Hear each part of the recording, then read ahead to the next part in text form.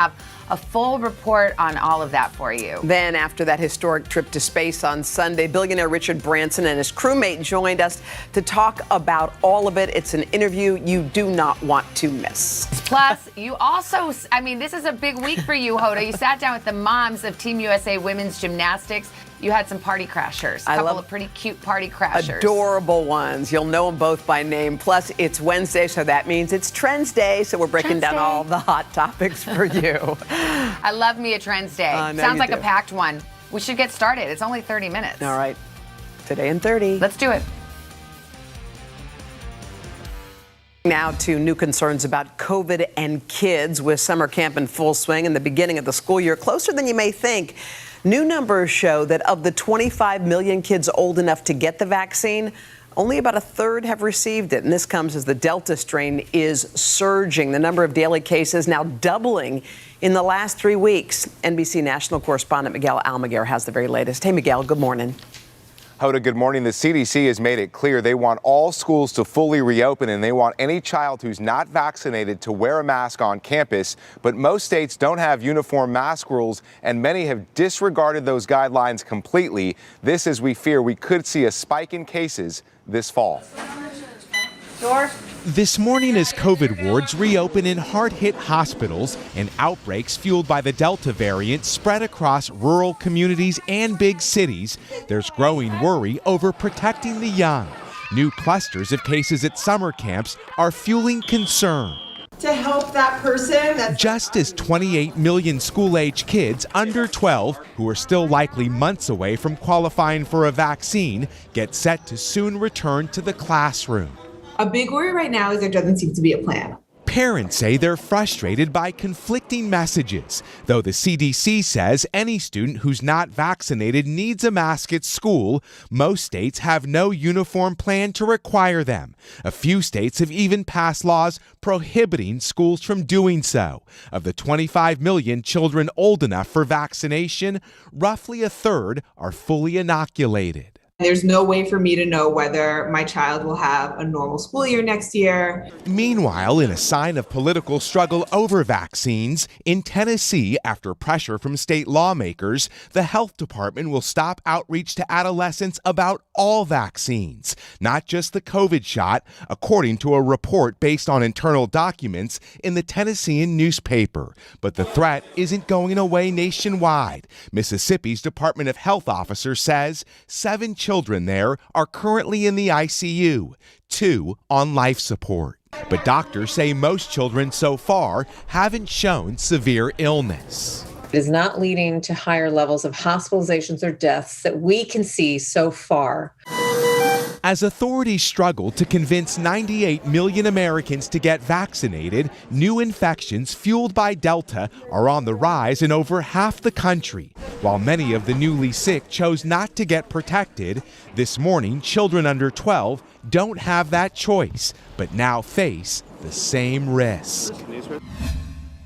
Hi to everyone watching Today in 30. And check out our interview with Hoda. 2 astronauts.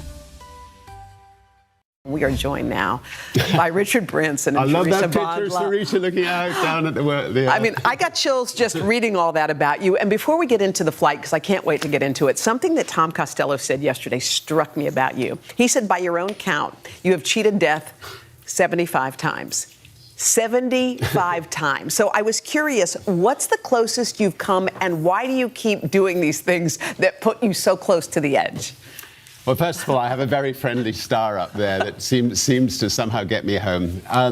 I think the closest, I suspect, was in some of those big balloon adventures when I think I've got the record for being pulled out of the sea 5 times by helicopters. 5 times. But the reason I do it is I just find that saying yes is a hell of a lot more fun than saying no. And if somebody says, we could be the first to fly around the world in a balloon, or we can do this magnificent challenge that nobody's been able to do before, I'm damned if I'm going to watch it on telly and watch somebody else do it. I just want to test myself and see what I'm capable of. And well, how did this flight compare to all of those things that we just shared? This flight was 17 years in the making, with 800 wonderful engineers. So it wasn't risky in the same way that ballooning or boating was. It was quite magnificent, and it's a dream. It was just a dream come true for all of us, just being able to create a space line that hopefully quite a few of the people who are watching this show one day will go up on and become astronauts. And Peter Pan was my favorite character as a kid. Flying in the space in the spacecraft, seeing Sarisha below, flying alongside me. I mean, it was magnificent. Sarisha, I got to tell you, I don't know if you looked happier when you were floating next to Richard or when you were on his shoulders. It looked like such a moment in your life, and I couldn't help but think of all the young girls who were looking at you and saying, "Man, maybe one day, maybe one day." So, what has this experience meant to you? It's been incredible. So I have wanted to be an astronaut since I was young. And I wanted to go the traditional route, but then I have really bad eyesight. And I was trying to figure out how I was going to get there. And around that same time, Richard actually announced that he was creating Virgin Galactic. And it was going to be a space line for everyone and make space accessible for everyone. And I remember thinking that's how I'm going to get to space. And fast forward to today, I joined Virgin Galactic for this purpose to hopefully open up space for everyone. And Look what I carried. This is Sarisha's. What Sarisha has, her astronaut wings. Wow. Congratulations. What a moment. There are no accidents in life, I don't think, and there's a reason that you guys teamed up. Now, Jeff Bezos is going up on Tuesday. Are you so happy you beat him up? You beat him up there. I'm happy that he's going to have the most unbelievable experience and the team with him. I think Teresa says we want to make space available to all, and we've just launched something called through a wonderful organisation called Amaze to try to get hundreds of people, give them the chance of going to space for nothing. So, a little $10, you can have a chance to get yourself and a friend to go to space, and then the money will just go towards making opportunity for more and more people in the time to come. I just have to quickly address the critics who, some of them are saying, well, wow, these ultra-rich guys are spending a lot of dough to go up into space for kind of a joyride, when there are things that really need attention, the pandemic, climate change, poverty, and all of those things. How do you answer those critics? Just simply by saying I 100% agree that people who are in positions of wealth and should spend most of their money, 90% or more of their money, trying to tackle these issues. But we should also create new industries that can create 800 engineers and scientists who can create wonderful things that can make space accessible at a fraction of the environmental cost that it's been in the past. I mean, just to give you a quick idea, the environmental cost of us sending people from an air launch system into space is the same as one round trip on a Virgin Atlantic flight to London and back. And that's just reduced the cost dramatically. And then these scientists can do wonderful things in space. Yeah, so when I was flying, my role was actually to test research capabilities. We now have the capability to send researchers up with their experiments. Typically, they would hand an astronaut at NASA or another agency their experiment with instructions, but now they can fly with it. So on this last flight, if you look at some of the footage, you see me messing with this tube. Yeah. I'm actually performing a science experiment in space. Wow. It's weird to say that. Pretty cool, pretty cool. Lastly, you're turning 71 on Sunday. Do you have a next goal? Is there a next thing on the horizon for you, Richard? Well, I mean, you mentioned there's a lot of problems in the world, and I think the next sort of 25 years of my life is going to be using organizations we set up, like the Elders and the Oceanic Elders and the B Team and the Carbon War Room, to tackle those problems. And the fact that I've got a slightly higher profile today than I did yesterday will make it that much easier for me to pick up the phone and try to get some of these problems solved. Well, we are cheering you on. It looked like a lot of fun up there in space, and you learned a lot too. Thank you so much to both of you. I wish you guys good luck. Make the most of your day with Today in 30. We give you a mix of everything you love about our show in a mere 30 minutes.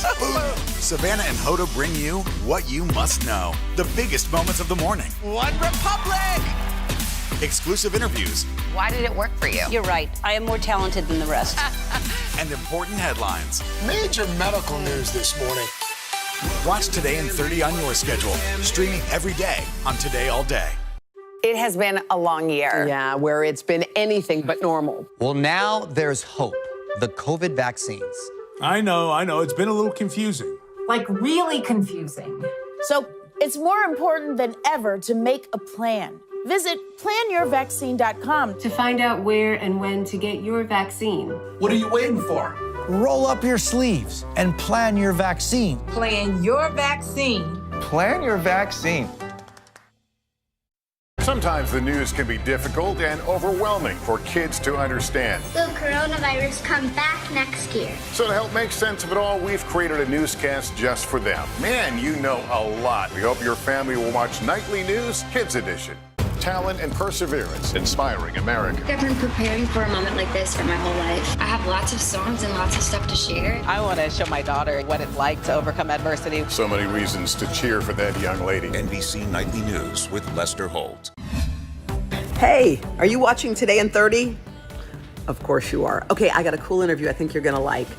I got to sit down with the moms of the U.S. Olympic gymnastics team. They are amazing human beings. They raised Olympians, and we wondered, what's in the water at their house? Well, find out when you listen to the interview.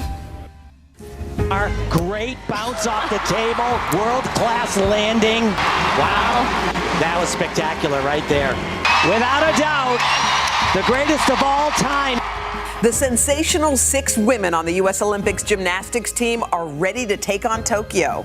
And when the gymnasts step into that international spotlight, hand on heart. There you go. The fans cheering the loudest here at home will be those who have been there since their very first cartwheel. Simone Biles' mom, Nellie, Jordan Childs' mom, Gina, Suni Lee's mom, Yang, Grace McCullum's mom, Sandy, Michaela Skinner's mom, Kim, and Jade Carey's mom, Danielle. I just like looking at my screen right now because I'm looking at the mothers of Olympians. I just want to know what it feels like to be in this moment. Kim, let me start with you. It's totally amazing. It's surreal. So happy that Michaela finally did this and made her dream. It's awesome. We're so excited to be a part of this team. A great team with 2 women who decided to crash our interview. I want everyone to pause for a second and look behind Nellie. I see Biles and Childs. Biles and Ron. Hey, Ron, it's Olympic moms, babe. This is Olympic moms. Oh my God. Nellie, I know you've been down this beautiful road before, but how does it feel this time around? It's still a surreal feeling. It doesn't get old. It just feels this time around even more special. Danielle, when your daughter was little, how did you know? How did you know that she wasn't going to be just someone who enjoyed gymnastics, but somebody who might be competing at this level? I believe she was about 4 years old. Her dad and I were watching TV, and all of a sudden, boop, there goes a cartwheel. And we looked at each other, and I said, "Did you teach her that?" And he said, "No." "Did you?" And I said, "No." And so I think we kind of knew at that point, uh-oh. These moms have dedicated years to supporting from the stands, but that doesn't mean it's easy to watch when it's their daughter's turn to compete. I watched Gina move in the stands. Gina, you're moving with Jordan. You're like, over here, now I'm over here. How nerve-wracking is it watching your daughter compete? It's awful. I wish there was a way to support without physically having to watch it. I always say I wish I could just blink my eyes and then know the outcome, but the outcome be good. Well, you named her Jordan after Michael Jordan. So, I mean, she was destined, don't you think? She was destined for greatness. Oh, absolutely. By the way, I love the Biles-Childs thing, Nellie. I watched Simone support Jordan. I like the bond between them. Tell us about that. Simone really pushes because she pushes herself. And I see her doing the same thing too with Jordan. And that bond has just, I mean, they fight, believe me, they do fight. and then we don't get in the way. I don't get in the way because the next minute, they're hugging. That's a special relationship that they have. I'm sure people are looking at this widescreen and saying, I want to raise an Olympian. Like, what was in the water? What did they do? So Sandy, what did you do? Honestly, like we were just looking for an outlet for Grace because we found her one day trying to climb the brick on our fireplace. And she was a really shy kid. And so we were just looking for a way for her to like get out and meet other people and not hang on her mom's leg all the time. And the minute she walked in the gym, she's like, I'm home. The road to the Olympics has been far from easy for these families. I know that your daughter, Suni, has been through a lot. Your husband was paralyzed from just a horrible fall. You've lost loved ones to COVID, and yet there she stands. Yeah, it's pretty amazing that she actually made it this far. I'm just super proud that she actually made it. I was just thinking about you guys because you've been there for every meet, and in this particular moment, you won't be able to be present in the arena to witness this moment. How are you dealing with that? We're going to have a huge party and just get a bunch of people together and watch. But it's very disappointing. For Gina, these Olympic Games are also a tough moment. She pleaded guilty to wire fraud last year and is scheduled to report to prison the day of the women's team final. Every moment that I watch Jordan is the most amazing moment as a mom. And so I just am looking at it as not bittersweet, but just a sweet period that she's here. I'm looking at you and I'm seeing your little girls in your eyes right now, and it's totally blowing my mind. If you just had a phrase or something for your little girl before she embarks in this moment, what would it be? I definitely will tell Simone to be the best Simone. Our common saying is, you got this. Just go out there and do your best. Go out there and have fun, Do like the way you practice. Do your best, forget everything else. You've earned this moment. I tell her every time, I just say, go kill it. And have fun. She worked so hard to get here and just enjoy the whole experience, take it all in and show people that you really love what you do and just have fun. Good morning. Welcome to Today. Future's looking bright. We are going to be cheering you on all the way. Hoda is going to renew their vows right here. Cheers to you. Cheers. We've been watching Chanel bust a move all morning. New meaning to the expression rise and shine. Jenna, nearly 2 miles in the air. This is amazing! Yes! Your Gampy would be so proud. Oh, thank you, Al. Talent and perseverance, inspiring America. I've been preparing for a moment like this for my whole life. I have lots of songs and lots of stuff to share. I want to show my daughter what it's like to overcome adversity. So many reasons to cheer for that young lady. NBC Nightly News with Lester Holt. What should we watch for to find out whether this Geneva summit was worth it? What would it take for you to support this bipartisan infrastructure deal? What are the issues that the party stands for? That seems to be the missing piece here. If it's Sunday, it's Meet the Press. Good morning. Welcome to Today. Future's looking bright. We are going to be cheering you on all the way. Hoda is going to renew their vows right here. Cheers to you. New meaning to the expression rise and shine. It has been a long year. Yeah, where it's been anything but normal. Well, now there's hope. The COVID vaccines. I know. It's been a little confusing. Like really confusing. So it's more important than ever to make a plan. Visit planyourvaccine.com to find out where and when to get your vaccine. What are you waiting for? Roll up your sleeves and plan your vaccine. Plan your vaccine. Plan your vaccine. Good morning. Welcome to Today. Future's looking bright. We are going to be cheering you on all the way. Hoda is going to renew their vows right here. Cheers to you. New meaning to the expression rise and shine. The new series Dr. Death tells a true story of a neurosurgeon named Christopher Duntsch who paralyzed and even killed some of his patients. Joshua Jackson takes on the chilling role. Now, in the program, he's just started at a new hospital in Dallas and is about to perform spinal surgery. But when he meets Dr. Kirby, played by Christian Slater, things don't exactly start off on the right foot. Yeah, what passes for neurosurgery down here is a sham. I'm here to nuke this place into the future. Wow. Well, you impress me. Usually it takes surgeons at least a good decade to refine their God complex.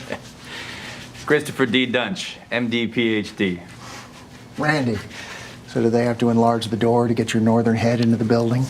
I'm from Tennessee. North of Texas is north. Ah! Joshua and Christian join us this morning. Good morning, guys. Good morning. We're happy to have you.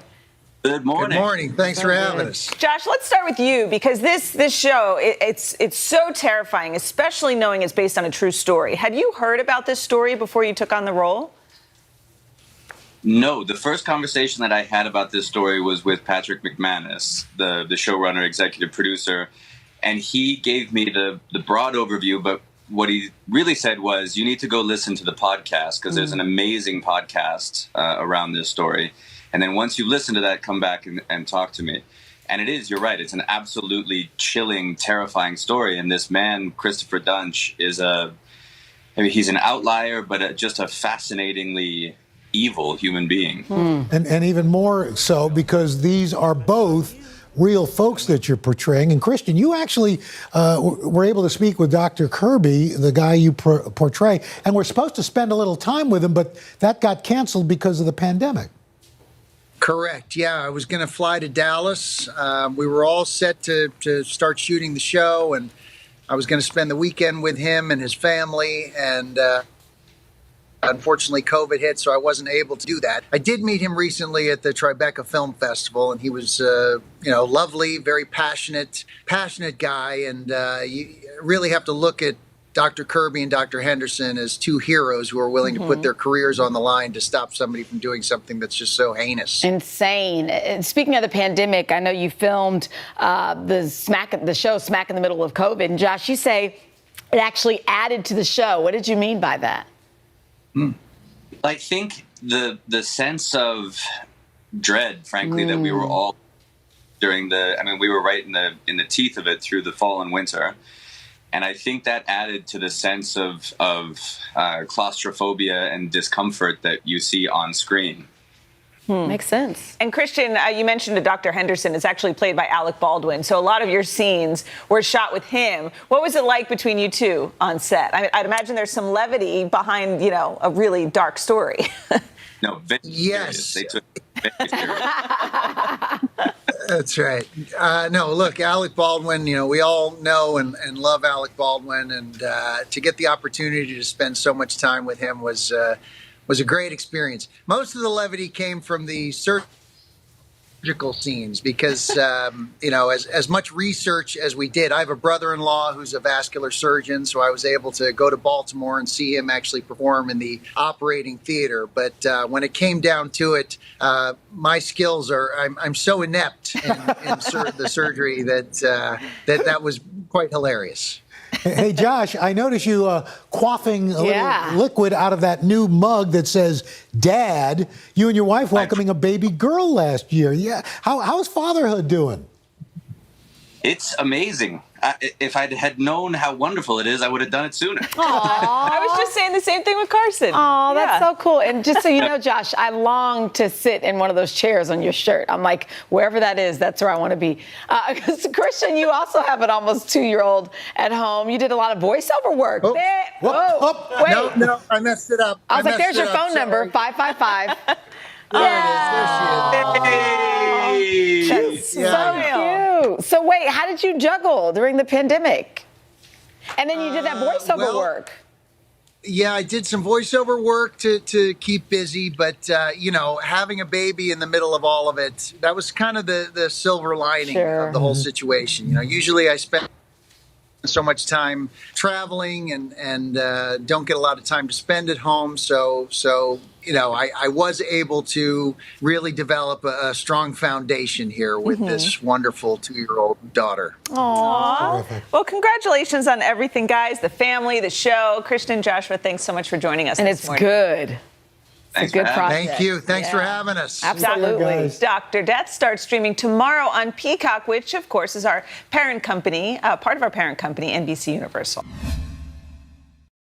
Good morning, everybody. Welcome to Today. Future's looking bright. Are you ready? We're going to do our part to spread the word on the importance of vaccines, so crucial for reopening America. A big day around here, a very special naturalization ceremony. Many of them doctors, nurses, other essential workers. If you are a nurse, thank you. Spring has sprung, guys, and we want to fill this season with some fun and surprises. Yes. This is the face of excitement. Celebrating Earth Day. Let's change the world. Love it. Good morning. Welcome to Today. Future's looking bright. We are going to be cheering you on all the way. Hoda is going to renew their vows right here. Cheers to you. Cheers. We've been watching Chanel bust a move all morning. New meaning to the expression rise and shine. Jenna, nearly 2 miles in the air. Your Gampy would be so proud. Oh, thank you, Al. Make the most of your day with Today in 30. We give you a mix of everything you love about our show in a mere 30 minutes. Watch Today in 30 on your schedule, streaming every day on Today All Day. What should we watch for to find out whether this Geneva summit was worth it? What would it take for you to support this bipartisan infrastructure deal? What are the issues that the party stands for? That seems to be the missing piece here. If it's Sunday, it's Meet the Press. You know, we love to have fun around here, so it brings us to our favorite day, Trends Day Wednesday. Yeah, that's when our pal Justin Sylvester drops in with all the scoop we can handle. Although, Justin, no, put your seatbelts on because there's this racy show that I thought, what is happening under there? Is it a fan? Oh, so sorry, guys. Sorry. My skirt is doing that weird thing that Donna's was doing around Mark Wahlberg. He must be somewhere on the premises. Let me go ahead and just take this off real quick. Oh, my God. Justin, you're hilarious. So Jenna came in the other day, Justin, and she was talking about this show. It's like I think it's a sex show. Can we present it correctly? Justin, let me start at the beginning. Hoda recommended a show to me called Love Sick that I thought she said sex ed. So then when somebody else told me, have you heard about this show called Sex Life? I said, yes, my friend Hoda Kotb recommended it to me. I put it on Twitter. I put it out there. I didn't know Hoda. No, she did it. Mine was a different one, but however, I feel like I might have picked the wrong one. So yes. Let's just go ahead and say let's this get is your not take for on kids, okay?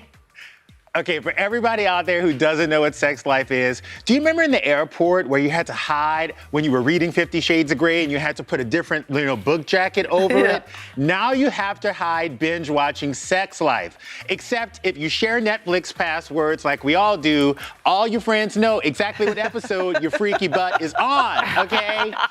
Now, big fat disclaimer, this is not your family show.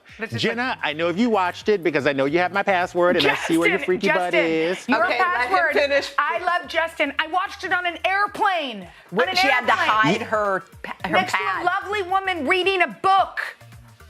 She was not reading a book, honey. She was looking over your shoulder because she knows exactly what's going on.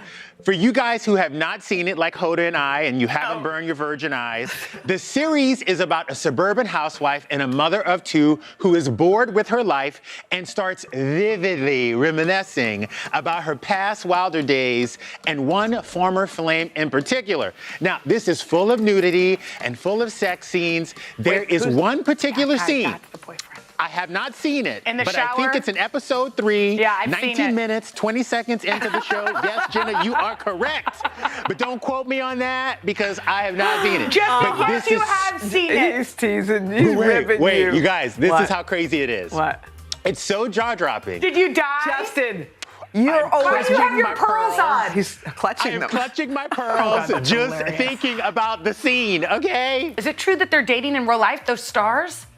The passion was so real, these two could not keep their hands off each other. the boyfriend and Sarah The Shahi, boyfriend and the wife. Yes, and Adam Demos are now a real life couple. I'm watching it. Literally, I work at NBC. I can't even say hello to somebody I work with without getting HR called to me. How did these two manage it at Netflix? By the way, you're funny. Oh my gosh, we love Thank you. Thank you. I can't stand it. Today in 30. It's so big. Well, you know what? Let's do it again tomorrow. Let's just do it again tomorrow. All right, we got a biggie. You know who we have? Chip and Joanna Gaines. They'll be here. What? Sounds like it's going to be epic. So much fun. We'll see you Thursday morning right here on Today in 30.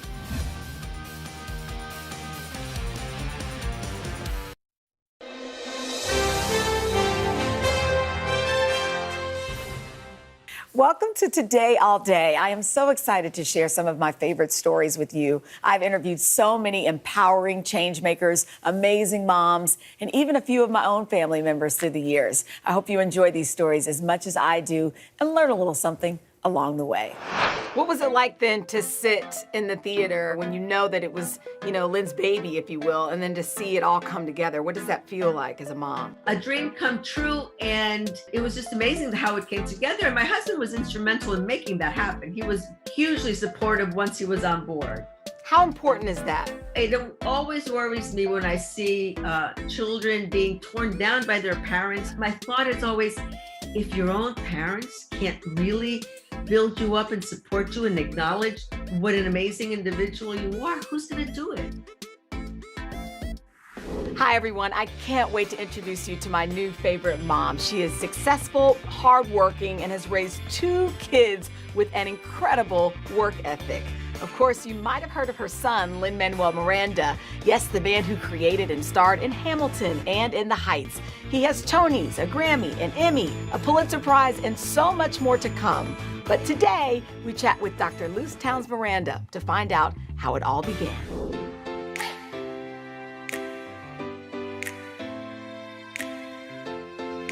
Do you say Lin or do you say Lin-Manuel? What do you call him? We always call him Lin-Manuel, but I recently realized that he abbreviated it to Lin because it was too much for his classmates to say. When he was little, he would say, "You want to hear my name in English? Lin-Manuel Miranda.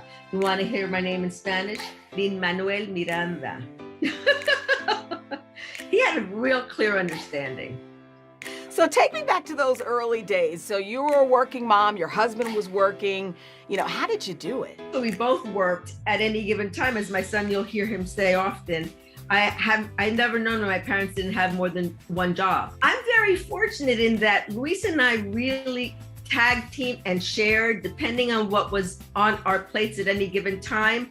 One or the other of us would assume a more responsibility. How did you stay present? I think we kept our finger on the pulse of everything that was going on. We never missed a parent-teacher meeting. We never missed a play or activity that they were in, a graduation, a show. That was first and foremost on our schedules. I also think it's been really important that Lin has been very open about the fact that he struggled with anxiety as a kid. And I know he's talked about the fact that there was a childhood friend who tragically passed away and that affected him deeply. Did you see that as a mom, and how did you support him? Every night I would tuck him into bed and I would ask him what was the best thing that happened in school, what was the worst thing that happened in school.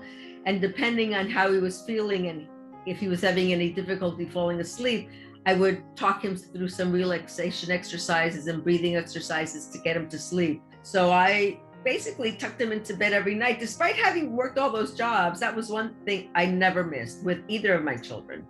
And tell me about sibling dynamics. What were the two of them like growing up?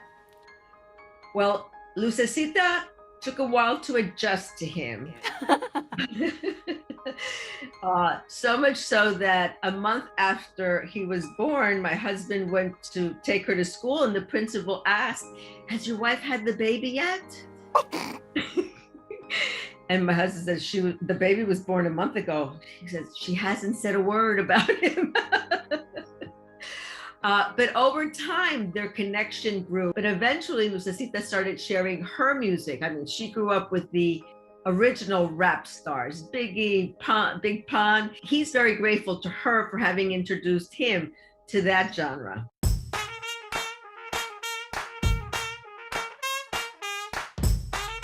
Clearly, music is innate. It's in your family. Talk about your love of music, and your husband too. Right. Well, my husband and I both loved soundtracks. So as the children were growing up, we played our favorite records, whether or not we had seen, like I never saw Camelot, but I loved the score. And one of the cardinal rules in our house is our children don't leave until they know how to dance.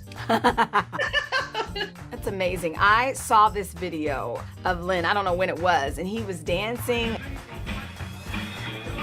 Yes. Since we were busy often, he basically was free to create whatever he wanted. He was constantly using a video machine or a tape recorder. And he made up a Cabbage Patch song to it. The Cabbage Patch are, and I forget the lyrics, but he basically started composing just, off the head from the time he was very tiny. When did you know this kid has talent? Like he needs to be on a stage or writing or creating. When did you know? He must have been in 4th or 5th grade. There was a performance in a church. And from the time he started singing, I swore there was like this aura about him because he embodied every single song. And I remember leaving that church thinking to myself, did anybody else just see the show I saw? Oh my God. It was, to me, that was it. That was the moment where I knew he was amazing. A lot of people then think that success happened overnight, but obviously then that is not the case. Tell me about the first time that you watched a show on Broadway that your son had created. The first time I listened to In the Heights in their off-Broadway show, I was just blown away. And they're still, the movie is amazing. Hearing those sounds come through on those big speakers is just amazing. Taking the flight to a couple of days in the life for what it's like in Washington Heights. Let me ask you about Hamilton. When you first heard the idea, what were your initial thoughts? I have to tell you, the first time I saw a run-through of it, I was so bereft by the end of the play that I couldn't speak for half an hour. He had done such an amazing job that it broke my heart that Alexander Hamilton had died young. Your favorite song that Lin-Manuel has written or composed?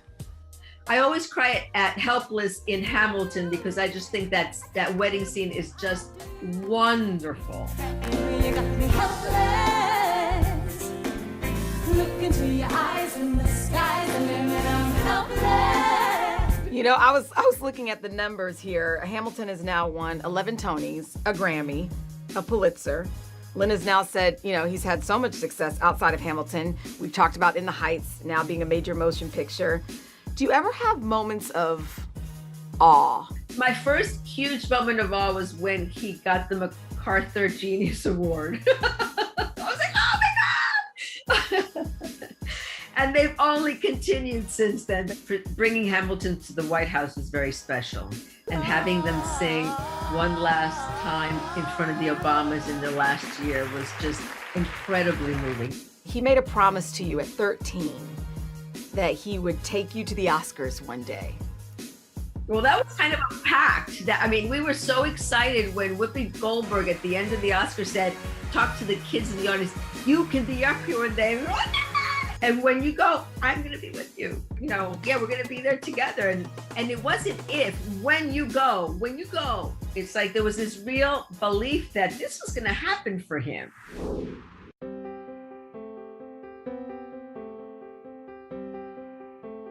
What do you hope people get out of seeing his body of work? That the most important thing is human connection and caring, because that's what he conveys. Whenever he writes about a character, whether it's in song or in narrative, he's trying to convey the humanity of that individual. And he will be sobbing writing songs because he has to embody and live the emotion related to the event in any part of the musical. And it's very painful for him.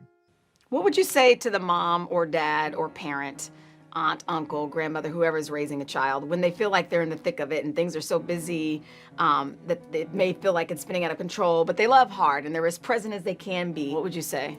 Well, I often told families struggling with children's issues, since I'm a psychologist, you got to do the best you can now, because if you don't, they won't grow up and leave you. They'll stay with you. You have to support them, because the goal is to get them to be able to be independent, fulfilled adults. You have been such a delight. If we were in person, I would give you a hug. One day I will meet you and give you a hug. Thank you so much. Thank you.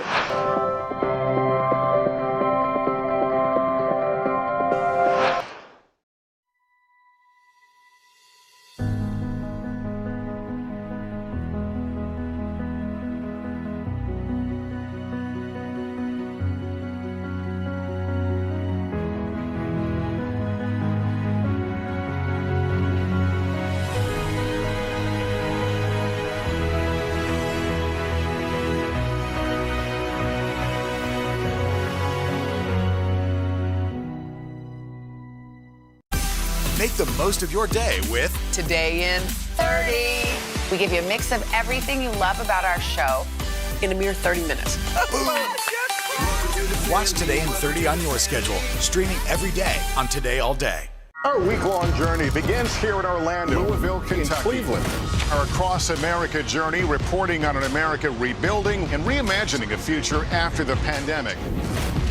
Good evening tonight from Geneva, just hours away from his historic summit. Over 16,000 unaccompanied children tonight in custody. What's victory look like in this, or what does improvement look like? It's going to be a challenge to meet that 70% goal. Why is it so challenging? NBC Nightly News with Lester Holt. Sometimes the news can be difficult and overwhelming for kids to understand. Will coronavirus come back next year? So to help make sense of it all, we've created a newscast just for them. Man, you know a lot. We hope your family will watch Nightly News Kids Edition. With all those award shows and her performances, do you still get nervous for her now, or do you say, oh, Carrie's got that?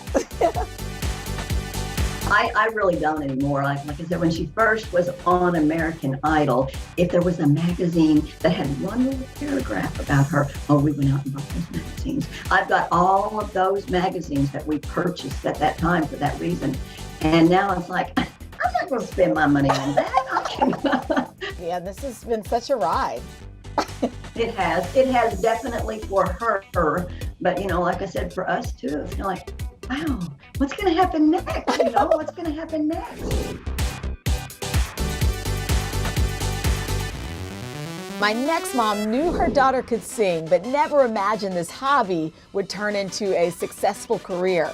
Back in the day, she took her to talent shows in the state of Oklahoma. She drove her to American Idol auditions. And now, fast forward to today, this daughter has released 8 successful albums, sold out venues across the country, and won more than 100 major awards. I can only be talking about Carrie Underwood, and today we get to talk with her mom, Carol. Hi, thank you so much for doing this. You look fantastic. I have to ask you a question before we start. Okay. You were at American Idol several times, right? Okay, that is how I was going to start it, because I didn't think that there would be any way on the big earth that you would ever remember that. Like, oh, I absolutely Okay, do, wait, don't say anything yet. Don't say anything yet. Okay. Okay. So for people who don't know, I was a reporter for a very long time in Tulsa, Oklahoma, and Carrie is from Shakota. And so you have a very special place in my heart because of that. You do mine too. That season. So we started down this road together. So why don't we back up and you just tell me the names and ages of all of your 3 beautiful daughters. Our oldest daughter is Shanna, and she is 13 years older than Carrie. And then our middle daughter is Stephanie, and she's 10 years older than Carrie. What was life like in Shakota for you guys in those early years when they were all young? It's a small town. Everybody knows everybody in Shakota. I kind of thought I was probably strict, but when I said that, my sister laughed at me. So maybe I wasn't as strict as I thought I was. And then by the time, Carrie was big enough to kind of be a person, Shanna was already gone from the house and Stephanie went to college. So Carrie was kind of like an only child because she was so much younger. A big part of her childhood, Carrie's childhood, she did talent shows. I knew the person that was the head of the Chamber of Commerce that put it on, and I would call and say, can Carrie sing? Will you let Carrie sing on this one? And she hated it because her friends were going to be out there. And she didn't like to sing in front of her friends. And sometimes it was like she might be crying before she would get up there to sing, but she did. So once she would get out there and sing, did she nail it? How did she do? Oh yeah, she always did. I mean, she just truly had a gift from God. She did. And when she was growing up, both of her sisters, they might listen to this kind of music, that kind of music. Carrie knew all of the different kinds of songs that they listened to. But, that's not to say she knew the words, like the song Country Boy, You Got Your Feet in LA and Your Mind's in Tennessee. Well, she had no idea what LA was. So she made up, Country Boy, You Got Your Feet in a Lake and Your Mind's in Tennessee. I love it. And is it true you made some of her costumes? Oh, absolutely. Yeah, I did. You know, when you're in low talent shows and you're singing country music, you have to be all sparkly. And so, yeah, I would get material and I would make her costumes. And, you know, I look back at it fondly and think, well, you know what? I did a pretty good job there, didn't I?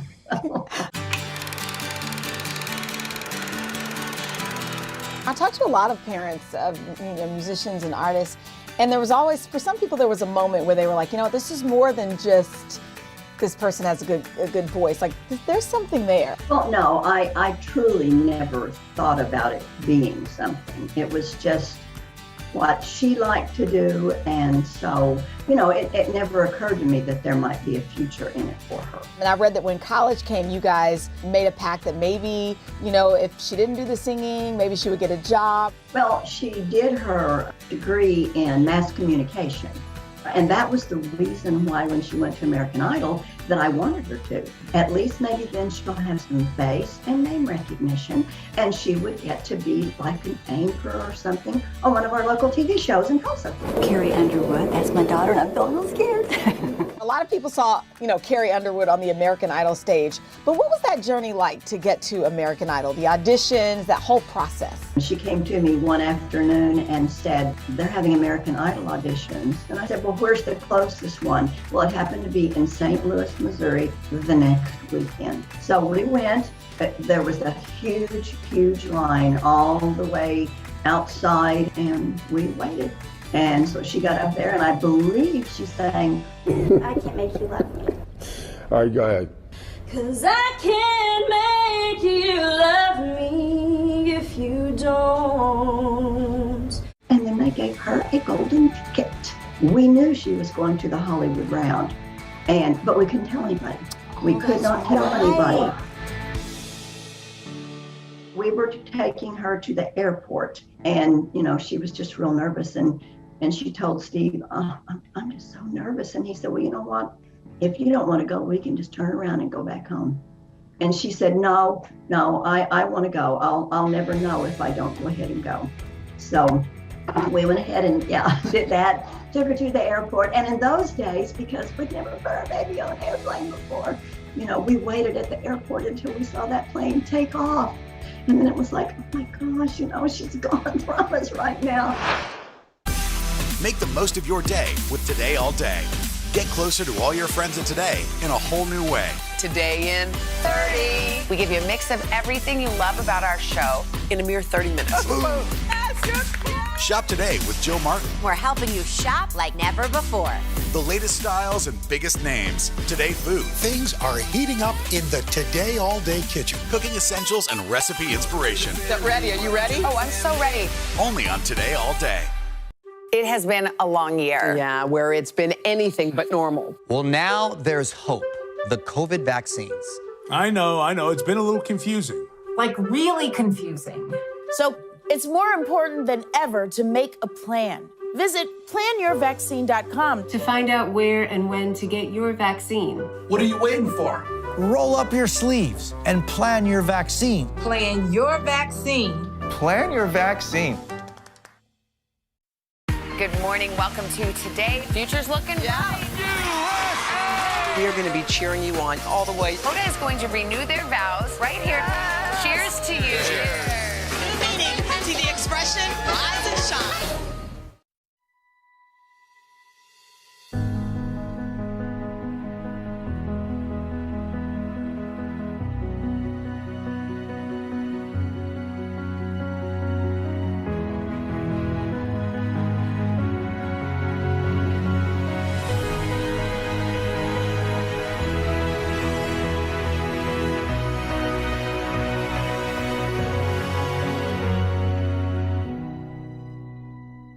The Meet the Press Chuck Toddcast, free wherever you get your podcasts.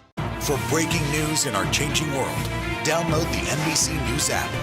The Meet the Press Chuck Toddcast, free wherever you get your podcasts. I was thinking about those American Idol days, and everybody was afraid of Simon. What did that feel like for you? I don't even know what it would feel like for my child to be on a stage when you know that the judge could say something mean. Like, I just don't know what that would feel like. What was it like for you?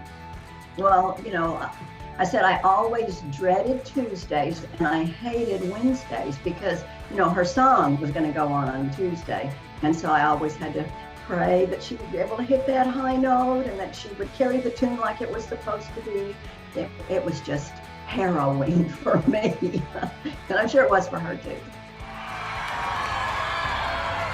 The winner of American Idol 2005 is Carrie Underwood!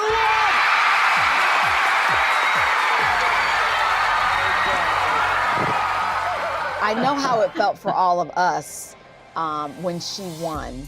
What about for you in that moment? She won, and then my next thought, well, where do we go from here? You know, I don't know how to do anything about any of this. She's now become the most successful Idol winner in series history, 7 Grammy Awards, released 8 albums, sold millions of records worldwide. Can you believe it? No, no, I can't. And, but you know, you don't realize that celebrities truly are just people. They're just people like everybody else. They wash their clothes, they fold their clothes, you know. So, you know, I don't want her to change who she is, and I think she doesn't. I was about to say, I don't think you have to worry about that. What is your favorite Carrie Underwood song? I really like Just a Dream, Temporary Home, Something in the Water was really just great. Tell me this, what has been, if you were to be kind of retrospective, the most surreal moment for you as a mom? When she sang How Great There Are with Vince Gill doing an accompaniment, and the whole place, I mean, you could just feel, you know, the power there.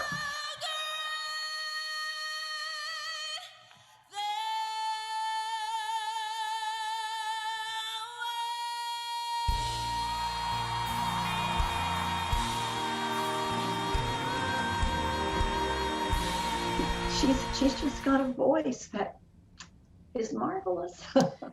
And now she has this album where it's, you know, she talks about her faith. I listened to some of the songs of CeCe Winans. I mean, it's how does that feel? Such a beautiful album.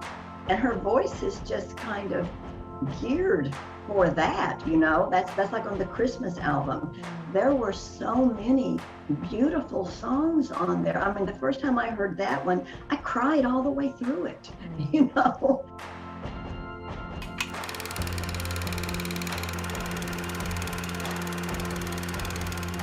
How proud is Shakota of your family?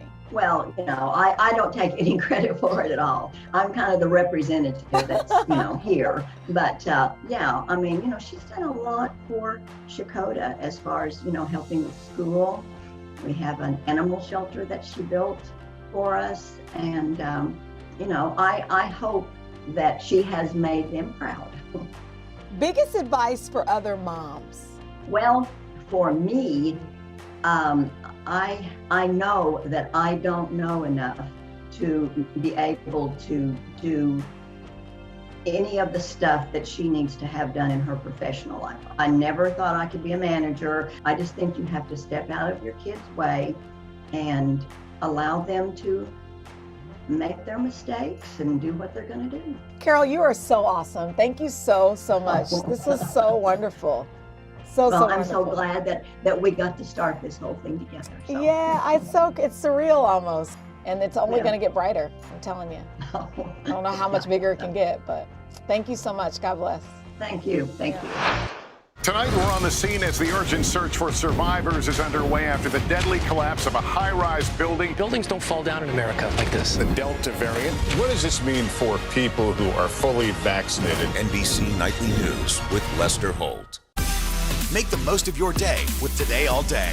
Get closer to all your friends at Today in a whole new way. Today in 30. We give you a mix of everything you love about our show in a mere 30 minutes. Shop today with Jill Martin. We're helping you shop like never before. The latest styles and biggest names. Today food. Things are heating up in the Today All Day kitchen. Cooking essentials and recipe inspiration. Get ready. Are you ready? Oh, I'm so ready. Only on Today All Day.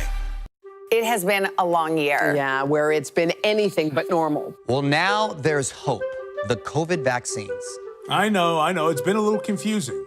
Like really confusing. So it's more important than ever to make a plan. Visit planyourvaccine.com to find out where and when to get your vaccine. What are you waiting for? Roll up your sleeves and plan your vaccine. Plan your vaccine. Plan your vaccine. What should we watch for to find out whether this Geneva summit was worth it? What would it take for you to support this bipartisan infrastructure deal? What are the issues that the party stands for? That seems to be the missing piece here. If it's Sunday, it's Meet the Press. Keke Palmer has grown up in the spotlight, getting her start as a child star. Yeah, now at age 27, she's been in more than 50 movies and TV shows. She starred on Broadway. She's a successful musician as well. Which is why I wanted to talk with her mom, Sharon. She has been by her side the whole time. I sat down with her for our series, Through Mom's Eyes. She told me all about their rise together. Before Hollywood, before, fame and success, tell me about the early years. We lived in a very low income area, but we also came from a Christian family. Yeah, there was crime. Yeah, there were dead bodies and all that. That was the talk in the neighborhood. But the talk in our home was God and faith, and you can achieve, and don't allow yourself to be a product of your environment. And for damn sure, don't let yourself be a stereotype. I discovered Keke. I'm sure she was doing stuff long before I knew her, but it was Akilah and the Bee. I wonder where the national spelling bee. And I know you guys used to do some drama or acting, but how did you guys get into that part of it? So Keke was about 9 years old, and they had auditions for The Lion King. Out of thousands and thousands of kids, she got down to like the last 20 kids or whatever, and then she was out. But the way she responded to auditioning was just amazing. Like, she wasn't sad. She was like, I met a lot of friends. I want to do that again. And at the time, I read that you thought maybe this could pay for college or something like that. I mean, did you have any idea that it would turn into what it is? That is why I did it. I did it so she could go to college. Oh my gosh, you're gonna make me cry. Because I never expected any of this. I didn't do it for money or fame. It was college. I wanted my kids to go to college, and I wanted them to have a better life. And it hasn't been easy. The entertainment industry is not easy because you change roles, because now you have this daughter that makes more money than you've ever made in your life. You are still Keke's manager. Yeah. Why has it been important for you to remain her manager for all these years? I just think it works. She loves me, I love her, but more importantly, we respect each other. I respect that this is her career. How did you do it when you walk into these rooms and you've got these men in suits? Is it intimidating? Not to me, because I'm from Chicago. No, it might be intimidating for them. I think a lot of industry people are put off by parents. Like, I taught her how to walk. I taught her how to talk. I put her on the school bus for the first time. This is my child. So I don't know how to not be passionate about my child. Did you ever have a moment where it was like, this is for real? True Jackson VP. When she did the TV series True Jackson VP, it was crazy. And then again for Hustlers. I can't believe Hustlers. These are my coworkers. That was one of the funnest movies she's ever done, and the biggest success. I remember when we found out that she was going to be Cinderella on Broadway. That was huge. I forgot about that. Because we had never seen a brown Cinderella. Are you kidding me? On Broadway? You're right. And she tells the story of when she's singing, I can be whatever I want to be. And she says that a little black girl in the front row said, that's not Cinderella. And Keke said it just made her heart smile, because she was like, yes, I am. I am, baby. I am Cinderella. So she knew that she was doing something big, and that it's important for kids to see themselves.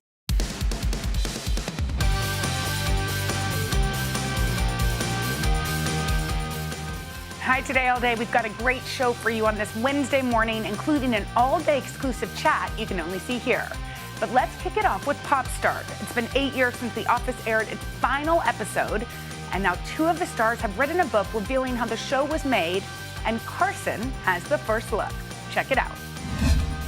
Best time Here it of the goes. morning. What time is it? Here we go. Look, Pop star time. You're the Flavor Flav to my Chuck D. I appreciate that. First up, Olivia Rodrigo is on Pop Star, the Gen Z superstar, teaming up with the White House to promote vaccines, and NBC News Now anchor Joe Fryer is to my left with more on that. Joe, good morning. Hey there. Yeah, good morning. So, this comes amid low vaccination numbers for teens and young people. For example, only 25% of kids aged 12 to 15 are fully vaccinated. But Olivia Rodrigo is trying to do something about that. She's actually meeting with President Biden and Dr. Fauci today. We'll talk and record videos about the importance of getting vaccinated. I got my driver's license last week. Famous for singing about her driver's license, today Olivia Rodrigo is focused on vaccination cards, getting more of them in the hands of young people. We want to get trusted messengers that people can relate to, as opposed to just federal officials telling people to get vaccinated. Confirmation of today's visit came on Instagram, where President Biden posted a photo of his younger self Tuesday, writing, "I know this young person would have gotten vaccinated, but we've got to get other young people protected as well. Who's willing to help? I'm in," Rodrigo replied. "See you tomorrow at the White House." It's just the latest headline for this skyrocketing star, a teen actress who got her big break on Disney Plus's High School Musical, the series. Hi, I'm Nini. Wow, can I borrow your high kick sometime? Last year, Rodrigo signed a record deal and in January released the mega hit Driver's License, posting her reaction to the first time she heard it on the radio. It's on the radio! It's on the radio! For long, the song was the subject of an SNL sketch. You said forever, I drive alone past your street. Now, as she promotes her first album titled Sour, the White House thinks it'd be sweet if she could promote vaccines, too. See what you did there. Yeah, the videos recorded by Rodrigo will be featured on the White House social media pages. Oh, yeah, and on Rodrigo's platforms, the White House says she has more than 28 million followers combined across all her channels. Wow. So a little bit of a reach there. You'd be hard-pressed to find somebody who's had a bigger year than Olivia Rodrigo. Yeah. Joe, thanks so much. Next up in Pop Star, 2021 Emmy nominations were announced on Tuesday, and after a year that involved a lot of staying at home and binge-watching, streaming services dominated the field of honorees. Netflix's royal drama The Crown tied for the highest number of nominations with Disney Plus's popular Star Wars series, The Mandalorian. Yeah. Each show ranking 24 nods, not far behind their top nominees. WandaVision with 23, Hulu's Handmaid's Tales, and our own Saturday Night Live both got 21 nominations. Wow. The feel-good comedy that's been sweeping all the award shows the past year, that is Apple TV Plus's Ted Lasso, got 20 nods. Yeah. The Jason Sudeikis-led show also breaks the record for most nominations for a comedy series in its first season. Season 1 of Ted Lasso has already seen quite a bit of success, taking home trophies at both the Golden Globes and the Critics' Choice Awards. So congrats to all the nominees, including all of our friends at The Voice, which got nominated for reality. Yes, so congratulations to them. Up next, The Office. It's been 8 years since the hit NBC sitcom about everybody's favorite paper company aired its final episode. Series star Brian Baumgartner, who played accountant Kevin Malone, and the producer of the show, Ben Silverman, have written a book revealing how one of the most popular shows on TV was made. We've got a first look. It's called Welcome to Dunder Mifflin, the ultimate oral history of The Office. Its pages are filled with exclusive interviews from the cast, as well as never-before-seen photos from the show's iconic set. Welcome to Dunder Mifflin hits shelves on October 19th. Wow. All right, cool. Up next on Today Talks, Dylan, Alan, Chanel share what they learned about their spouses when first moving in together. Stay with us. It has been a long year. Yeah, where it's been anything but normal. Well, now there's hope. The COVID vaccines. I know. It's been a little confusing. Like really confusing. So it's more important than ever to make a plan. Visit planyourvaccine.com to find out where and when to get your vaccine. What are you waiting for? Roll up your sleeves and plan your vaccine. Plan your vaccine. Plan your vaccine. Good morning. Welcome to Today. Future's looking bright. We are going to be cheering you on all the way. Hoda is going to renew their vows right here. Cheers to you. New meaning to the expression rise and sunshine. The Meet the Press Chuck Todd Cast, free wherever you get your podcasts.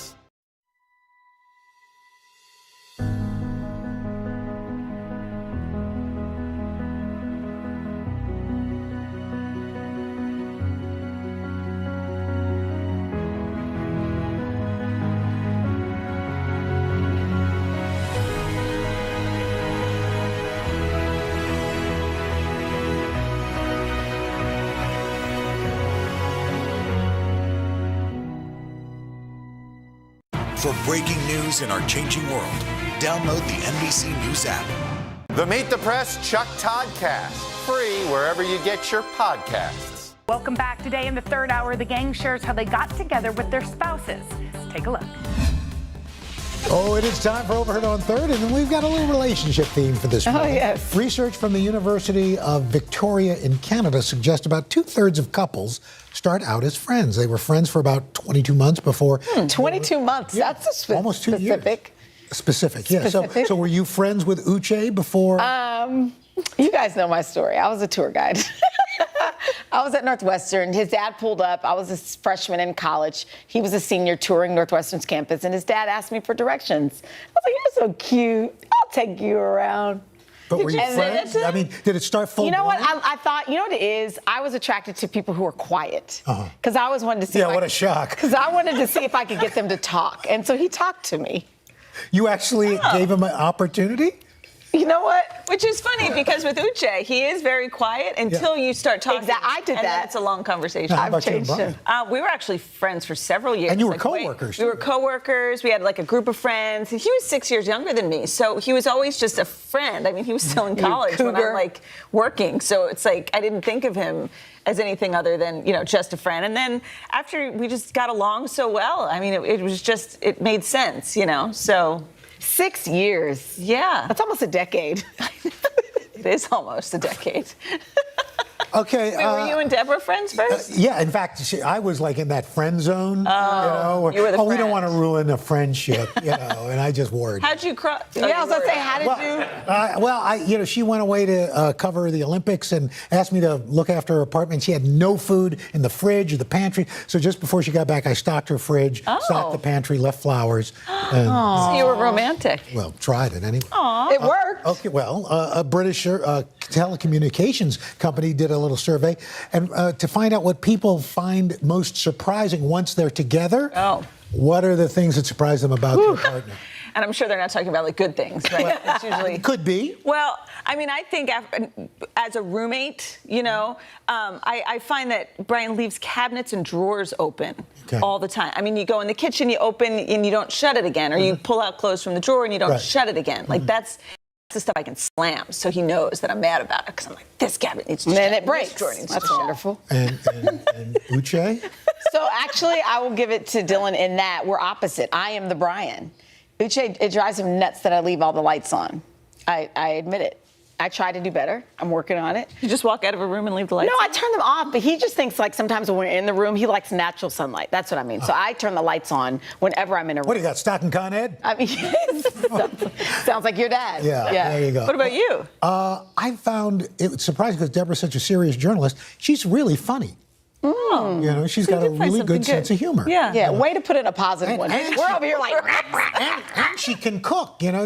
Most people don't think, but she's actually a good cook. And she makes good drinks, She too. just doesn't like... Yes, she does, very much so. So find something positive about your partner and leave them a note about it. Thanks, Therapist Roker. Coming up on Hoda and Jenna, Hoda's got the scoop on her exclusive interview with Richard Branson. Sometimes the news can be difficult and overwhelming for kids to understand. Will coronavirus come back next year? So to help make sense of it all, we've created a newscast just for them. Man, you know a lot. We hope your family will watch Nightly News Kids Edition. Our week-long journey begins here in Orlando, Louisville, Kentucky, Cleveland. Our Across America journey reporting on an America rebuilding and reimagining a future after the pandemic. Good evening tonight from Geneva, just hours away from his historic summit. Over 16,000 unaccompanied children tonight in custody. What's victory look like in this, or what does improvement look like? It's going to be a challenge to meet that 70% goal. Why is it so challenging? NBC Nightly News with Lester Holt.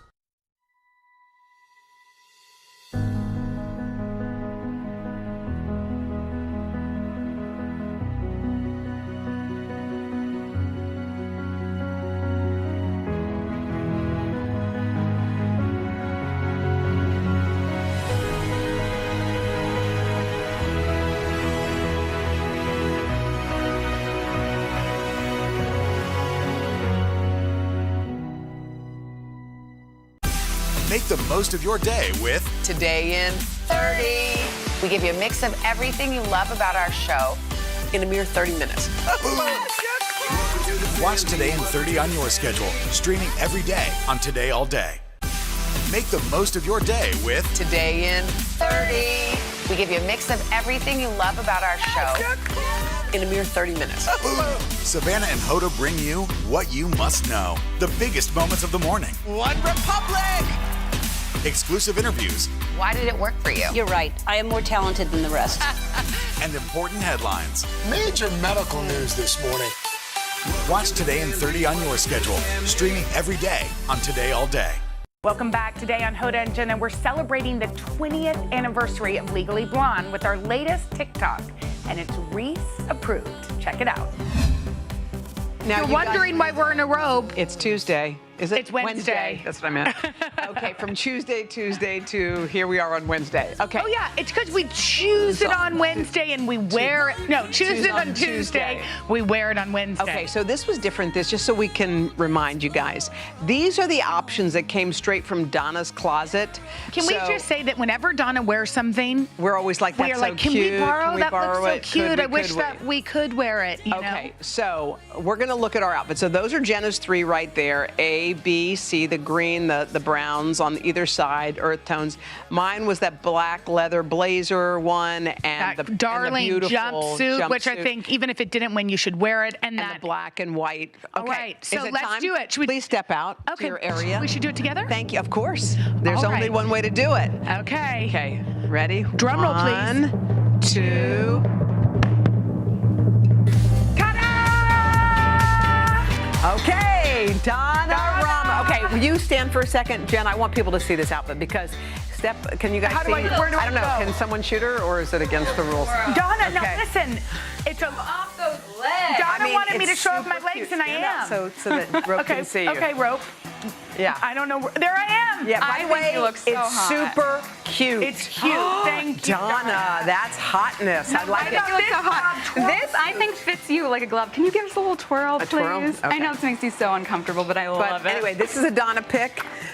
They're fun. It's just, by the way, it's very cozy too. Yes, this and feels comfy. comfortable. Yeah, it's a little bit like what you there's guys. Donna. Oh, yeah. Is that actually, Mark Wahlberg? that was a Mark Wahlberg shoot. He was so gracious during that shoot, Jenna. I got to tell you, there's a good thing there's no wind in the studio because whoop, my skirt just flew up during that shoot. Wait. She said flew. No, it did. I swear, it was not intentional. Okay.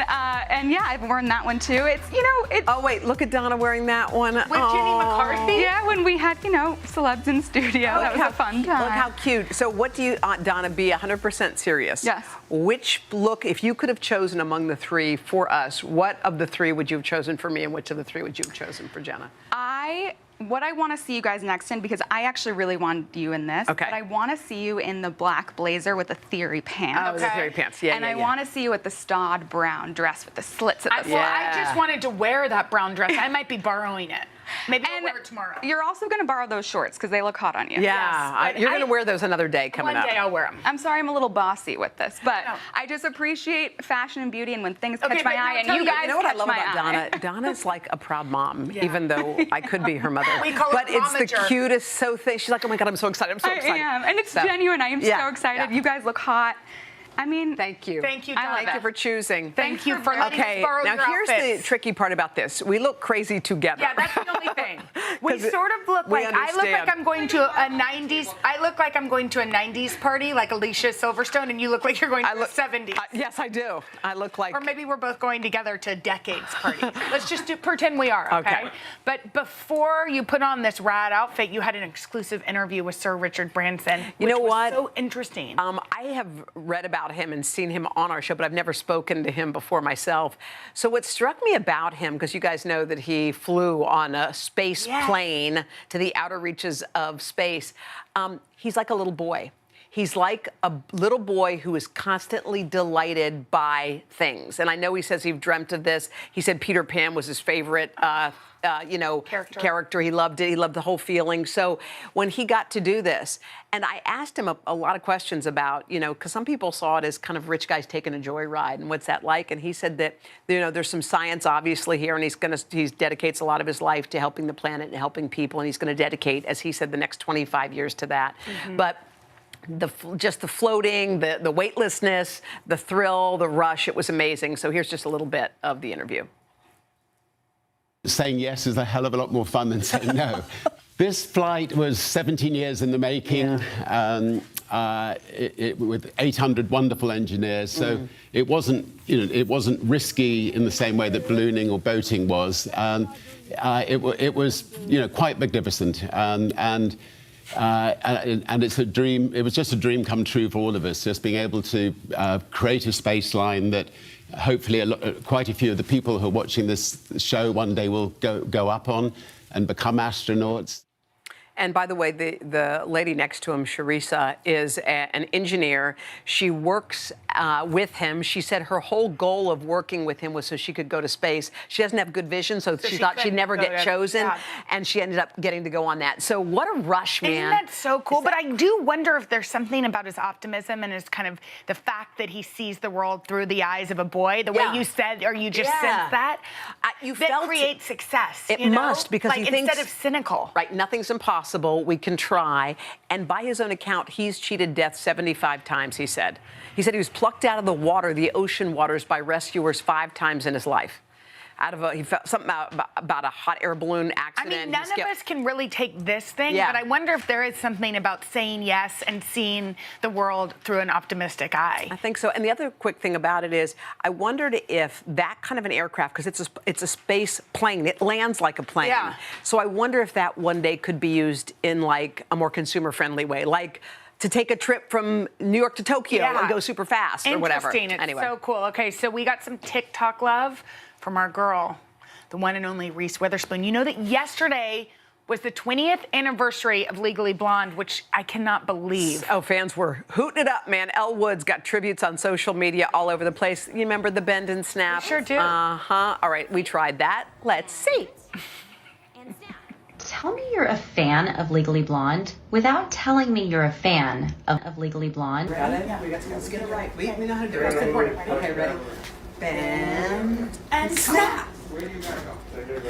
Bend. Tell me you're a fan. Okay, well, that's our bend and snap. Well, it didn't look, it felt better than it looked. Anyway. It did feel better. Didn't everything feel a little bit better than it looks? But listen, we tried it, and even Reese liked it. She reposted it, and she says, works every time. Nailed it, ladies. Well, also, that was for the world to see, but you got your own special text from Reese. Well, she just said, what did she say? said, you girls are funny. You girls are funny. And I loved it, and the magic. And so that made us feel That's really good, sweet. Right? She's a really good person. I like her so much. Yeah. You should, if y'all are interested, you should read the article about her in Time Magazine. Like, she's really funny and cool, but she's also brilliant. And the work she's done with her book club is amazing. Incredible. So I know. I always look for 2 stickers, Reese's and yours. Not in that order. What about yours and Reese's? What about and Oprah's? Of course, the 3. All right. So this is a crazy video. It's going viral on Twitter. Okay. And this guy is doing some wacky things. Yes, he's a motion animator and self-described video wizard. His name is Kevin Perry, and he turns himself into everyday objects.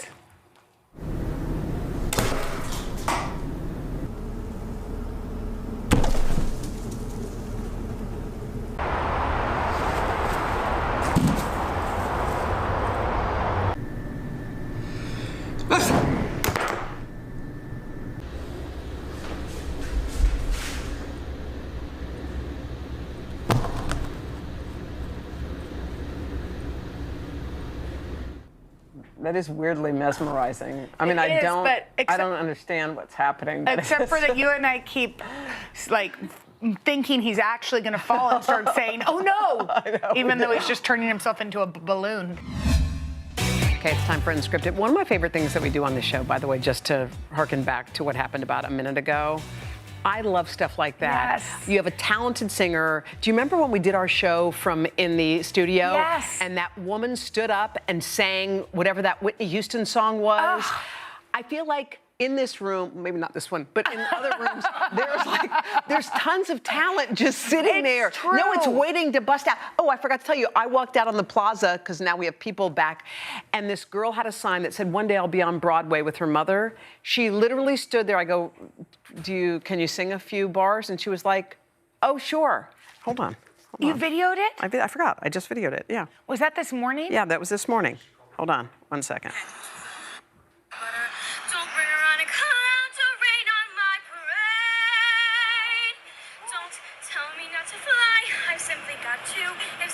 But spill it to me and not you.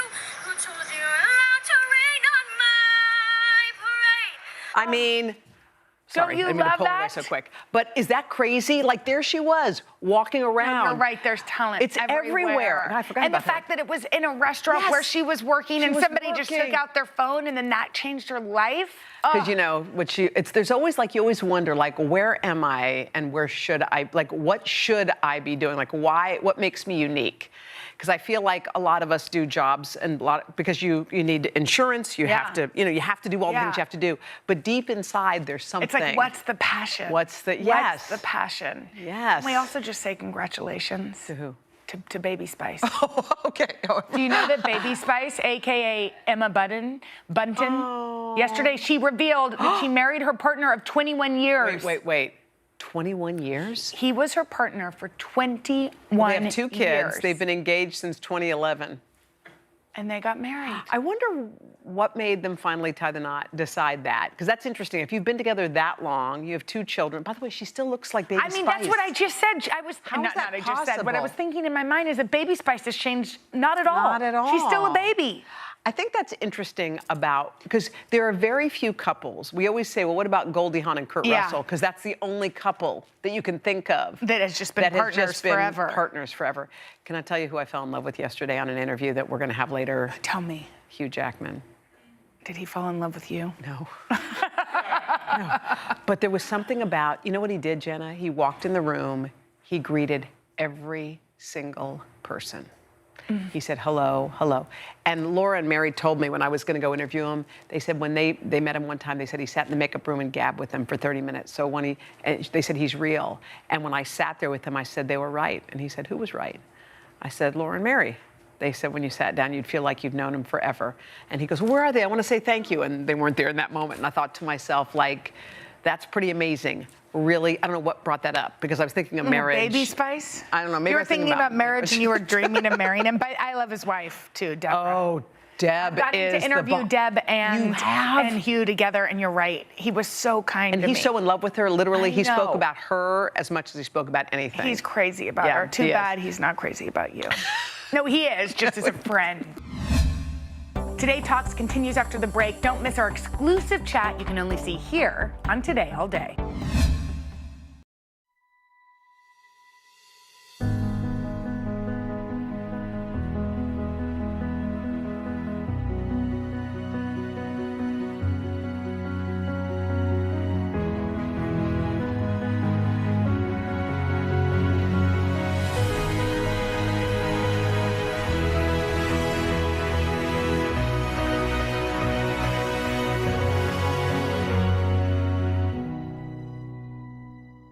Good morning. Welcome to Today. Future's looking bright.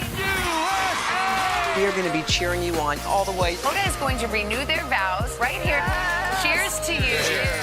New meaning to the expression rise and shine. What should we watch for to find out whether this Geneva summit was worth it? What would it take for you to support this bipartisan infrastructure deal? What are the issues that the party stands for? That seems to be the missing piece here. If it's Sunday, it's Meet the Press.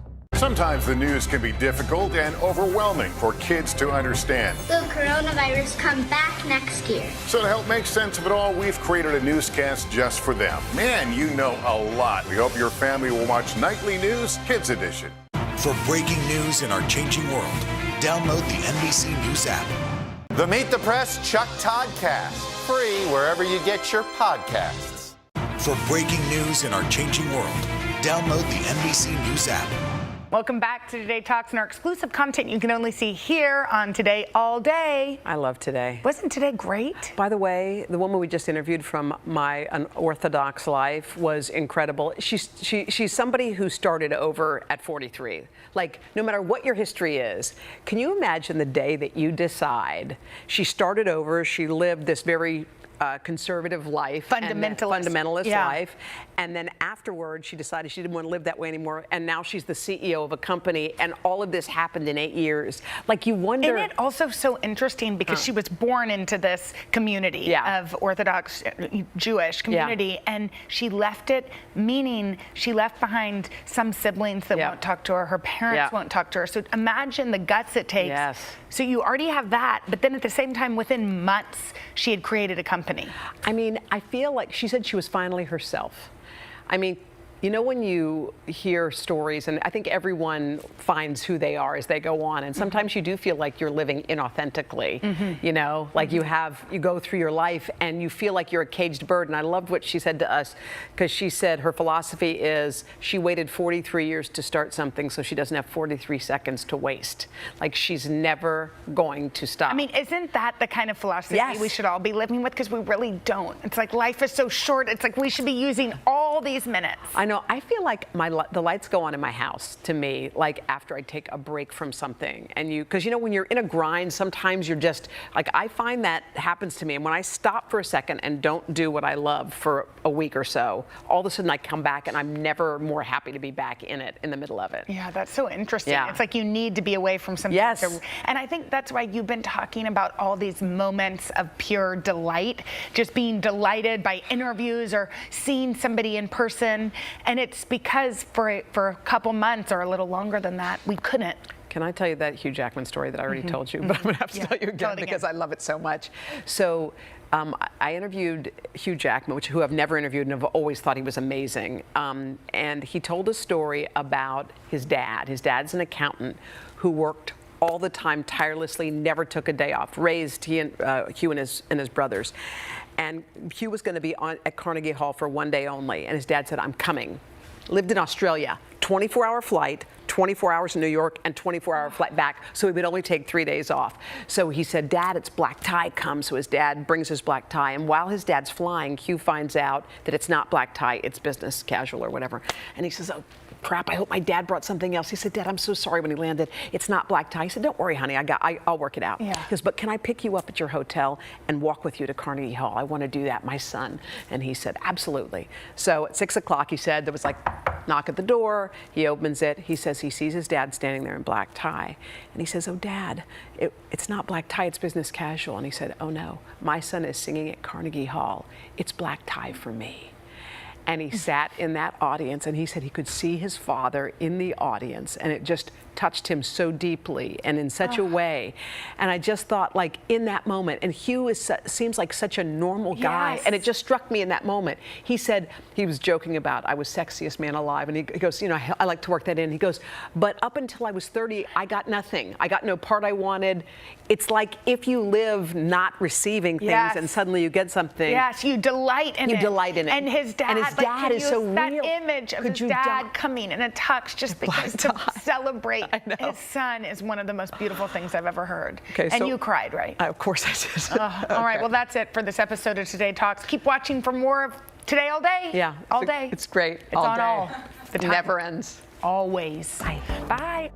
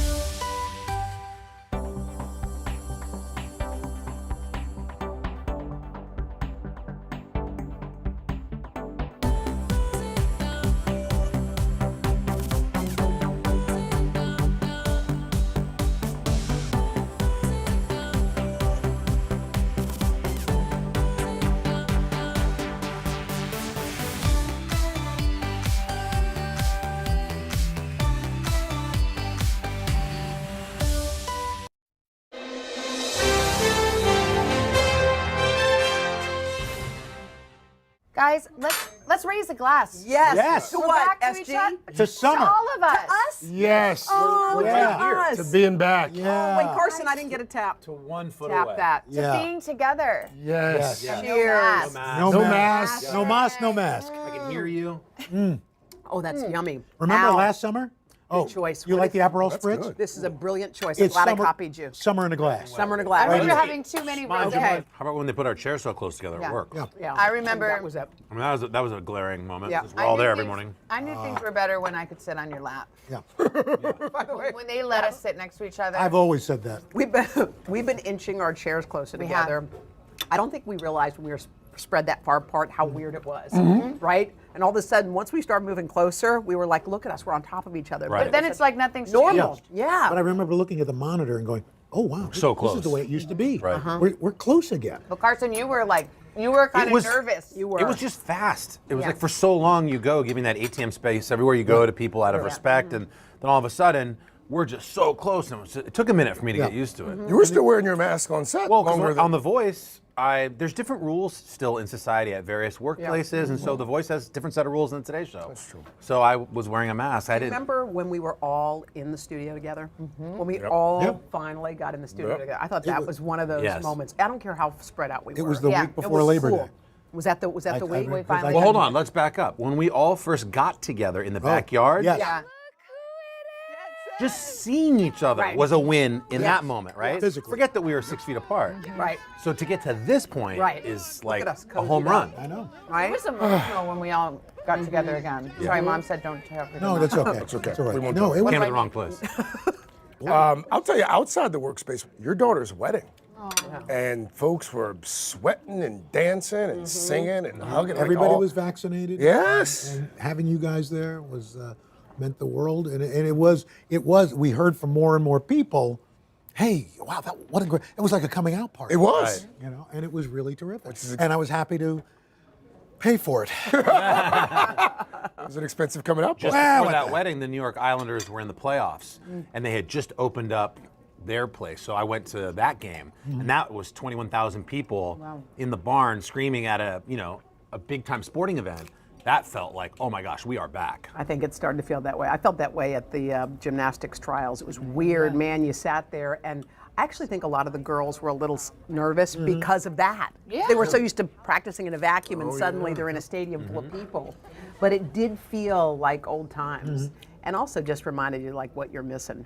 And over this last week, just spontaneously, people have been showing up at the window. Yes. Yes. More Lining- people. More people. Yeah, I mean, a lot every of day. people. With signs, And like going, the real going thing. out and fist bumping people, and just it's like. Well, the wedding we taking did that pictures. Hoda officiated the other day, that time we spent working on the plaza felt like the old days. Yeah, that was the first time that we were actually interacting, standing outside. You know, and that was the other thing. What? We came here last week with our family, and it was like it felt like no time had passed. We were here. Here at Anthony was Scotto's? helping us.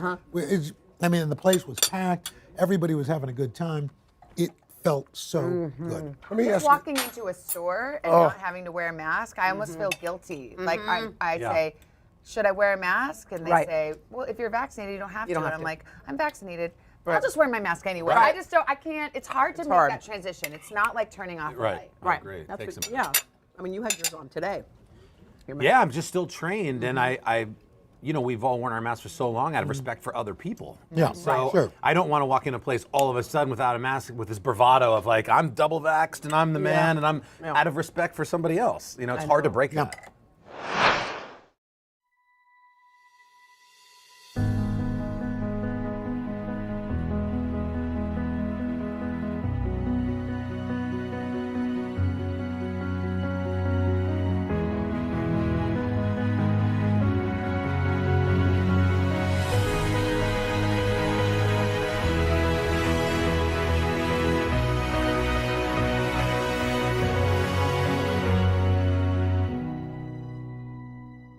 Good morning. Welcome to Today. Future's looking bright.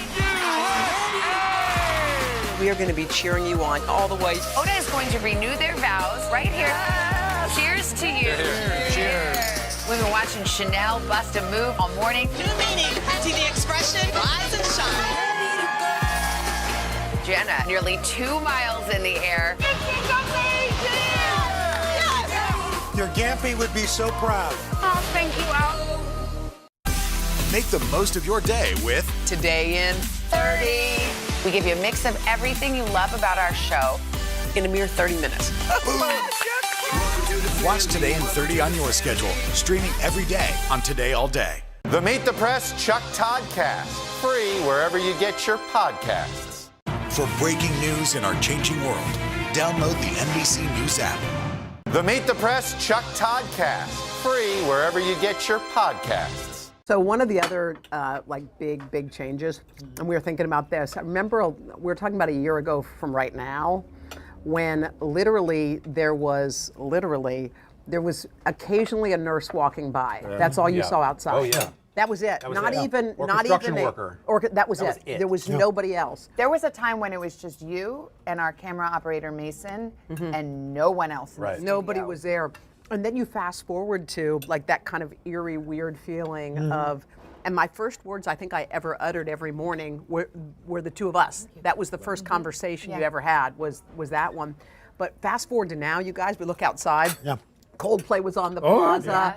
We had her on the plaza. We're going to have more people on the plaza. Tourists are walking by. Tourists are walking That's by. what I mean. All of a sudden, looking out while you guys are doing the news and stuff, and looking out and seeing people just strolling on 50th Street. Without masks Without on. It's funny. It's like I don't think we'll take these things for granted anymore. Seeing people who come to the plaza or having music out there, or even the people that we work with when they started adding back our camera operators, the sound guys, the floor directors, Makeup and hair. the Right. props folks. Yeah, hair and makeup. Let's just light a candle. Some of We us raise don't a work glass, that way. Hoda, hair and makeup. Hair and makeup. And everybody said amen. Amen. When are they going to bring the teleprompter back to the studio? Most important thing. Jenny is back. Yeah, she's back. Okay, She's in okay. the studio. That's why back. Pop Star was The so other thing that smooth. was so amazing to me was how quickly you forgot how quickly it went away. I mean, like you and I were the first ones out, you know, and all of a right, sudden- right, and all- right. It was like, wait, what? Right, lights out. Okay, 2 weeks. Oh no, wait, not so fast. But it was amazing how quickly it all shut down. Yeah. It's taking a little while to come back, but it's worth it. It was also amazing how quickly everyone adjusted. Like in terms of our workplace, folks like the crews, like setting up those home studios, technical and, staff. like without Oh, really, didn't miss a beat at all. I remember after 9/11 when I was at MTV in Midtown, we were contemplating, are we going to do another show the next day? And quickly it was decided we couldn't because the bridges and tunnels were closed.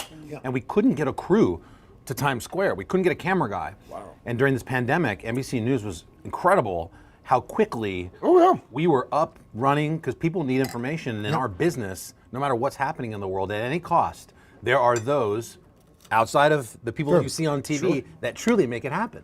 I mean, it was pretty shocking. And I think, you could argue that we got a lot more interviews, a lot of people who wouldn't have normally been on this show because we could get them through Zoom. And all of a sudden you realize that you can have good conversations with people all across the country quickly without flying them in, without all those things. But That was actually one of my most favorite parts of the pandemic.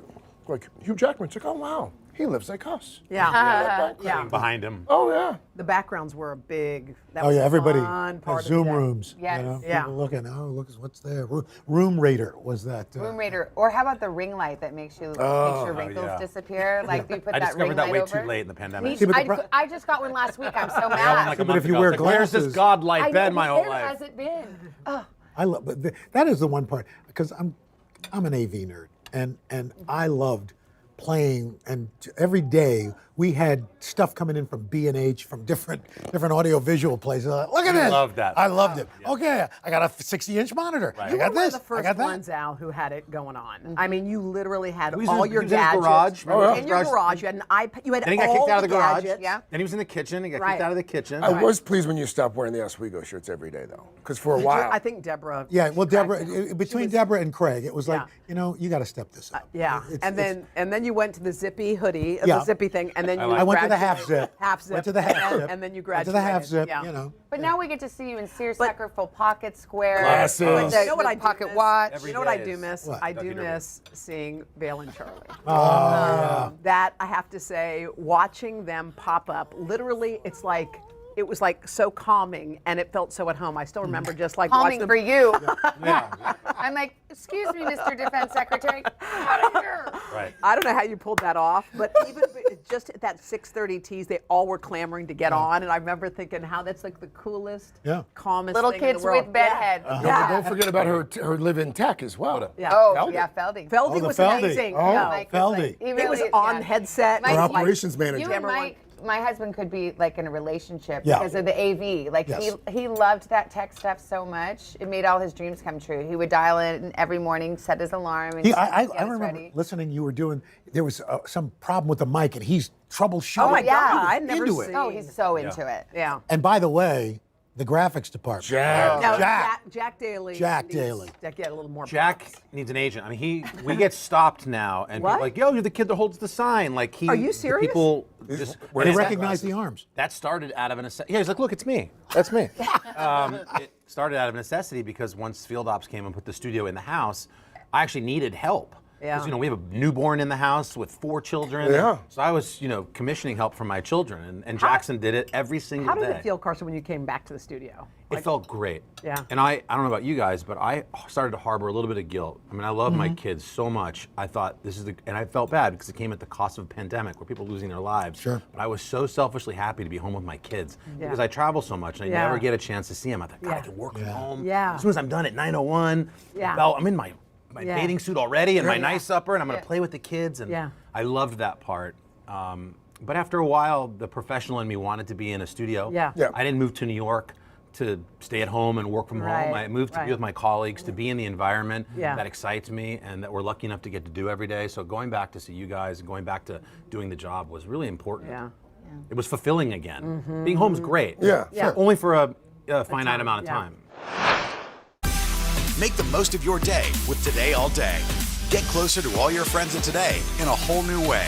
Today in 30. We give you a mix of everything you love about our show. a mere 30 minutes.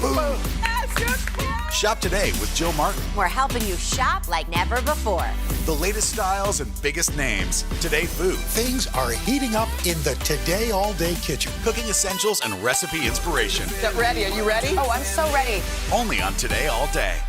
Tonight, we're on the scene as the urgent search for survivors is underway after the deadly collapse of a high-rise building. Buildings don't fall down in America like this. The Delta variant. What does this mean for people who are fully vaccinated? NBC Nightly News with Lester Holt.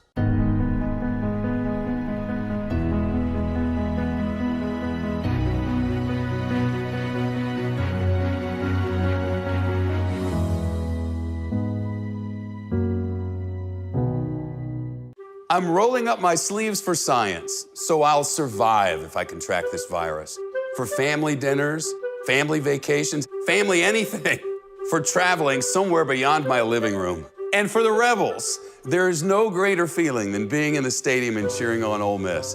And now it's your turn. Roll up your sleeves, America. Plan your vaccine, because every shot counts. Visit planyourvaccine.com and make your plan. It has been a long year. Yeah, where it's been anything but normal. Well, now there's hope. The COVID vaccines. I know. It's been a little confusing. Like really confusing. So it's more important than ever to make a plan. Visit planyourvaccine.com to find out where and when to get your vaccine. What are you waiting for?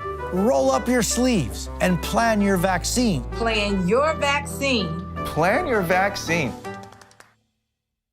How are your kids? How did Dell and Sibby do? Dell and Sibby, again, from the very beginning, I was so impressed with how quickly they adapted, and they've done the same on the back end. Like they've, they're- Plus, your wife was a superstar. Oh, Yeah. my She wife gets was. she gets props. big Lindsay time. was Those jokes amazing. every day online. Still were- going. Still Oh, going. they are?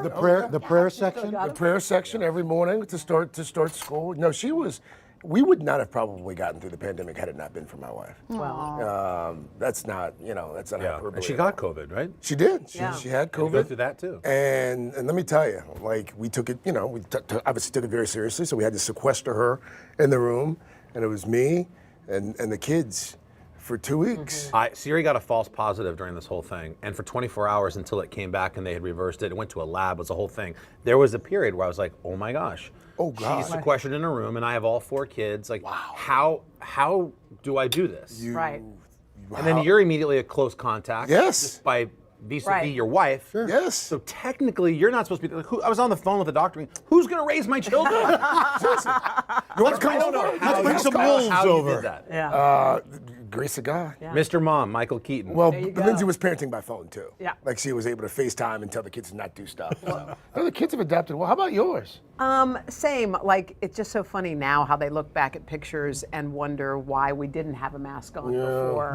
And we still worry about our kids. They're not vaccinated. They're little and they're running around. But to see them in school with the plexiglass and the doing the tasks, and they did it every day. They were in the park with masks on. I was shocked. Hope was too little to wear a mask, which kind of made me feel good because I didn't want to have her all strapped up.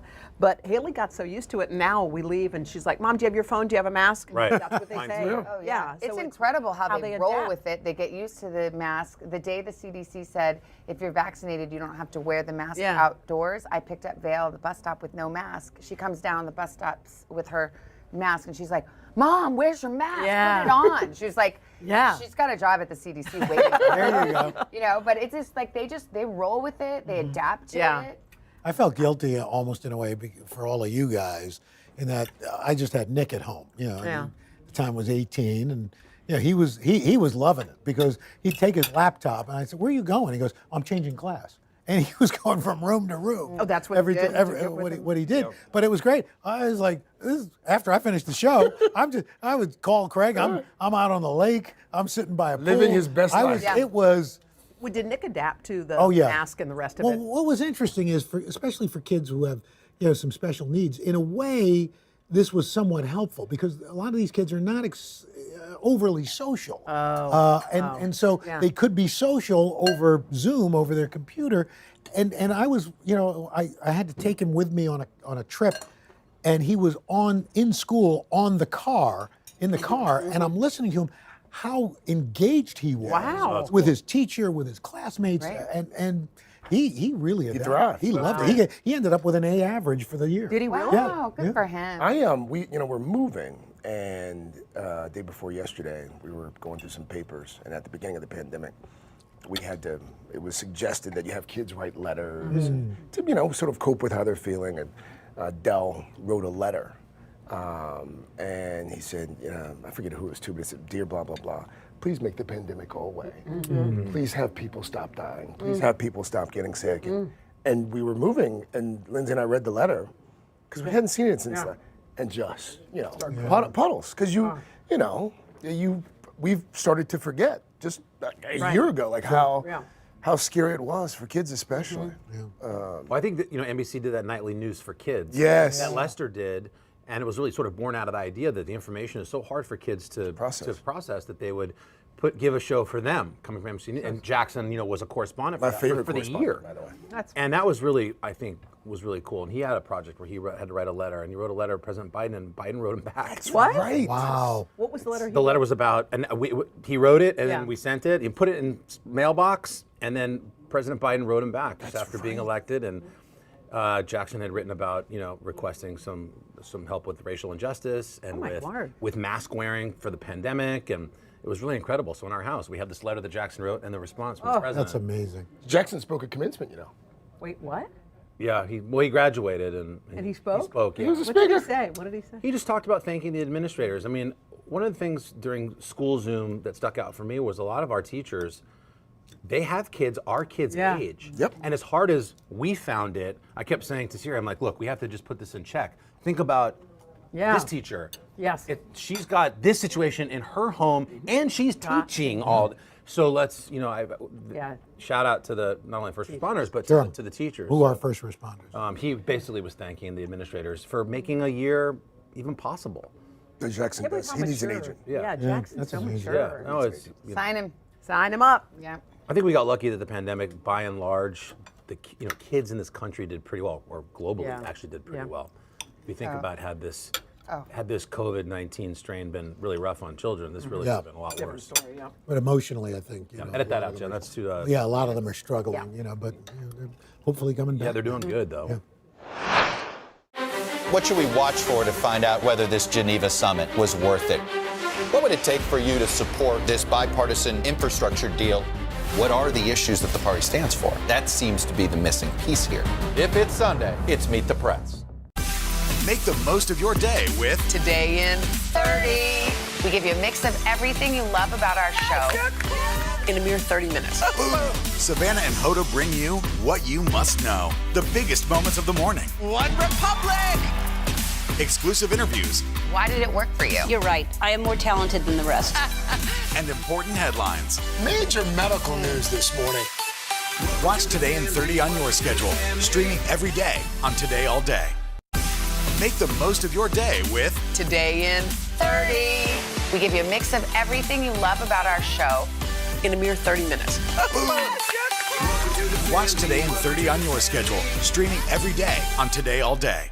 Talent and perseverance, inspiring America. I've been preparing for a moment like this for my whole life. I have lots of songs and lots of stuff to share. I want to show my daughter what it's like to overcome adversity. So many reasons to cheer for that young lady. NBC Nightly News with Lester Holt. Tonight, we're on the scene as the urgent search for survivors is underway after the deadly collapse of a high-rise building. Buildings don't fall down in America like this. The Delta variant. What does this mean for people who are fully vaccinated? NBC Nightly News with Lester Holt. I've got one that just came to mind. Tell us. When we went down a few months ago to North Charleston to profile this principal who during the pandemic decided that he was going to pick up a second job at That was Walmart. amazing, that story, by the way. Oh, I love that guy. That guy was incredible. Well, he's, Mr. Darby, and was one of these guys, could not have been more unassuming, and was just, he was like, oh, shucks, why are you guys here?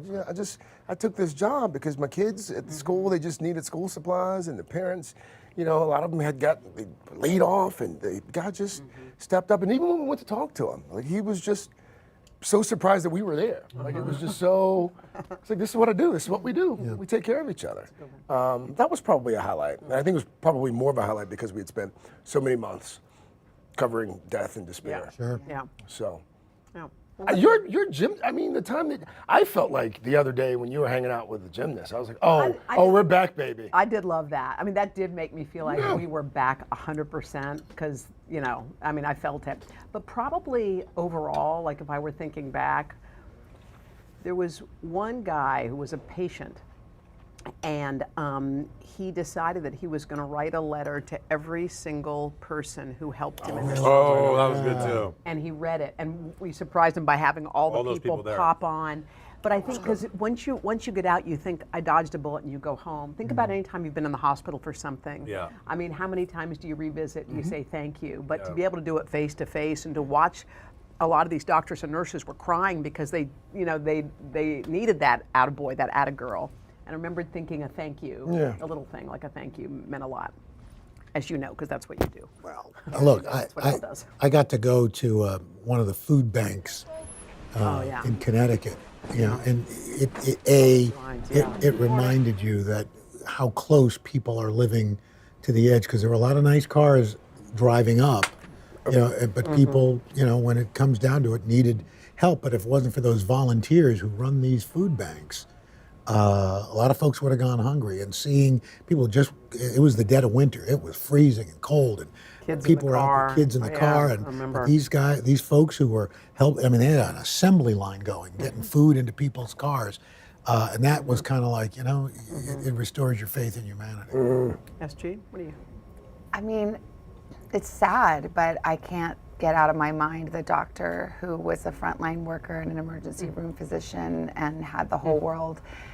You know, she had everything in front of her, and she took her own life. You know, because the stress of the pandemic. And it's a sad story, but it's also a story that really inspires, because her sister and her brother-in-law have picked up her story, and they are doing incredible work to focus attention on the mental health of frontline workers. And that needs to be said. That work needs to be done. And so they have taken this painful episode, and it has galvanized them, and they are really making a difference. And I think, you know, we look at it, okay, the pandemic, let's hope, is in our past in this country, mostly, we've got to remember our frontline workers, and some of those pains and some of those memories are going to be with them a long time, so we need to remember them. And that, for me, that story and that cause has stuck with me. Carson, you spent a lot of time over the past year highlighting, I mean, mental health. Yeah, I mean, I think mental health took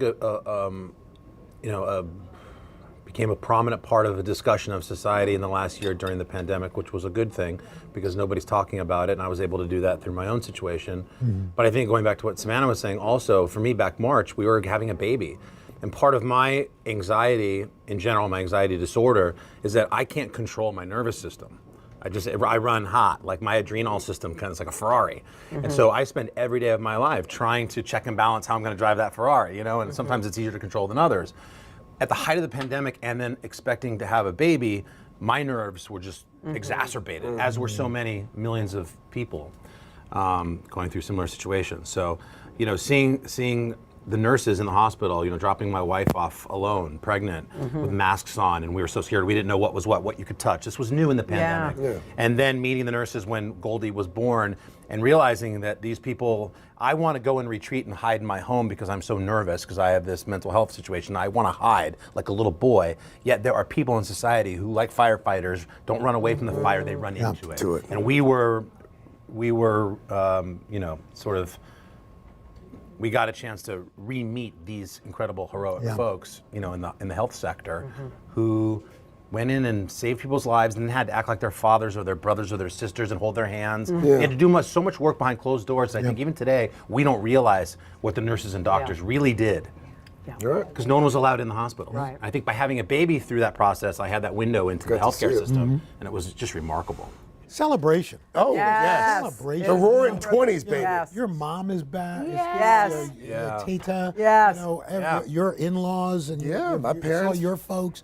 And by the way, God bless you for shining a light on alcoholism and addiction with your dad with the book. Yeah. It's just, I think everybody's coming out and just feeling good. Like, we've come through something, and we're still going through it. But by God, thanks to a whole lot of people, we're able to live like America. Yeah, talk about appreciating things you never even thought twice about in your life. Right. Like walking to the store with your kid without a mask on, or going to the beach, or getting in the car, getting on a plane, like stuff. Going to the grocery store like this, with your having a meal out. Yeah. Being able to close talk. Yeah. And hug. Needing breath mints again. Yes. There you go. I'm my stock in Altoids. It's got to go up. I did we do these things before the show where we talk to our different stations, and I knew Hodo and I were going to be doing something. I actually used mouthwash. Oh, thank God. Hodo went, wow, you smell minty fresh. Minty fresh. Kind of makes you wonder what he'd been doing for the previous Well, We all let ourselves go. Yes. just a bit. But we're back, baby. Woo! We're back. Cheers to being back. Cheers. I've got nothing left. And to the Once discovery again, of the Aperol Spritz. I drank the most. Welcome to Today All Day. All day? Today, all day. All day. This is a long way of asking who's your favorite character you've ever played? The unicorn. The unicorn. You gotta have the unicorn. What is she right there? That's why you're saying all these nice things? Yeah, she gave me the look. Sorry to disturb your day. Everyone's mad at you, Willie. Better make this fast. I don't want the wrath of Luna. When I see you, I always think, I wonder what his quote would be. Give us 6 minutes and we'll ask as many questions as we can. Welcome to Cold Cuts. Cold cut, cold cut. My buddy Cal cooking with me. Dads don't babysit. It's called parenting. What was the first book you remember loving? Heart Smart Today with simple exercises to strengthen your heart. Make the most of your beach days. It's all about the tracksuit now. How good do they look? I now pronounce you husband and wife. Kiss the bride. This morning, a story of people helping people. You've received tons of letters from people who have been inspired. Let's do the weather out. Okay. All you gotta do is say, it's cold, it's warm, it's raining, it's snowing. That's it. One of our most favorite franchises ever, Ambush Makeovers. Okay. Look at it. It doesn't look so good. No, it doesn't look good. Will you judge us in a cook-off? I will, and you guys will definitely win something. Today, all day. All day? All day. Welcome to Today All Day.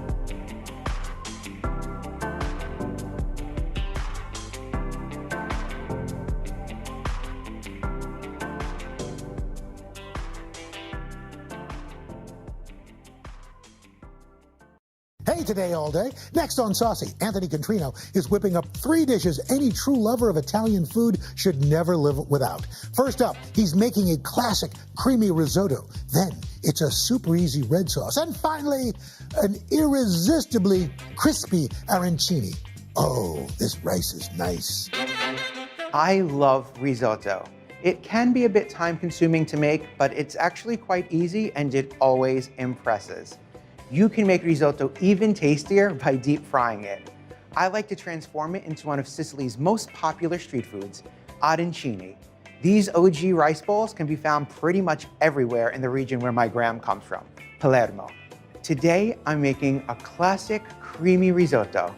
I'll use the leftovers to make my irresistible arancini that I love to serve over my no-fail everyday tomato sauce. For cocktail hour, it's another taste of Sicily. My blood orange and white wine coolers that are sure to be the hit at your next summer party.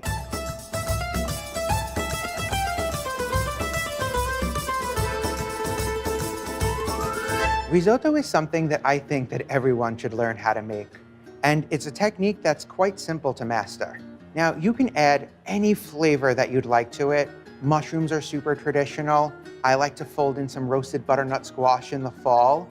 A fresh zesting of lemon for a delicious risotto al limone. Or if you're feeling super bougie, you can shave some fresh black or white truffle on top. I like to keep it simple with this base to really let the flavors of white wine and Parmigiano Reggiano really shine through. The first thing you need to do is warm some stock. We're gonna need this a little later on in the process, but we want it to be ready. We're not looking for it to be simmering, just stay nice and warm. In the meantime, we can get the rest of our ingredients all set.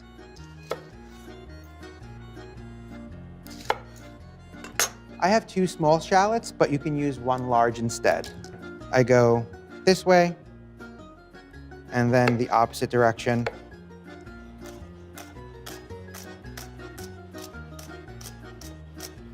I'll just give my knife a quick run over just to make sure I didn't miss a piece or 2, but kind of nailed it. Set that aside. And a couple of cloves of garlic.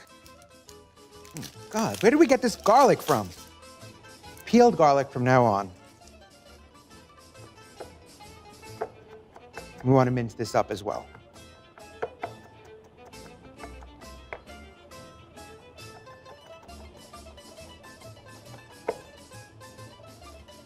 I have the rest of my ingredients ready to go. So all that's left for me to do is just open up this bottle of white wine. A good dry white wine will do here. Like I've said in the past, something that you would drink. I'm using a nice Pinot Grigio. Make sure you go deep enough. There's nothing worse than breaking a cork.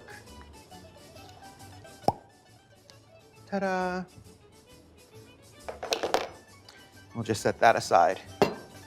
Time to start cooking. I'm gonna put this pan over a medium heat, and to that, we will add some butter. Just 1 tablespoon for a little extra flavor. And then 2 tablespoons of extra virgin olive oil. Give it a swirl, get that butter melted. Then we can add our shallots. Looks like a lot, right?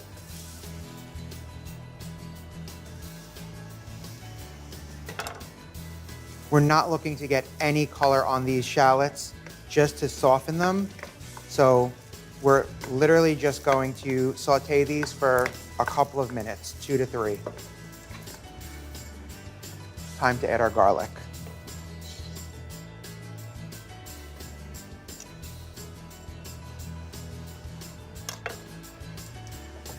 Just want to cook this garlic for a minute, just until it's fragrant.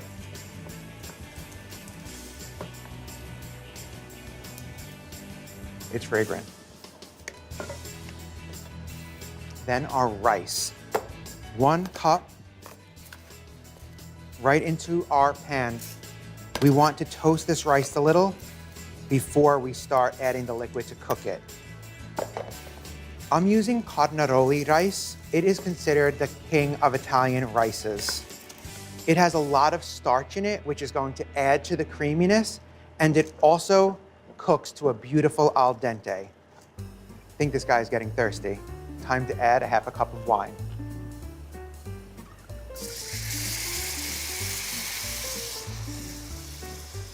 Looks about right. Now this is where the technique really kicks in. Over this medium-low heat, you want to keep stirring constantly until there's almost no liquid left. Like right now, before you start adding your warm broth, just a little bit at a time, about a ladleful at a time. And keep stirring and repeating the process. The reason we're adding warm stock is because we don't want to halt the cooking of our rice. What makes risotto so creamy is, unlike pasta, where you strain the water, you're keeping everything, all those starches remain in the pan, and it just keeps getting thicker and creamier and delicious. I'm way too passionate about risotto. You see how all of my liquid is almost gone? I'm actually gonna lower this heat a little bit and add another ladleful of our stock. Just keep stirring, adding liquid as needed, and this is probably gonna take about 40-45 minutes. And do note, you might not need all of the broth. It's better to have too much than too little.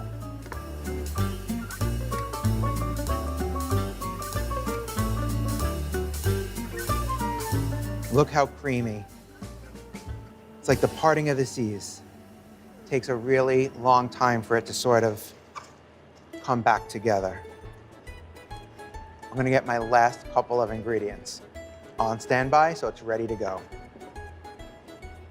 Okay, I think we can add our cheese.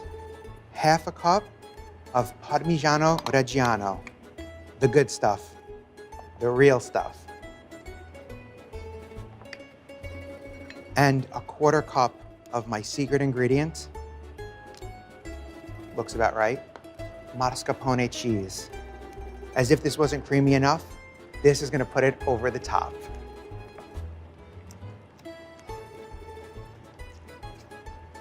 You can see how creamy it is. It's almost like rice pudding.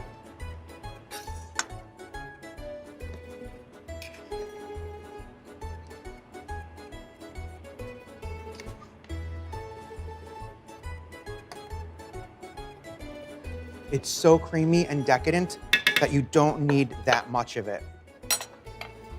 Then to finish it off, simply a drizzle of really good olive oil,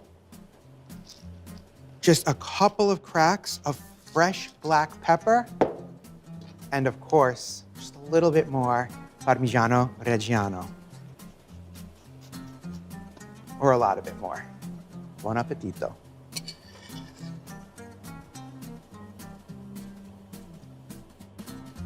Perfection. So good, so creamy, so delicious.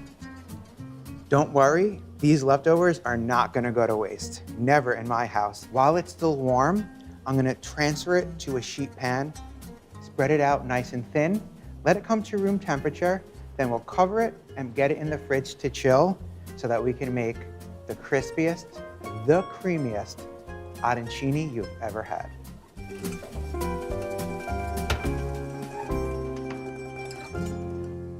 Well, hello. Are you ready to whip up Anthony's delectable dish? Just text food to 34318 and we will send that recipe right to your phone. Tonight, we're on the scene as the urgent search for survivors is underway after the deadly collapse of a high-rise building. Buildings don't fall down in America like this. The Delta variant. What does this mean for people who are fully vaccinated? NBC Nightly News with Lester Holt. Sometimes the news can be difficult and overwhelming for kids to understand. Will coronavirus come back next year? So to help make sense of it all, we've created a newscast just for them. Man, you know a lot. We hope your family will watch Nightly News Kids Edition. I'm rolling up my sleeves for science, so I'll survive if I contract this virus. For family dinners, family vacations, family anything. For traveling somewhere beyond my living room. And for the Rebels, there is no greater feeling than being in the stadium and cheering on Ole Miss. And now it's your turn. Roll up your sleeves, America. Plan your vaccine, because every shot counts. Visit planyourvaccine.com and make your plan. Good morning, everybody. Welcome to Today. Future's looking bright. Are you ready? We're going to do our part to spread the word on the importance of vaccines, so crucial for reopening America. A big day around here, a very special naturalization ceremony. Many of them doctors, nurses, other essential workers. If you are a nurse, thank you. Spring has sprung, guys, and we want to fill this season with some fun and surprises. Yes, this is the face of excitement. Celebrating Earth Day. Let's change the world. Love it!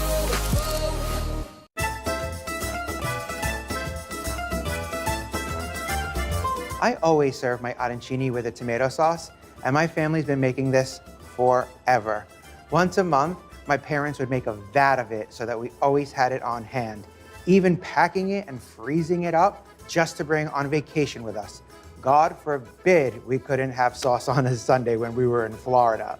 This sauce uses just a few staple ingredients, at least staple ingredients in my house, and comes together fairly quickly. First up, a sweet onion. It adds a little bit of sweetness and balances out the acidity of the tomatoes. Any sweet onion will do.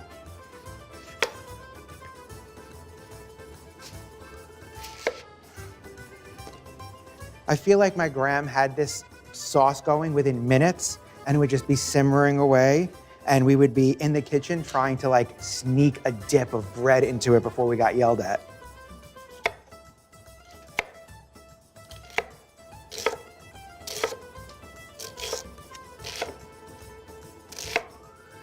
I'm gonna get this into my pot, get it out of my way.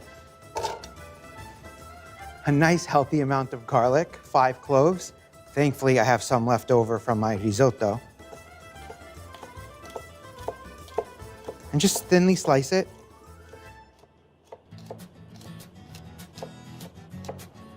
Obviously, I love garlic. And that's gonna go in at this point as well. Next up, extra virgin olive oil. About 1/3 cup. Okay, let's put this over medium heat and start to saute that garlic and onion.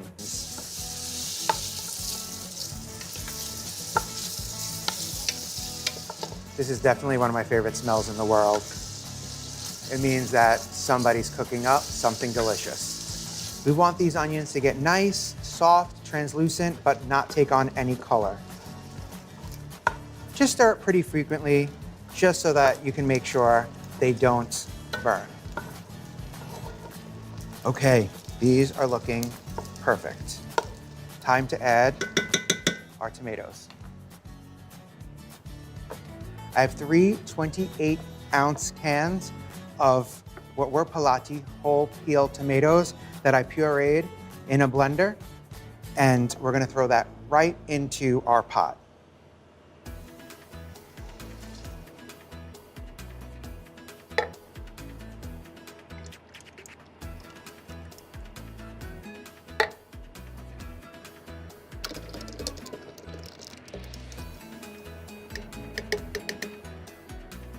Gonna give this a stir and add our last few ingredients.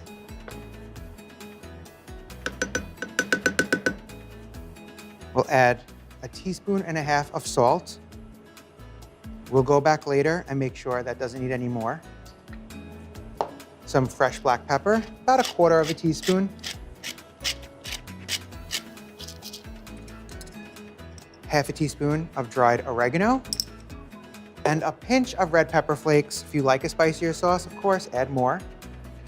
And then basil, decent bit of basil, about 1/4 cup, which basically means this whole plant. And stems are fine. Kind of a sad looking plant. Right on in.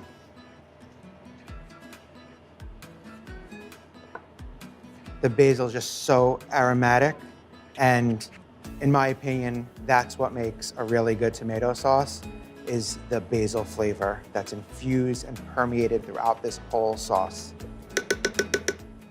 At this point, you want to bring your sauce to a boil, then immediately reduce it to a simmer, stirring every 10 to 15 minutes until it's thick, all the flavors have come together, and it's ready to be served.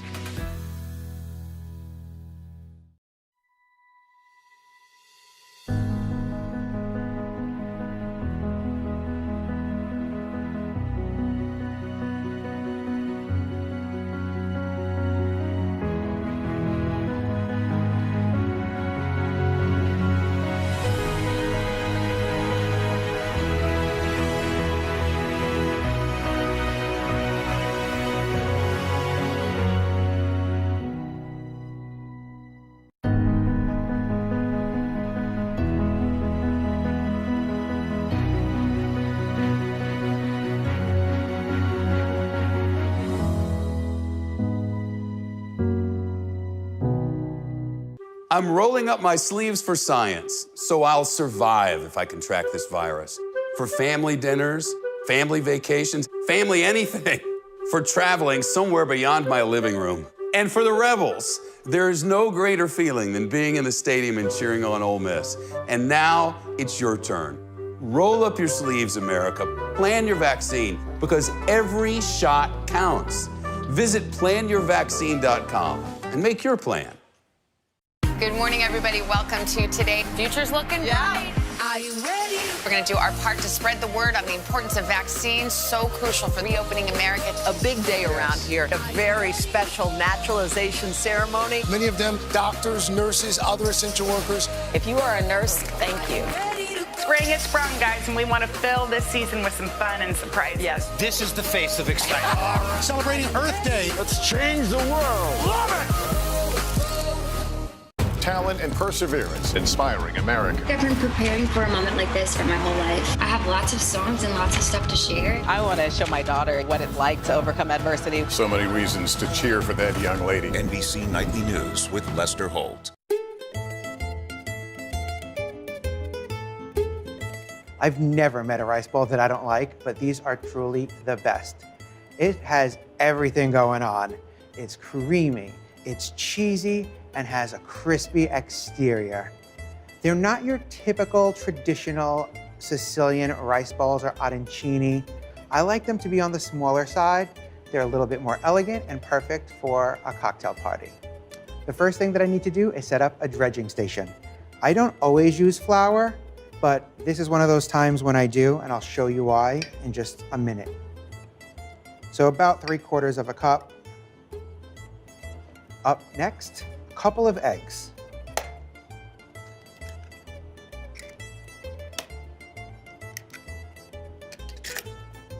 Whisk those up real well.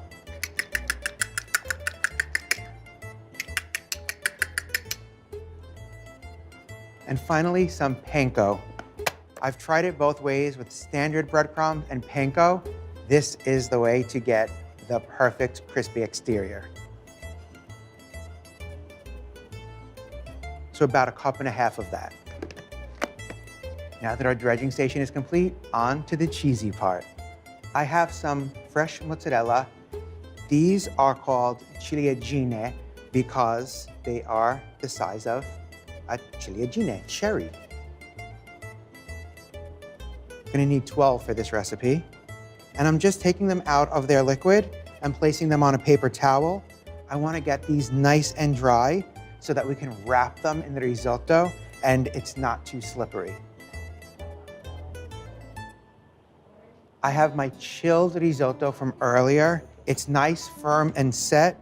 Feels a little weird, but it's exactly what we want it to be. We want it to be pliable so that we can shape it around our ciliegine. I'm taking a 2 tablespoon cookie scoop or measure, it's 1 ounce, and scraping up some of our risotto. Don't worry if you rip the parchment that's underneath, just make sure it doesn't wind up in your risotto mixture here. That is not the crunch we're looking for. Press it in, make sure you're getting the full 2 tablespoons. My stomach is growling.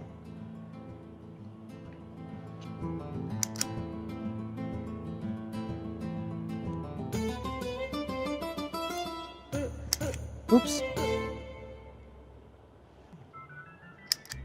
Last one. Okay, now for the fun part. We're going to wrap our ciliegine inside our risotto. Take one of your mozzarella balls and slowly shape the chilled risotto around to enclose it. Takes a little patience. Give it a little roll. Don't worry about making a perfect circle at this point. We will refine the shape later on after we dredge them. Cute. Now keep going. Take your time. It's really important that the cheese is in the center of your risotto so that when you fry them, it doesn't leak out. It's a little sticky, but that's what's helping to keep everything all together. I like my arancini on the small side because of the cheese to risotto ratio, but traditionally in Sicily, they're much larger, pear-shaped or orange-shaped, hence arancini, and are often filled with meat sauce with peas or prosciutto. Last one.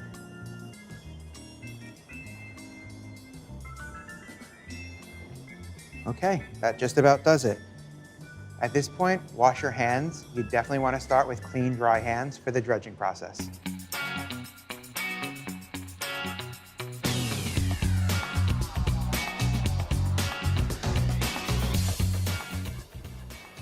That's all there is to it. This size is the perfect size for a cocktail party. And then you don't have to feel so guilty when you eat 3 or 4 of them.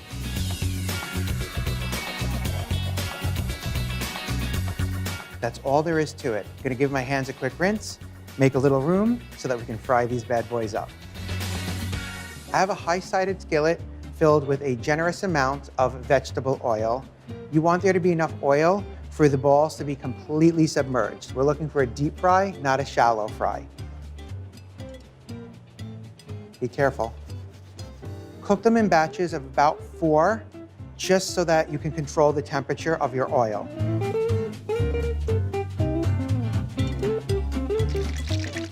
It's been about 5 minutes, and these are looking great. They're beautiful golden brown.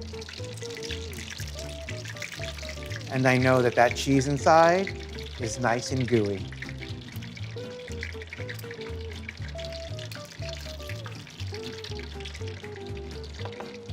Right onto our paper towel lined sheet pan, and immediately crush up some sea salt right on top so that it melts from that hot oil and just gives a little bit of extra seasoning to our arancini.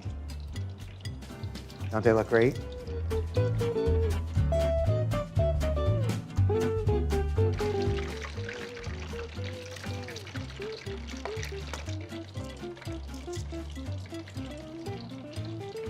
Beautiful. Our arancini are beautiful golden brown. They're nice and hot, just the way they need to be served. Let's get it plated up. I'm gonna go with a fairly simple presentation. Just a generous puddle of my everyday tomato sauce right in the center of a plate. Just like that.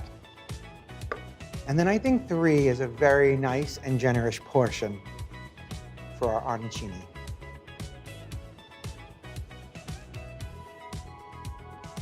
A little extra cheese never hurt anyone.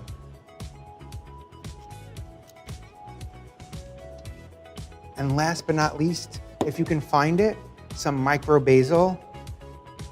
You can use regular basil. If you haven't figured out by now, I'm just over the top and bougie. Look how beautiful this looks. It's like the Italian flag on a plate. These arancini make the perfect appetizer for cocktail hour, and I have the perfect drink to mix up.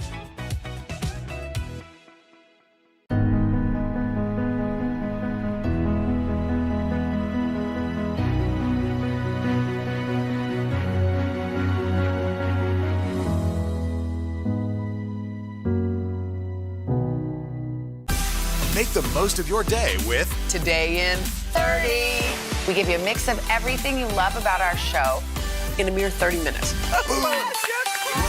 Watch Today in 30 on your schedule, streaming every day on Today All Day. Tonight, we're on the scene as the urgent search for survivors is underway after the deadly collapse of a high-rise building. Buildings don't fall down in America like this. The Delta variant. What does this mean for people who are fully vaccinated? NBC Nightly News with Lester Holt.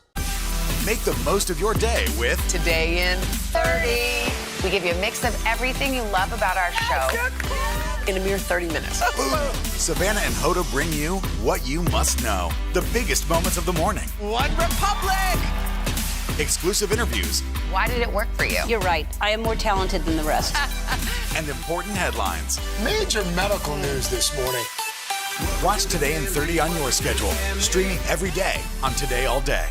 Sometimes the news can be difficult and overwhelming for kids to understand. Will coronavirus come back next year? So to help make sense of it all, we've created a newscast just for them. Man, you know a lot. We hope your family will watch Nightly News Kids Edition. When blood oranges are in season, I can't wait to get my hands on them and use them for as many things as possible, like this blood orange and white wine cooler. This is not the stuff you were sneaking behind your parents back in high school. It's a little bougier than that. This blood orange is doing double duty. Half of it's gonna go into our cocktail to help flavor it, and the other half is gonna be a beautiful garnish at the end.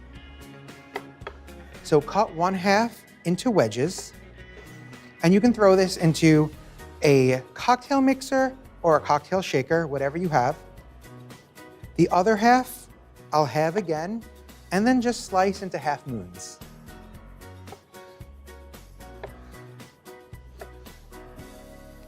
Look how beautiful, deep, vibrant red that is. Super delicious, and it's also very nutritious. You're also going to need 1/2 of a lime. Save the other half for something later. Cut that into a few wedges as well. Then a little rosemary, about 2 sprigs. Add that and muddle it up. Put some elbow strength into it. We want to get all of those citrus juices out and the oils and fragrance of that rosemary, which I can smell already. Look at that beautiful fuchsia color. Okay, to that, 1 cup of our Pinot Grigio.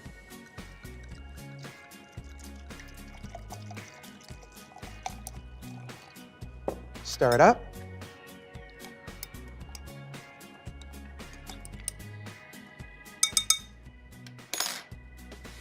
And then strain it into 2 glasses. 1 cocktail for now, and then 1 for right after.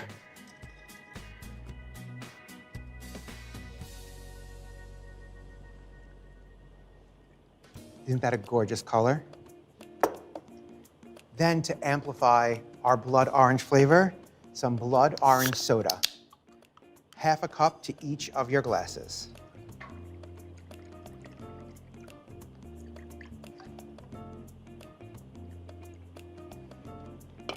All that's missing are some garnishes.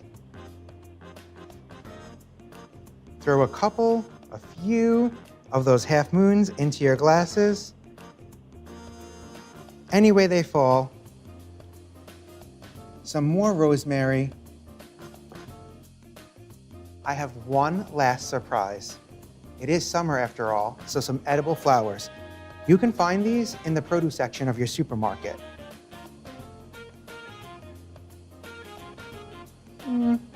That'll do. I don't know about you, but I think this is one gorgeous cocktail. It also happens to be extremely delicious. This is not your average wine cooler. Cheers.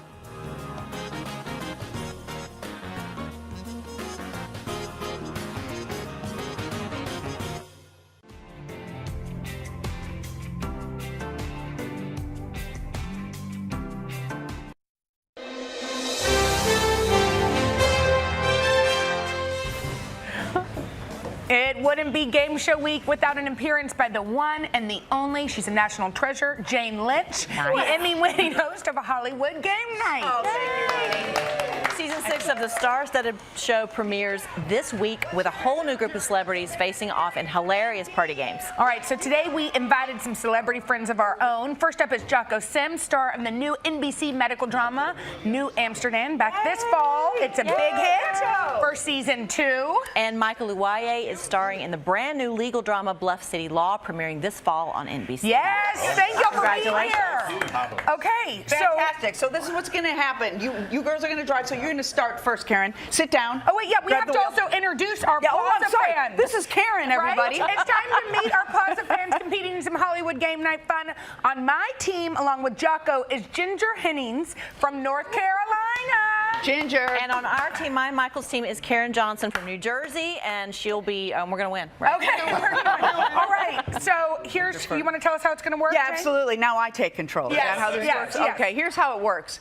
Our Plaza player will drive the car while their 2 teammates will take turns hopping in here in the passenger seat, giving clues about famous landmarks. If you guess the place right, well, if you guess say that again. Okay, if you guess the place right, you get a point. If you don't guess the place right, you can pass. 60 seconds needs to be on the clock for this team one, so we're going to start. Well, who are we starting with? We're starting with Jenna. Oh, see, I want to take control, but I don't know what I'm doing. Come on, Jocko, let's do this. You're first. Pretend you're driving. We're going to watch how Okay, so we take turns being in the passenger. Exactly. We gotta win, all right? Yeah, you got to go to the end of the line, and then you let Jocko in. Okay, I swear to God, I've hosted this before.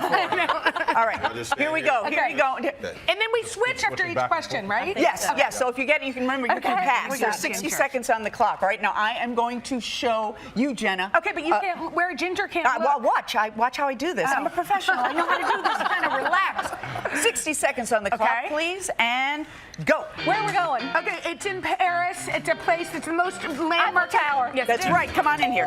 Where are we going? All right, cool. Jenna lived in this place for a little while.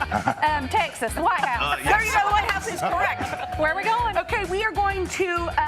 This is a place in Italy. It's slanted. The Leaning Tower of Oh, very nice. Yes, it is. Where are we going, Jocko? Let's see, to a bar. This represents our freedom here in New York. Freedom Tower.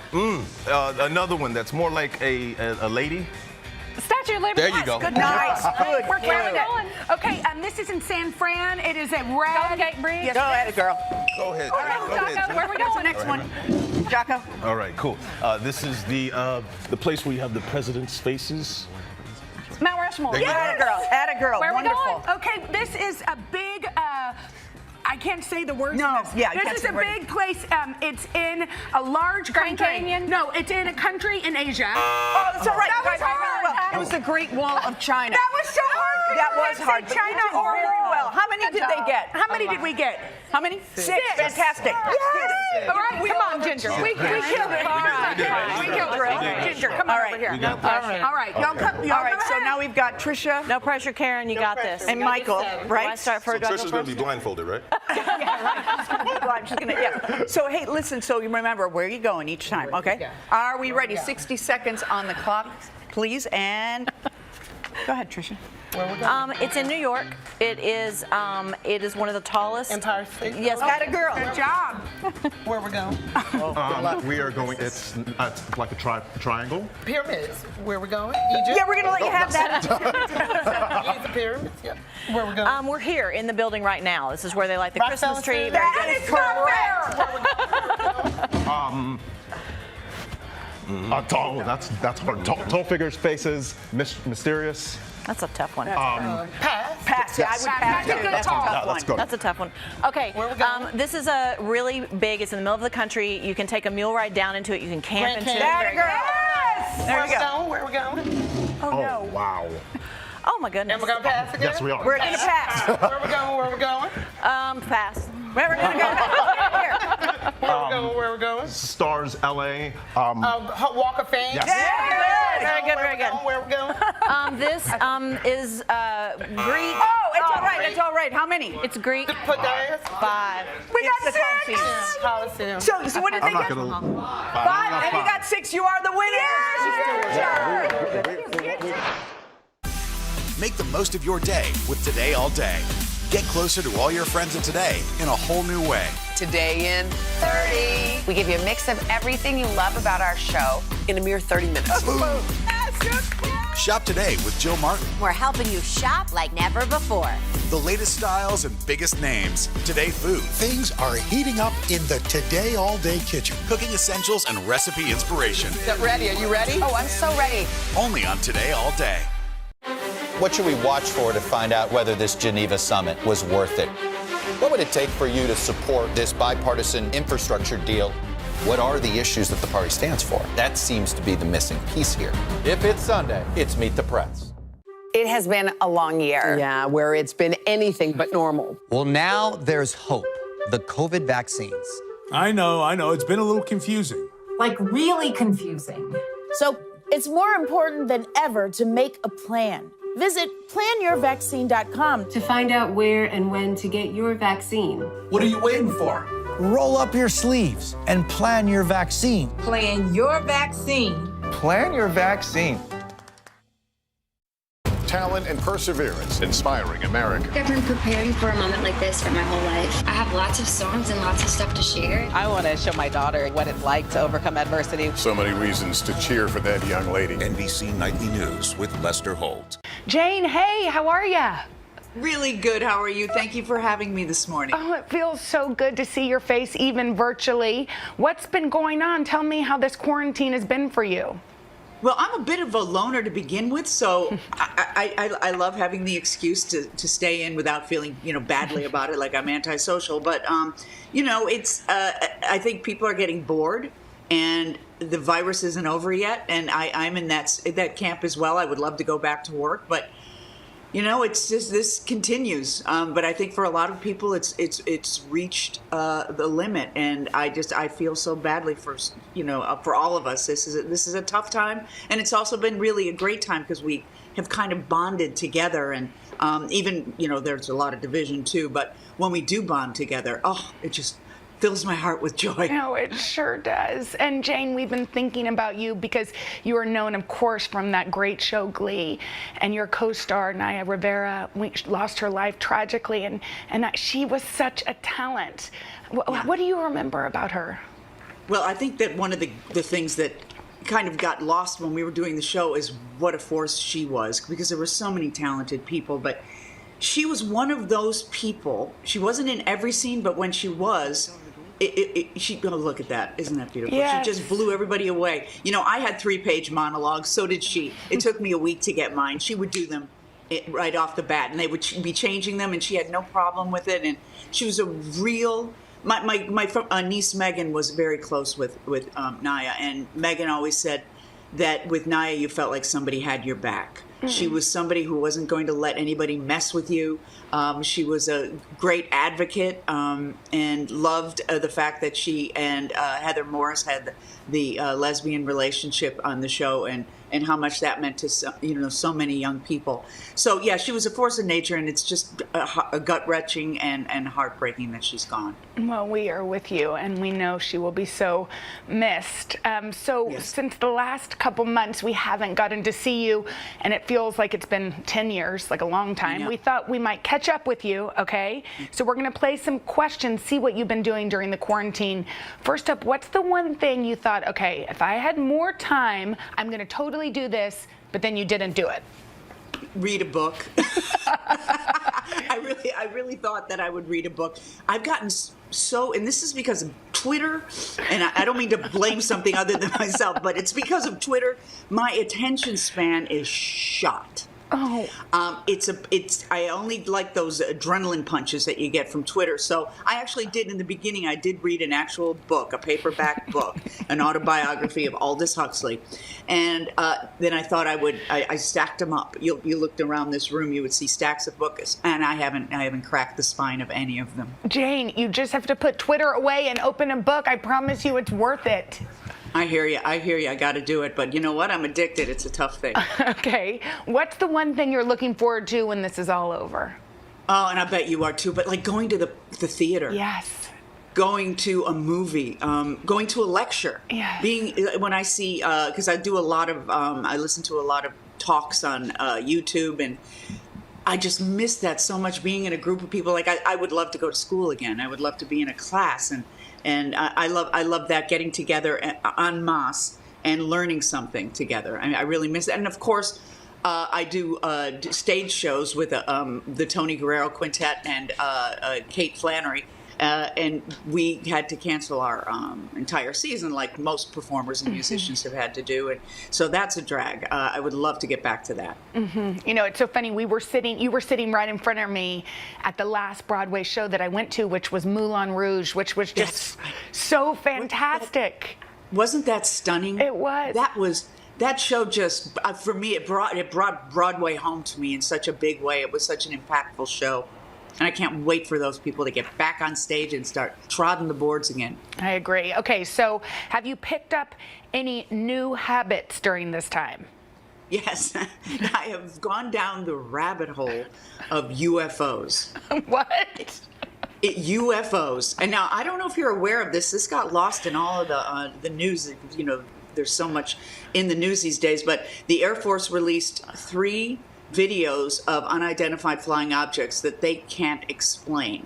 And that got me going down the rabbit hole. It started with the Joe Rogan podcast, which I watch all the time now. He has such fascinating people, and he's a really smart guy. But he had 3 or 4 different shows about UFOs, and that led me to watching some documentaries, and that led to me having freaky dreams and one night I swear I was abducted. It was really we crazy. are so glad they left you back on Mother Earth, though. We're glad they put you back where you belong. You know what I'm saying? Me too. Put me right back in my body, in my bed. But yeah, that's been just fascinating to me and freaking me out in a really, really interesting.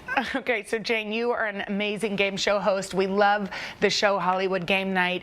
So when we heard that you're hosting the Weakest Link reboot, which if anybody doesn't remember the show, they definitely remember the tagline, "You are the weakest link. Goodbye." Remember? I mean, we all know it. So you get to host this when it premieres this September.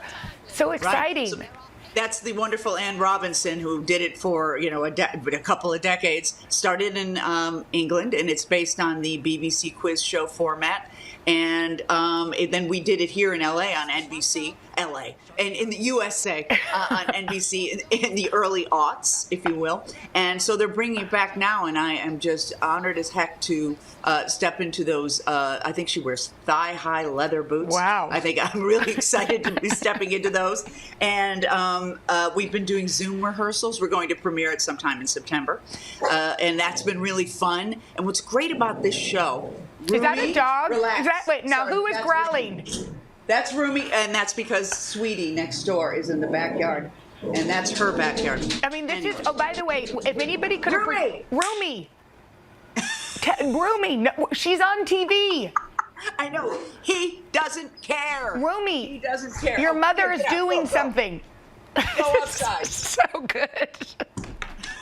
I kind of miss those moments of my children invading you, but you've got your children that do not understand what your job is. Yeah, exactly. Yeah, they think life just goes on, but it doesn't. I'm on TV. Can you please tell Rumi that he is the weakest link? Goodbye, please. You are the weakest link, Rumi. Goodbye.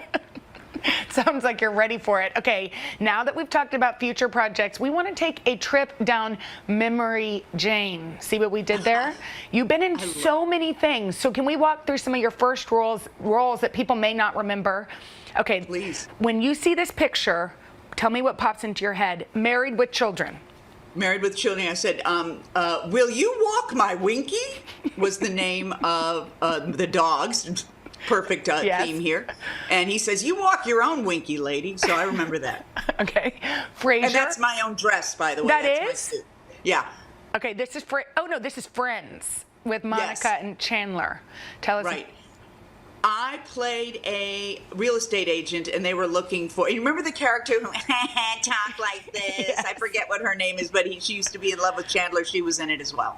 But it was one of the last episodes of Friends. Okay, next one. Very happy to be on it. Yeah, I know, Friends. I mean, who doesn't love that show? I think this is Frasier, right? Oh, is that Frasier? Oh my gosh, yeah. Oh yeah, it was a Thanksgiving dinner, and I think I was his sister, maybe. Yeah, You were oh my Frasier's God, I sister? barely remember that. I know. I love that. Okay, finally, Party of Five. We've got to see this because this was one of my favorite shows. I was delivering terrible news to them about their baby brother. And I remember that Matthew Fox said to me, if this were your child, would you do the surgery? And I said, if it were my child, I would. Oh, and so did they do Very this? Did they touching do the moment. Yes, surgery? I did the surgery. It was successful. The child survived. Okay, well, that's really good to know. Okay, I guess we have time for one more, too. Let's see it. Oh, great. I'm a doctor a lot, aren't I? Yes. Oh, that is King of Queens. King of Queens, yes. Yeah. You remember? I should have had my own lab coat for these things. Yes, they were trying to conceive, and I was their in vitro doctor. I mean, really, you could maybe be a doctor at this point, right? I probably could. I mean, I don't have any medical training, but I look pretty good in that coat, don't I? I think it looks really good. Okay, so yesterday was one of our favorites, Oscar winner Viola Davis's 55th birthday. She celebrated by sharing an inspiring message on Instagram about owning your own story. So she posted this photo of her childhood home in St. Matthews, South Carolina, with the caption, "The house above is where the house where I was born, August 11th, 1965.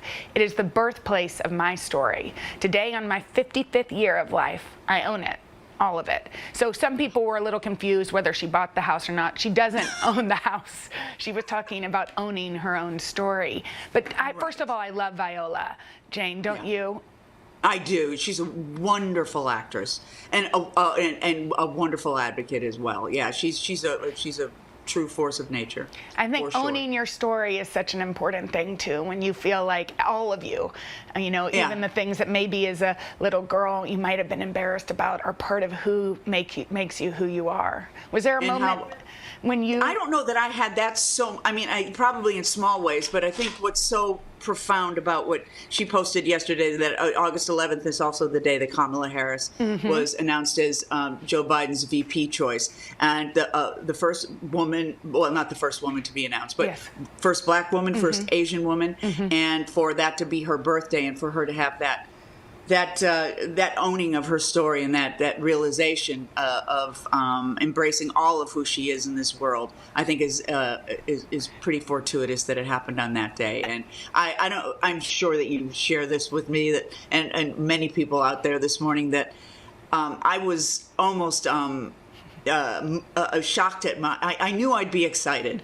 but I was really deeply moved when he announced Kamala as his choice, and I think it I don't know, it just really filled me with joy. And everybody I talked to, I would see people out on the street where I take my walk, and I see almost the same people every day, and they go, "It's Kamala, it's Kamala," and everybody was, it's just nice to be excited about something. And you know what? To hear I have two little girls, and so politics aside, when they heard that a woman could be, Mila ran up and said, "Daddy, a woman could be the vice president," and that filled me with joy as her mother. Yeah, I'll bet.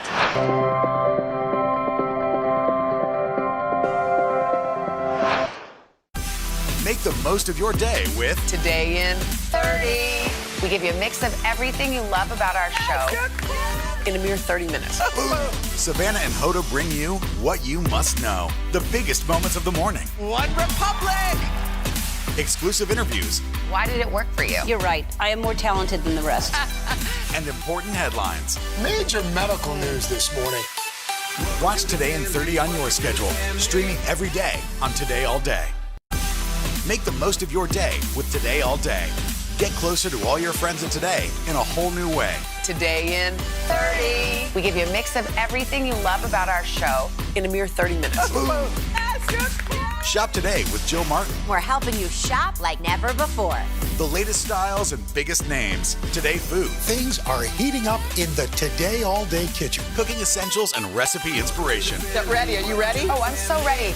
Only on Today All Day. Good morning. Welcome to Today. Future's looking bright. We are going to be cheering you on all the way. Hoda is going to renew their vows right here. Cheers to you. New meaning to the expression rise and shine.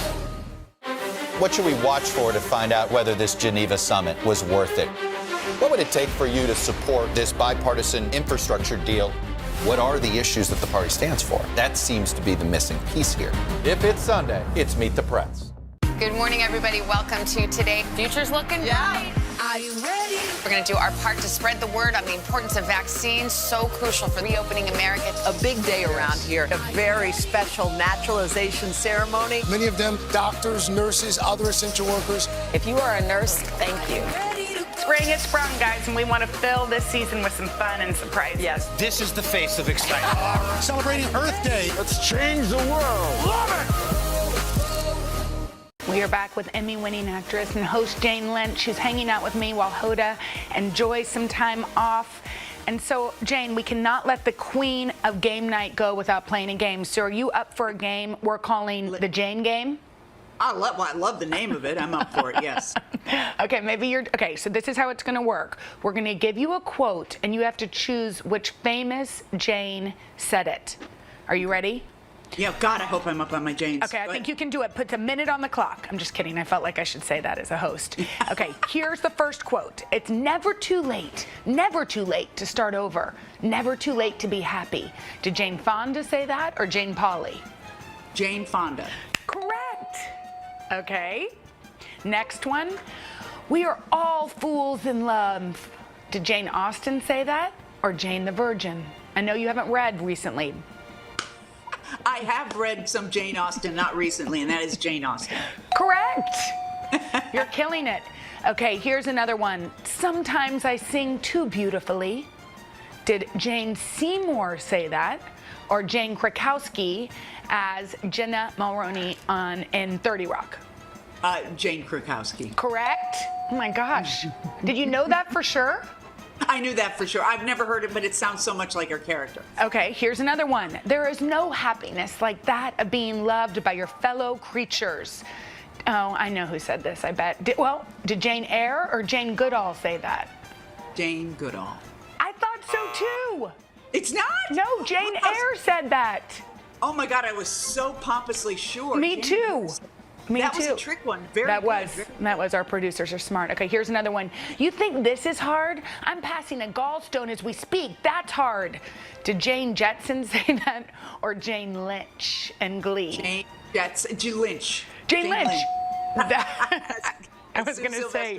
Okay, you know what you get for winning this game? We're not going to leave you empty-handed. We're going to get a Hoda and Jenna coffee mug sent straight to your house, and if you want, you can mark out the Hoda and write Jane and Jenna.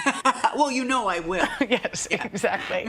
Okay, we have to ask you about something that's left a bad taste in our mouths, and that is a new study of 3,000 Americans that have found that we are much more aware of our own bad breath, thanks to wearing masks. Mm-hmm. So I wonder, now, by the way, this was done by a toothpaste company, this particular study. So take it for what it is. But now, have you found this? Yeah, I have absolutely found this. And the worst is, say you go into a store, you put on the mask, and whew, that's bad. Then you take it off and you go to the next place and you put it on again, and you re-experience that breath, and it's even a little more stale now that it's penetrated the fibers. See? My breath. My very own breath. I know. You know what, Jane? We need to come up with a word for this, because I feel like we'd be in the Urban Dictionary. You know how if you create those new words, it's like absolutely. We need to mask breath or something. Mask breath. We've got to be a little more clever than that. I agree. Unfortunately, I've only had one cup of coffee. Yeah. I come up with something. Unfortunately, we're out of time. But thank you, Jane, for everything. I had so much fun hanging with you today.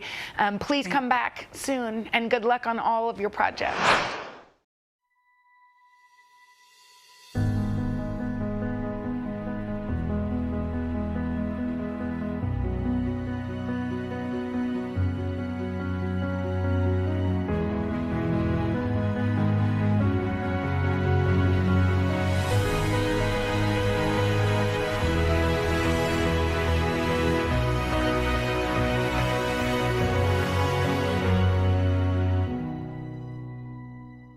I'm rolling up my sleeves for science, so I'll survive if I contract this virus. For family dinners, family vacations, family anything. For traveling somewhere beyond my living room. And for the rebels, There is no greater feeling than being in the stadium and cheering on Ole Miss. And now it's your turn. Roll up your sleeves, America. Plan your vaccine, because every shot counts. Visit planyourvaccine.com and make your plan.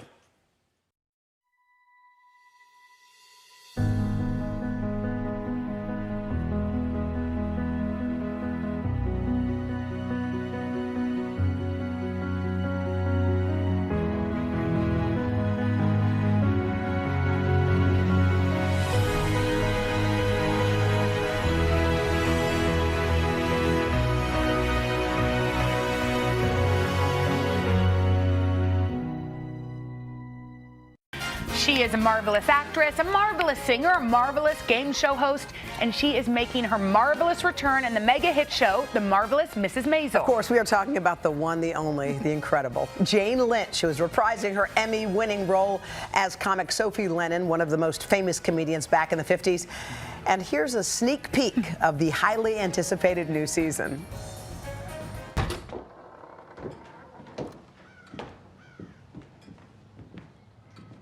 Welcome to the library. Books feed me. Yeah, it looks like you ate all of them. Beg your pardon? I just said impressive. Hi, Jane. Hi. Okay, we're chomping at the bit for this third season of The Marvelous Mrs. Maisel. Yes, I am too. Are you excited about it? Yeah, you know, we go to all the table reads, so it's almost like, because every script is complete when you do the table read. Usually, you know, they have to do rewrites and whatnot. So the table read is like getting a sneak preview of everything that's happening, and it's Do you love just playing the best. her? I She is adore so much it. fun. What do you Just love adore about her? Well, I love that aspect of the character. I love how smug and erudite she is, and deep down inside, not even deep down, right on the surface, she is riddled with self-doubt, and she's insecure. And now there you see I am as Sophie. I think she's more comfortable as Sophie from Queens. Yeah. Yes. Yeah, I think she's more comfortable in that skin, for sure. So when you got this role, Yes. and people love this show, do people like come up to you? I mean, I was just thinking, like, I cannot wait for this season to come out. This show is really one of those things that people, they can't wait for it, and it everybody appreciates from top to bottom, soup to nuts. It's the most gorgeous show you've ever seen. With the costumes, and oh my God, Donna Krakowska is our wardrobe designer, and she does as much work on the characters as we do, maybe more. Yeah. They're just amazing. Even the background artists are fantastic. Yeah, I mean, look at the set. sets. It's gorgeous. Isn't this amazing? Look at that. We had Rachel Brosnahan on a couple of days ago, and she was talking about something interesting. She said, her character is kind of going out on the road. Yeah. And she said she was so shocked. She said she's not a mom herself, but she said, I was so shocked at the mom shaming that she was actually getting on the street from regular people walking up to her going, or even interviewers saying, do you think that your character is a terrible mother? She was like, what do you make of that? Well, I think, this is I think we're so quick to shame mothers. Yes. For sure. We all have some idealized notion of what it means to be a mother. But here, what we have are two people who got married really, really young. Yeah. We have two devoted parents, and both of them are finding their own way in the world. And they're supporting each other as much as they can. And she's got this dream, and, she's a great husband raising the kids right now, and of course, the grandparents. And this is back in the day when the grandparents and, were very much a part of your life. And living right by. Well, it happens today still, but I mean, the family unit was definitely a lot stronger back then than maybe it is now. We teased it, so we have to ask. What are you doing for the holidays?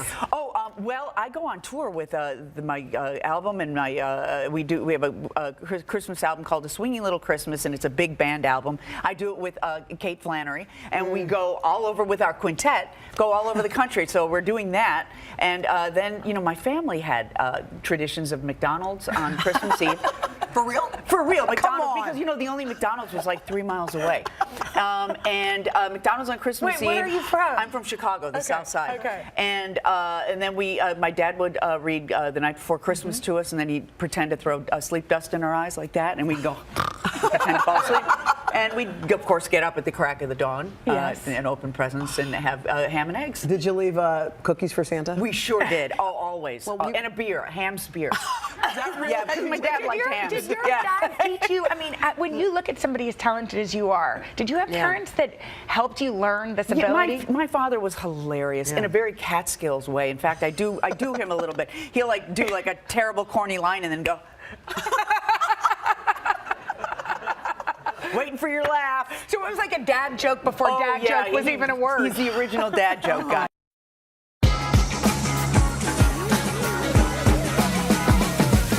Hi, everybody. I'm Dylan Dreyer, and we are so excited you're joining us for a quick sweat today. We've got Walter from Obey Fitness, who is guiding us through a full body and booty focused workout. So stretch it out, grab some water. We'll get started in just a minute. Make the most of your day with Today in 30. We give you a mix of everything you love about our show in a mere 30 minutes. Savannah and Hoda bring you what you must know. The biggest moments of the morning. One Republic! Exclusive interviews. Why did it work for you? You're right. I am more talented than the rest. And important headlines. Major medical news this morning. Watch Today in 30 on your schedule. Streaming every day on Today All Day.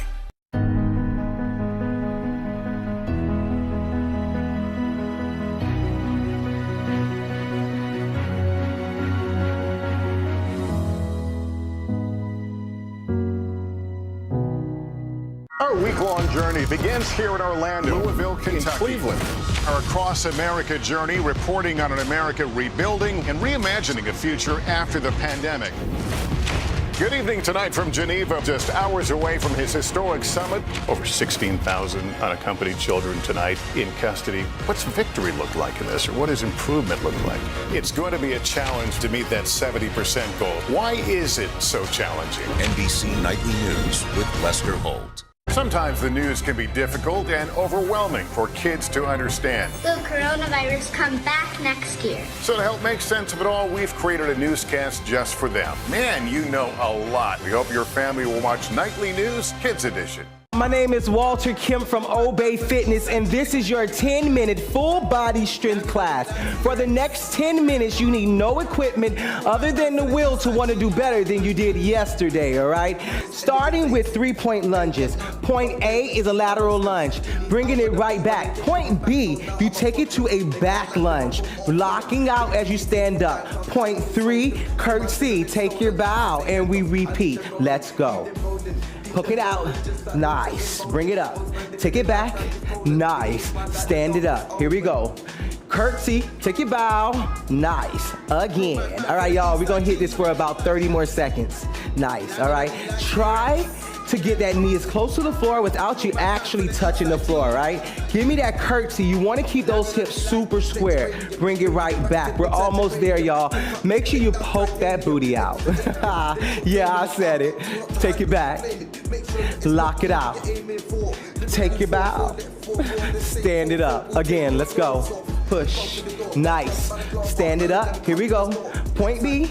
Nice. Bring it up. Again, 10 seconds. Stay with it. And we're going to do this exact same thing on the right side, because you know what goes left goes right. What goes up goes down. It's the circle of life, baby. Right here. Stay with me. Curtsy. Easy breezy. Beautiful. Walter Kemp, baby. One more. Here. Nice. Lock it out. Take it back. Point B. This right here is 3-point lunges, y'all. Nice, y'all. All right, same exact thing. Let's go right. Beautiful. Stand it up. And when I say stand up, I want you to stand up physically, and I want you to stand up emotionally, mentally. I want you to really rise up, all right? No more giving up on yourself. We got 10 minutes to stay focused, 10 minutes to give ourselves our all. How many times in life you give 10 minutes to someone else? Today it's all about you. I said it. I want you to be selfish today. It's all about you. Where you at? You right there. I see you. Nice. We're almost there, squad. When I say almost there, where is there, Walter? There is a higher version of yourself, all right? That's what we're working towards, all right? Nice. Take it right back. Point B. Right there. You see that bend that's happening with the knee? Nice. And if your knee doesn't get as close to the floor as mine, so be it. Just move. Just move your body, all right? The good thing about this is you can always come back. All right. Nice. Squeeze the core as you come up. Try not to hinge, but simply stand up. That's right, I said it. Stand up. Let's go. All right, y'all, I'm gonna give you a minute just to enjoy it, right? Take it back. I want you to push off that left leg. That's the leg that we're working, right there, right there. You wanna keep those hips super square, Walter. I hear you, don't yell, baby. Here you go. No equipment means what? No excuses. Let's go. All I need is you, baby. All I need is you. Let's go. But you gotta have the will to try to do better than you did yesterday. Stay with your boy, lock out.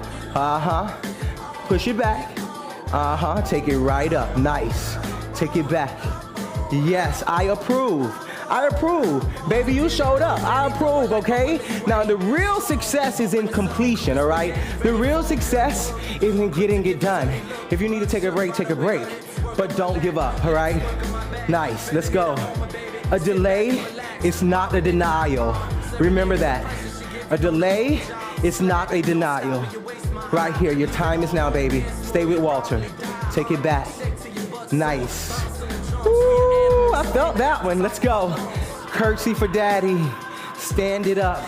All in, full out, family. Here we go. Push. Stand it up.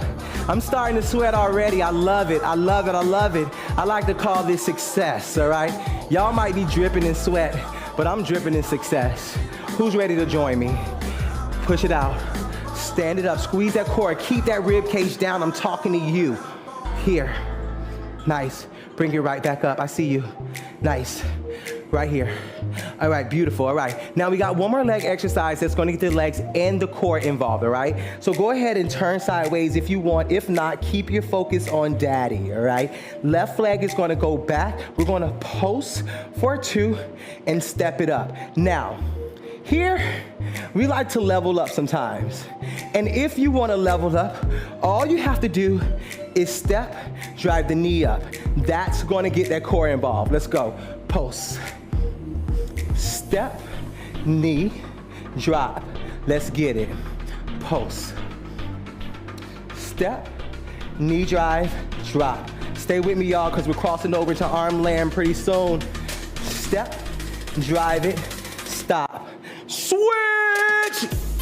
All right, y'all, listen, when the beat drop, I can't help myself. Keep those hips square. Take that right leg back. We post. Nice. Stop, knee drive, and drop. Don't stop. Post. Nice. Stop, knee drive. Listen, who said we couldn't have fun? I don't know who's been telling you these lies. Who said fitness isn't fun? You haven't been working out with me. Let's go. Step it in, knee drive. Yeah, y'all. I'm loving this. I'm loving this. How can you not love getting stronger? How can you not get excited that you're gonna not only look better, but you're about to feel better in 10 minutes? Go. Drive. Who can give it to me twice more? 1. Step, drive that knee, but use the core to drive that knee up. That's what I'm talking about, baby. Last time. Here. Nice. Step, knee drive. Woo. All right, y'all, here's the thing. We're crossing over into arms. Now, we have a tri-bi iso crush. Whoa, what was that? I know. So here's what we do. Let me see that palm. Yes, like you're gonna give me some money or I'm about to give it to you, however you decide, all right? You're gonna take the opposite hand. You're gonna grab on that palm, and the left arm is gonna be working the tricep, while the right arm is working the bicep. We're gonna push and push. Go, push. Now, it seems like I'm doing nothing right now, but we're working on time under tension, all right? The muscle right now is creating so much tension. I'm using that left arm to push with that tricep, while that right arm is pulling with that bicep. I'm shaking because I'm working, all right? No judgment. I'm not judging you. Don't judge me. I'm shaking. It's hard. Let's go. Nice. Now, go ahead and take a deep breath. Yes. Keep squeeze. You see that bicep popping, baby. You see it. We working. Nice. All right, y'all, stay there for 15 more seconds, and we're going to do the opposite side, right? So I say this all the time. If you're looking for maximum muscle growth, any type of static hold, this is a hold combined with what? Time under tension. Nice. Woo, shake it out, nice and easy, same exact thing. Let me see that left palm, give me my money, honey, right there. Nice, all right. Now the right tricep is working while the bicep on the left arm is pulling. Stay with me, you can do this. I can do anything I put my mind to as long as I put my grind to it. What does that mean? I work for it. I work for it. Isn't it so much better when you work for it? It is. You cherish it a little bit more. All right? This is something I know. I'm not telling you. I'm telling you. Right there. Let's go. I was in the same position, y'all. I was in the same position. I wanted it fast, but you know what? Easy come, easy go. So work for it. Stay with Walter. I'm still working. It seems as if I'm not. I'm still working. I'm shaking because I'm working. I see you. Hold it. Squeeze that core. Tuck it, Walter. There we go. Nice. Give it to me for 10 seconds. 9 seconds. Don't move. 8. Hello, biceps. We got 5 seconds. Squeeze that core, drop that rib cage. 3, 2, who's number 1? You're number 1, and don't you forget it. Take it down to the floor. We got a little bit of a combo move, all right? We're gonna bridge, and then we're gonna hit the toes with a toe crunch. Take the palms down right here. You're gonna bridge it straight up. Drop it down to the floor. Raise the feet up, touch the toe. Yes, let's go. Bridge it straight up. Drop it down. Feet is up. Touch the toe.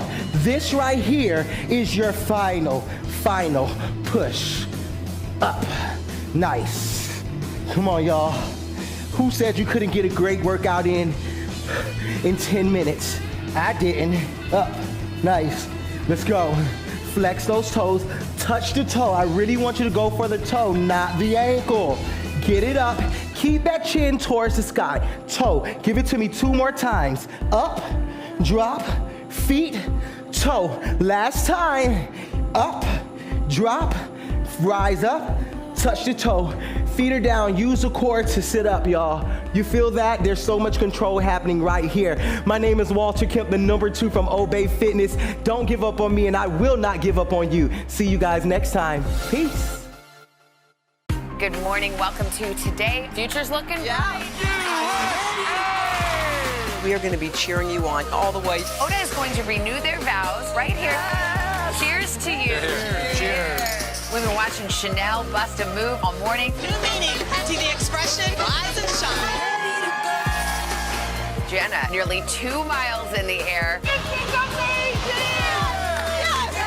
Your Gampy would be so proud. Oh, thank you, Al. I'm rolling up my sleeves for science, so I'll survive if I contract this virus. For family dinners, family vacations, family anything. For traveling somewhere beyond my living room. And for the Rebels, there is no greater feeling than being in the stadium and cheering on Ole Miss. And now it's your turn. Roll up your sleeves, America. Plan your vaccine, because every shot counts. Visit planyourvaccine.com and make your plan. What should we watch for to find out whether this Geneva summit was worth it? What would it take for you to support this bipartisan infrastructure deal? What are the issues that the party stands for? That seems to be the missing piece here. If it's Sunday, it's Meet the Press. It has been a long year. Yeah, where it's been anything but normal. Well, now there's hope. The COVID vaccines. I know. It's been a little confusing. Like, really confusing. So it's more important than ever to make a plan. Visit planyourvaccine.com to find out where and when to get your vaccine. What are you waiting for? Roll up your sleeves and plan your vaccine. Plan your vaccine. Plan your vaccine. Sometimes the news can be difficult and overwhelming for kids to understand. Will coronavirus come back next year? So to help make sense of it all, we've created a newscast just for them. Man, you know a lot. We hope your family will watch Nightly News Kids Edition. We're gonna take 10 minutes to work those glutes right now. Yes, I said 10 minutes to work those glutes, all right? If you need to take some time to warm up, go ahead and do so. But as for me and the crew, we're gonna get going, starting with our feet about hip width apart, core tight, and most importantly, my mind is right, all right? Go ahead and plant yourself in the now. Here we go. It's drop and squeeze. Don't hurt your knees. Let's go! All right, y'all, we're gonna take about 45 seconds right here. Just standard squats. Now let's talk about squats while we're here. You wanna make sure that the weight is back on the heels. Nice. You wanna make sure the chest is up. You wanna make sure the core is tight, and most importantly, your mind is right. Drop and squeeze. Don't hurt your knees. Yep, drop and squeeze. Don't hurt your knees. Don't stop. All right, y'all. Go ahead and do me a little favor. Let's count down. 5. Let me hear you. 4. Let me hear you. 3. Let me hear you. 2. Who's what? Number 1, that's you. All right, second move, post and squeeze. Post and squeeze. Right there. Now, when I say squeeze, I really want you to squeeze those glutes, but try not to hinge, all right? You also want to make sure those knees stay directly over the toes. And you want to make sure that you're really loving what you're doing, all right? I'm telling you, love transcends. Put a little love behind it. That booty gonna be stronger. 3, stay with it. Nice, y'all. Let's go. Don't stop. Drop it. Pull it. Drop it. Pull it. Make sure you're pulsing right at the bottom, right there. Nice. Try not to let the knees buckle out. Now do me a favor. This is going to help you with the breathing. Smile. All right, I made that up. That doesn't really help with the breathing, but I want you to do it, okay? Yeah. Nice, y'all. All right, can we do something really, really, really cute? Stay with it. 3, 2, we're gonna slow things down. 1, 2, 3, 4. Notice the weight is back in the heels, right? Notice the knees never buckle. And notice my attitude. I'm feeling good. I'm telling you why I'm feeling good, because I'm doing something good, all right? Everything I'm doing right now is gonna make me stronger. Why am I mad about it? Let's go. Stay with it. Nice. Now go ahead and make it sexy. There you are, there you are. You gotta have the eye of the tiger. Yeah, with its eye on its prey, right? And its prey being the highest version of yourself. That's what I want for you. I want you to see the highest version of yourself, and don't you take your eye off of it. You deserve this. You deserve this workout. Now, here's what I want you to do. We got one more move, and we're gonna do this exact same motion, but we're gonna do it in a bridge position, right? But before we get there, go ahead and do me a favor. Drop it low. Nice. Push the weight back in the heels and hold it. We got a static hold. Now listen, sometimes in life, the hardest thing to do is to be still. One of my favorite quotes is be still and know, all right? You gotta be still and know that something is working on your side, even when you're not moving, like right now. If you're looking for maximum muscle growth, stay still. Try any type of static hold. Listen, my thighs are burning too, but that's what I'm here for. Come on. Give me 10 seconds. You got this, we got this, she got this, he got this. However, let's go. 5, 4, 3, 2. Who's number 1, baby? Like I said, we only got 10 minutes. So, I shouldn't say we only have 10 minutes. We have 10 minutes! All right, take those palms down, bridge it straight up. Let's get it. Here we go. Up, down, up, down. Oh, wow, yeah, up. Nice. Down. Here's the thing. A stronger glute equals stronger back, stronger knees, all right? So really, really think about that. Even though the primary muscle we're working are the glutes, I want you to focus on keeping that rib cage down and squeezing the core, right? Nice. Take it up, down. Let's pick it up just a little bit. Nice. You got it. Bridge it up, drop it low. Come on, y'all. I know you got more in you. If you're not moving to the beat, it's okay, as long as you're moving. Remember that Walter told you this. Movement is medicine, all right? Go ahead and get your healing right now. All right, y'all ready to mix things up? Watch your boy. It's post and drop. So same exact thing we did in that squat we're doing now. Post and drop. Nice. Post. All right, I'm gonna give you a second to enjoy it. Drop. Drop. Guys, first of all, thank you so much for showing up. Not for me, but for yourself. I'm proud of you. Nice. Drop it low. You got it, baby. Nice. Drop. Let's go. Let's go. Nice. Drop. Don't give up on me, and I will not give up on you. Keep it up. We're almost there. Who said you couldn't get a great workout in 10 minutes? Not Walter Kemp. I never said that, okay? As long as you're moving, you're doing it, baby. Let's go. Nice, y'all. Stay with me. Few more seconds here. Nice. All right. Now let's slow things down. You remember this? You remember when we slowed it down? Nice. So same exact thing. You want to milk it. And you want to think about curling under with the hips, right? And coming all the way up. When you come up, lock out and then release. Yeah, there you go. You feel that? That's called living, baby. We're almost there. Oh, Walter Kemp, AKA the Booty Builder. I'm serving it to you right now, y'all. Release it. Release it, release it, release it. Now curl, curl, push, push, push, push, push, push. Now release. Nice. Now listen, if you really want to level up, you can always add weights. You can always add weights, all right? There's always a way to level up around here. That's our motto at Obey. You can either level up or you can keep it cute with me. Where y'all at? Release it. Nice, y'all. Take it slow. I know sometimes it's a lot to slow down, but tell me, it's worth it. It's worth it. Let's go. Take your time, y'all. Easy come, easy go. You want to take your time with it, all right? And can I just say this? If nobody's told you today, I'm telling you now, I'm so proud of you. I'm so proud of you. Let's go. Nice, y'all. Stay with Walter. Drop it low. Come on. Nobody move. Nobody gets hurt. You got this. Nice. Bring it all the way up, all the way up, all the way up. Nice. About 20 seconds left here. I know you feel like you've been here forever, but you have not. All right? Keep your focus on me and let the body do what it do. Hey. Nice, y'all. Here we go. Listen, this is the perfect add-on to what you're already doing, or if you're just pressed for time, I'm telling you, 10 minutes will really, really get you right. It's got me together. Nice, y'all. Hey, 5, 4, 3, 2, 1. All right, y'all, remember what's next? Tell me. That's right, static hold. Go ahead and grab that booty. Push it up.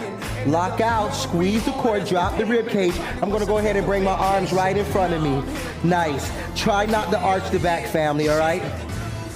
This is a great moment for you to maybe close your eyes and maybe manifest something. Like maybe see yourself getting through this workout with a smile on your face. Maybe you see your higher self. Maybe you see your stronger self.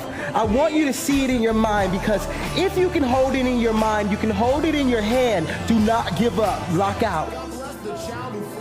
Lock out. And when I say lock out, I'm not only talking about physically, I'm talking about emotionally, I'm talking about spiritually, I'm talking about mentally. Lock out. Do not budge. Do not let them knock you down. Do not budge. You got this. Say that. I got this. 10 minutes. I can do this, Walter. I know you can, baby. All right? 3, 2, 1. Take it low. All right, y'all. We have our final push, all right? Our final push is a narrow bridge, all right? We're almost done. I want you to bridge it up 15 times as fast as you can go. Go, go.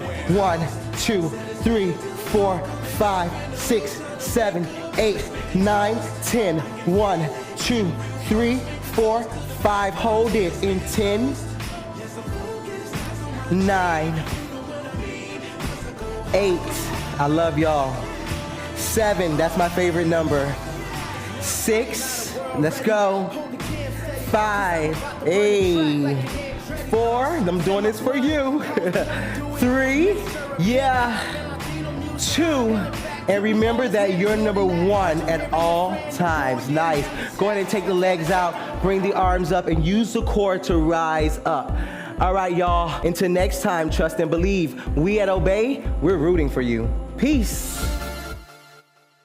Good morning, everybody. Welcome to Today. Future's looking bright. Are you ready? We're going to do our part to spread the word on the importance of vaccines, so crucial for reopening America. A big day around here, a very special naturalization ceremony. Many of them doctors, nurses, other essential workers. If you are a nurse, thank you.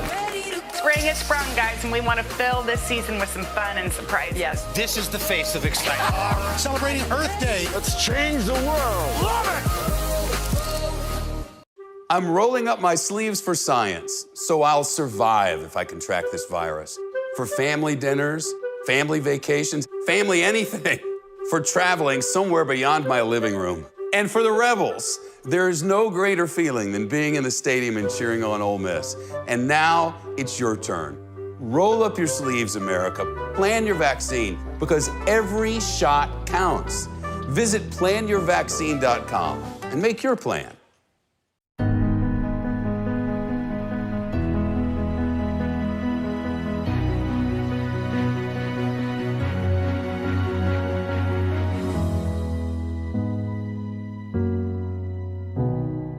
Sometimes the news can be difficult and overwhelming for kids to understand. Will coronavirus come back next year? So to help make sense of it all, we've created a newscast just for them. Man, you know a lot. We hope your family will watch Nightly News Kids Edition. Welcome to your 5-minute cool down lower body stretch. Here we go. Let's start with the hips. Let's go ahead and rotate that hip right there. Let's open the hips up nice and easy. Repeating it on the right side. Open.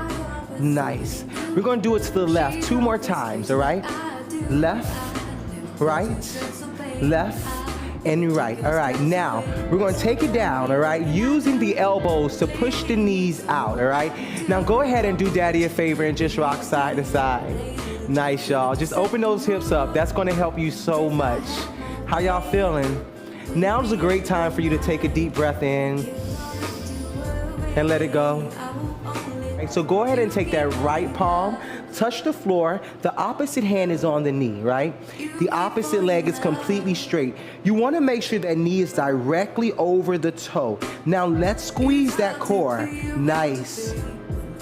Now do me a favor and straighten both legs and send the nose to the knee. Release the head. You're going to get a nice stretch throughout that hamstring. Doesn't that feel so good? 3, 2, bring it right back down. Here we go. Now I want you to turn and open it up, right? Using that same elbow to push that knee out. Now we're going to switch sides, using that opposite elbow to push that knee out. And we're going to go into that high lunge once more, right? So go ahead and turn it around. One hand on the floor, one hand on the knee. Opposite leg is straight. Nice. Here's another moment for you to take a deep breath in. Nice. Exhale. All right, go ahead and straighten both legs. Release the head.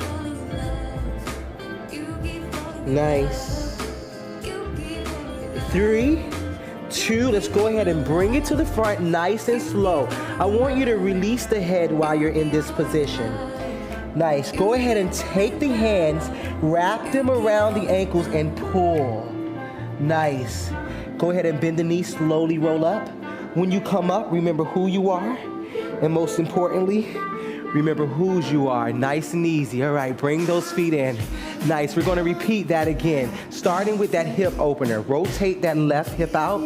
Nice. And we're going to rotate that right hip out. Now I want to go ahead and switch it up on you, and I want to bring the hip in, okay? So set up, plant yourself in the now, and rotate that hip in. Nice. Now go ahead and rotate that right hip in, that left hip in, excuse me. Now right. Nice. Now left. Nice. Now you should feel a little bit more warm than you did before. And we're going to repeat that same hip opener using the elbows to push the knees out. Go ahead and bring your hands to a prayer position and rock side to side. Hey, has anybody ever told you they're proud of you today? I want to say I'm proud of you for showing up, all right? Go ahead and cool it down, not only physically, but mentally. Take your moment. Nice.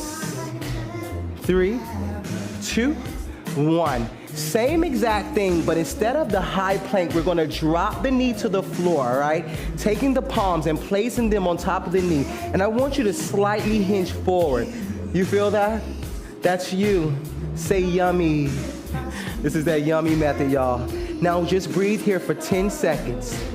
10, 9, 8, 7, it's so good. 6, 5, 4, 3, 2. Remember, you're number one at all time. Push it back. Beautiful. Come right back up. Switch. Drive it. Push it. There you go. Can you say yummy? That's the yummy method. There you go. You feel that. Try to keep those hips completely squared. Don't let the rib cage expand. Now do me a favor. Flip the toe underneath and push it back. Nice. Release the head as you come down. Beautiful. Nice. Nice. Now go ahead and take that right knee, right on down. You're gonna go into a child's pose, pushing the hands out, singing the hips back, and releasing the head. I like to call this surrendering to the body. Nice. 10, 9, 8, 7, 6, 5, 4, 3, 2. Let's come to all fours. Flip the toes underneath. Down dog. Walk the hands back. Bend the knees. Slowly roll up. And bam! There you have it. Walter Kemp from Obey is rooting for you.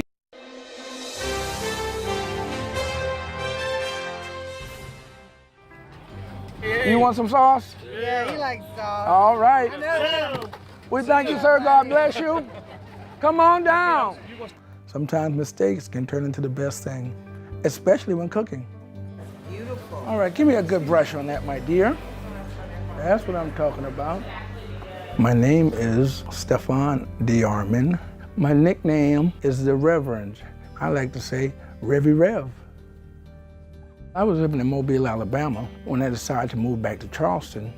My father had been back and forth in the hospital. And when I came to visit, I really saw how my mom's condition was as far as her sight. She's legally blind, but she cooks and she bakes. It gets a little tough, but you know, it's your parents. You gotta do what you gotta do. I joined the Coast Guard right here in Charleston, and I retired in San Juan, Puerto Rico.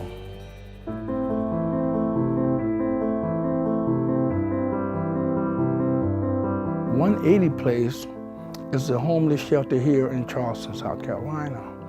Little did I know that it would mean so much to me and become such an integral part of my life. When I got here, I didn't have the funds to come in and get a place, pay first month, second month, deposits, and all of that. So I talked to a VA social worker in Alabama, and they told me, well, if you could put your pride aside, I can get you in the shelter. I said, whatever it takes for me to get home to my parents. I was blessed to be able to go to the veterans dorm. This place have saved my life and many others. Being homeless is a different animal. It's not pleasant. You can't sleep with one eye open. So being homeless, you don't get the rest that your body needs for you to be able to be successful or even productive in life. 180 Place has many great programs, including the culinary program, which I went through, which led to why we're here now.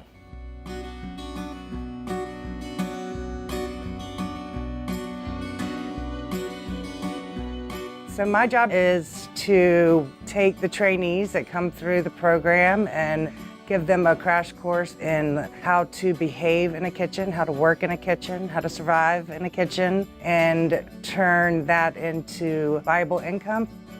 Chef Angie Dupree, we have a friendship and a bond that'll last a lifetime. Southern hospitality to its truest meaning would be something I would use to describe Stefan. Just making everyone feel special that walks into a room. That's my girl. I've always loved to cook. I used to hang around my mother, my grandmother, and I loved it. He is the reason this program works. He's somebody I talk about at every orientation now for every new cycle. When I sit down with them, I tell them about Stefan and how he came in and took this opportunity. To him, it was all he needed to really change his life. I was introduced to Charleston wine and food just right before I graduated from the program. So it was new and exciting to me. I was looking so forward to it.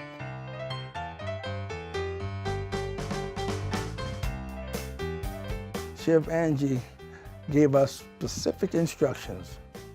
Local, volunteer and work for someone who is local. Here's your opportunity to get yourself a job. And that's what we did. I remember the event was called Toasted, and it was nothing but barbecue. And I walked up, I didn't notice the sign said smoke. I looked at the menu and I said, I've eaten here before. We were sitting right next to the band and the band kicked on and Stefan lit up. He started swaying and clapping and he had his black chef coat and his white undershirt. And I said, sir, you've got the spirit. I'm calling you the Reverend and you're coming to work at Smoke Barbecue. So we hired Stefan on as a steward, and we don't call people dishwashers here at Smoke. We call them stewards because we expect a lot more out of a person than just washing dishes. After a few months, he worked his way up to sous chef and one of our pit masters, and we've been with him ever since. So one day I was in the kitchen and I started prepping to do some cornbread. Well, I reached into the walk-in cooler to grab some buttermilk. Little did I know, I grabbed heavy cream. So as soon as I poured it in the mix and started mixing it up, I was like, oh no! Roland came running. What happened? I said, man, I messed up. And he said, let's go with it, see what it does. Lo and behold, it came out a little bit higher. It came out more moist. It was golden brown. And he was like, wow. We passed the food out so everybody can check it out and say, well or not, we're gonna serve it. And everyone loved it. It really is delicious, moist cornbread, and it's pretty fantastic. That gave Roland the idea of he and I going into business. And now we have the Reverend Cornbread Company. I can honestly say that that mistake in the kitchen turned out to be something that's life-changing.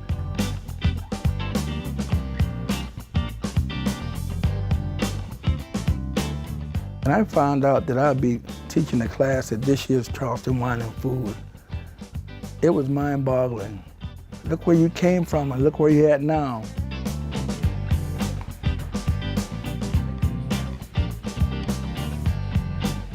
There we go. Go ahead. I want to do the honey. Here you go, honey. Thank you.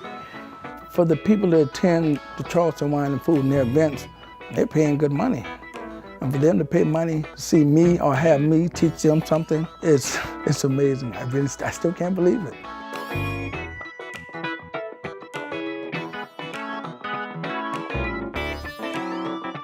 What we're gonna do today is we're gonna go down to the Superstop and we're gonna feed the homeless. It just goes to show you there's nothing wrong with a mistake. It's amazing what happens. I mean, his story, it gives you hope that, hey, look, just because you're down right now don't mean you stay down. He took an interesting situation, made it an even better situation, and now it is exactly where he wants to be, helping people and giving back. Without hope, you don't have anything. 180 Place gave me hope and an avenue, because dealing with what I had to with my parents, to do something that I really love, which is cooking, it was a relief. You know, it was my safe haven. To see people get satisfaction of something that I've created is one of the best feelings ever. When I reflect on what I'm doing, I think about my parents. Just like any child, they would want their parents to see them succeed. But my mom would say, you keep doing what you're doing. It gives me a sense of pride. I swell with pride just to see the smile on my mother's face. And it was a great feeling. It was a great feeling.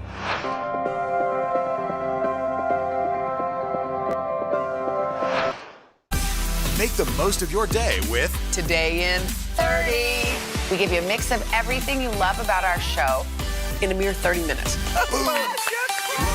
Watch Today in 30 on your schedule, streaming every day on Today All Day.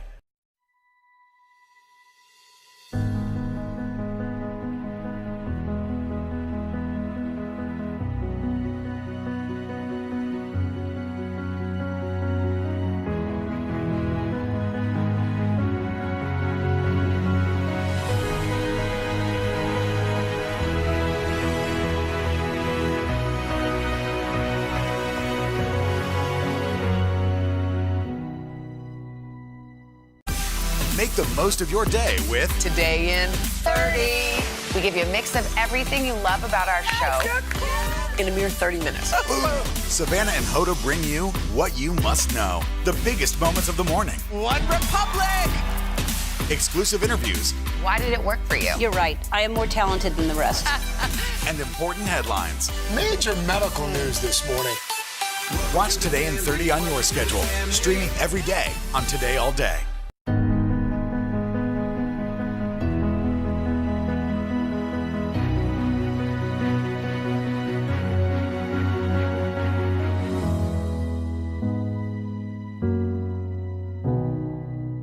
What people don't understand about the system is that Mass incarceration is real, and that there's an aging, dying population and people being warehoused in a way that is not human at all.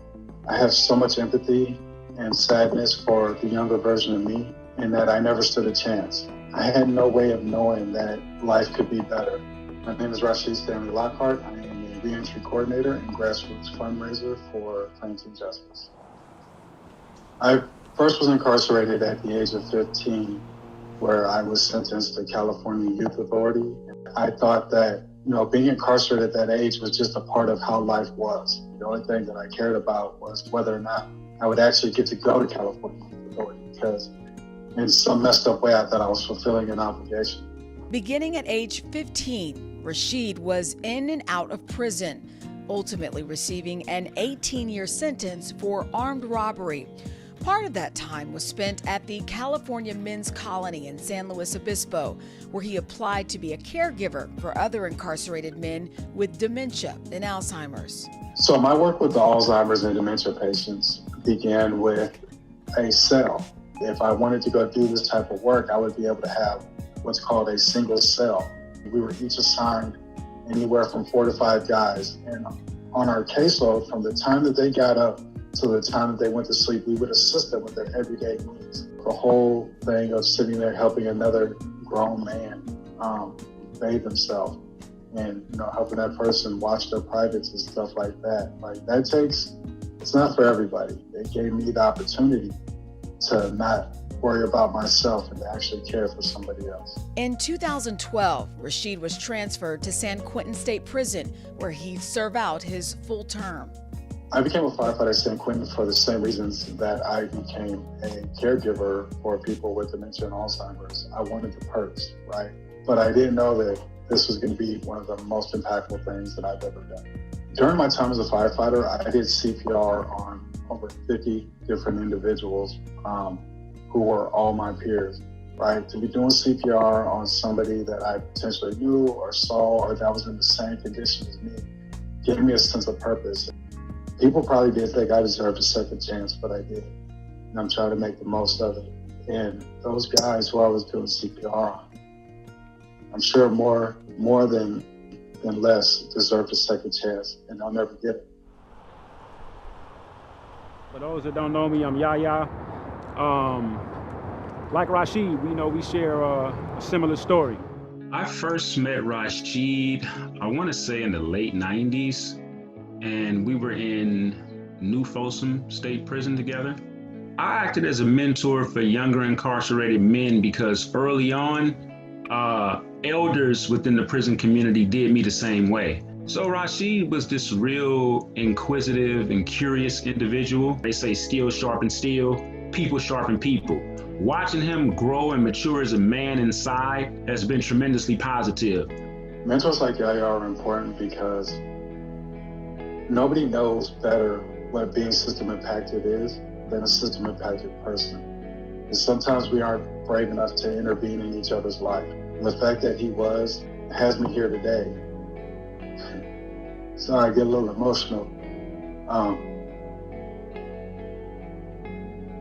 Up to that point in my life, I hadn't had many people invested, let alone somebody in the same conditions. And it just impressed on me so much more value about who we could be and what we were actually worth. So I first got involved with Planting Justice back in 2013. Rashid met the founders of Planting Justice while enrolled in the Inside Garden program at San Quentin. And I just said, hey, how you guys doing? I haven't seen you in years, but I'm getting ready to get out. And they said, Rashid, whatever you need from us, we got it. And then they sent a letter of employment for me back into the prison, verifying and saying that I would be employed with them once I got out. To walk out of San Quentin prison was the most freeing moment up to that point in my life. There's this period of time when people get out, and it's called a high-risk period of time. And if we give people employment once they get out, the chances of them returning back to prison goes down tremendously. Planting Justice is working to tackle recidivism rates in California by providing jobs to formerly incarcerated people. 75% of its staff has served time. Rashid works with those who are just re-entering society. I am tasked with providing resources and networks to people who are in reentry. And then once a month, I hold and facilitate a circle with our people in reentry to kind of just, do check-ins and to see where everybody's at. This is what I hear every time we sit in the circle. Without this group, I don't know what I would do.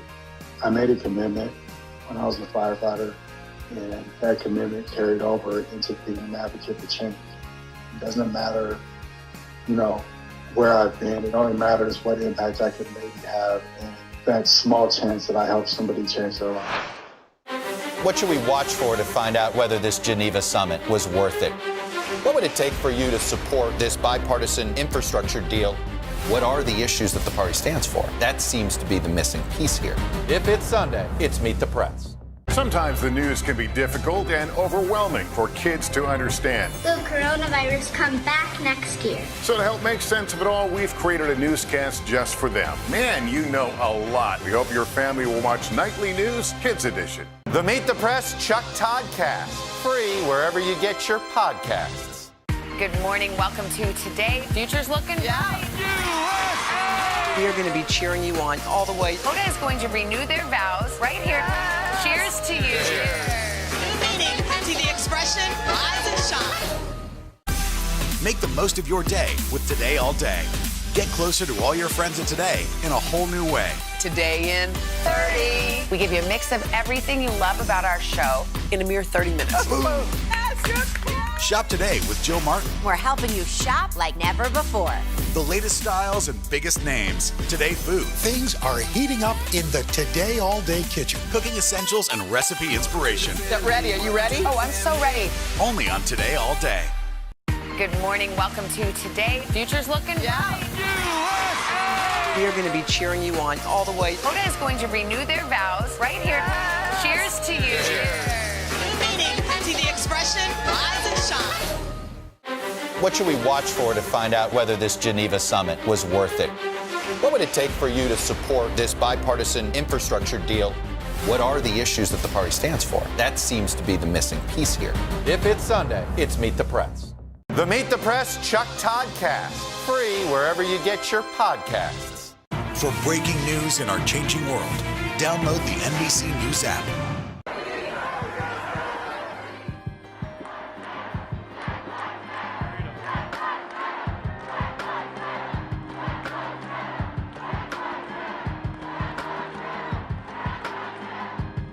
Adults like to characterize Gen Z as an apathetic generation, and we don't care about social issues, and we're just on our phones all day.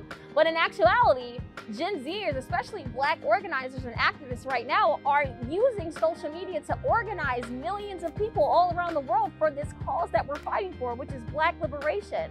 And previous generations have failed us and have failed this country, and Gen Z is not going to wait anymore. We don't have the luxury to wait anymore because our lives are depending on our actions. My name is Nupal Kiazolu. I'm 20 years old, and I'm the president of Black Lives Matter Greater New York and founder and CEO of my national campaign, Vote 2000. I've been an activist and organizer since the age of 12 years old. So I've been in the game for 8 years. I like to call myself a young veteran. Sometimes I feel much older than I actually am. But I've been a part of many different activist organizations. And as a child, I was always very intuitive, always super articulate and outspoken. And a lot of times it used to get me in trouble when I was younger because I just did not shut up. And my mom will even tell you, like, I used to read the newspapers and I'd be telling my mom about the current events that's in a newspaper at 5 years old. So I've always been like very political even before I knew what it meant to be political.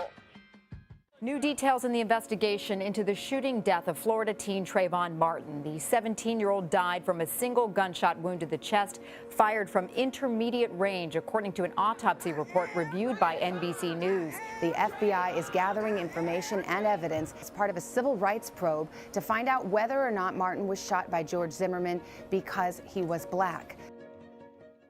So Trayvon Martin's case definitely wasn't the first incidence of police brutality that I've heard of or I saw on camera. But at 12 years old, I was starting to be able to understand what that actually meant. And when I saw Trayvon Martin's case and what George Zimmerman did to him, it was absolutely inhumane, and I was angry. And I couldn't fully articulate how I felt at the time, but I knew that I was angry and I had to do something. And that's when I came up with the idea of holding a silent protest at my middle school. And I came to school with my hoodie on and a message taped to my back, "Do I look suspicious?" And eventually I ended up being written up, ironically, by my history teacher. And the only ally I had throughout that time was my math teacher. And this woman literally risked her job by marching down to the principal's office with me in solidarity with her hoodie on. And we debated back and forth with the principal for a few hours. And instead of suspending me, my principal had me go home and have my case ready for him tomorrow. I looked up my First Amendment rights, and then I came across the case Tinker versus Des Moines, which in short is a Supreme Court case that established the right for students to peacefully organize within school grounds. And that was the focal point of my argument the following day when we went right back to the principal's office in the morning. And I ended up winning the case. And when my teacher and I went to the cafeteria to get lunch, literally every single student in there had their hoodies on with the same exact message. And my teacher and I just stood there and cried. And that's when I knew that being an activist and organizer was my calling. We need to live. We need to live. My brothers need to live. My sisters need to live. The common things that I faced is misogyny and ageism, and obviously racism from other white counterparts that happen to have been a part of those social justice organizations. And it was definitely frustrating up until I came in contact with Black Lives Matter Greater New York in 2016.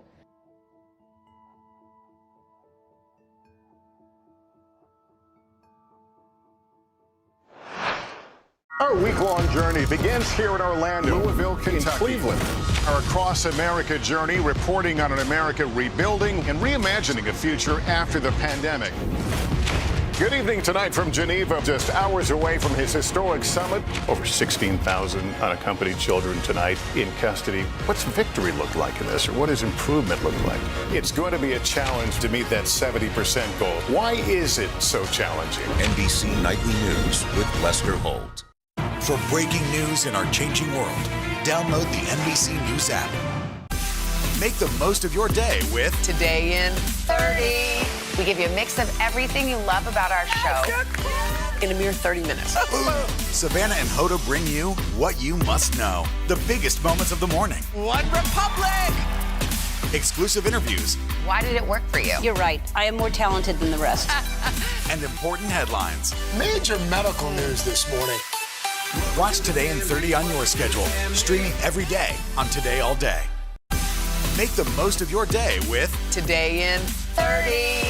We give you a mix of everything you love about our show in a mere 30 minutes. Watch Today in 30 on your schedule. Streaming every day on Today All Day. The Meet the Press Chuck Toddcast.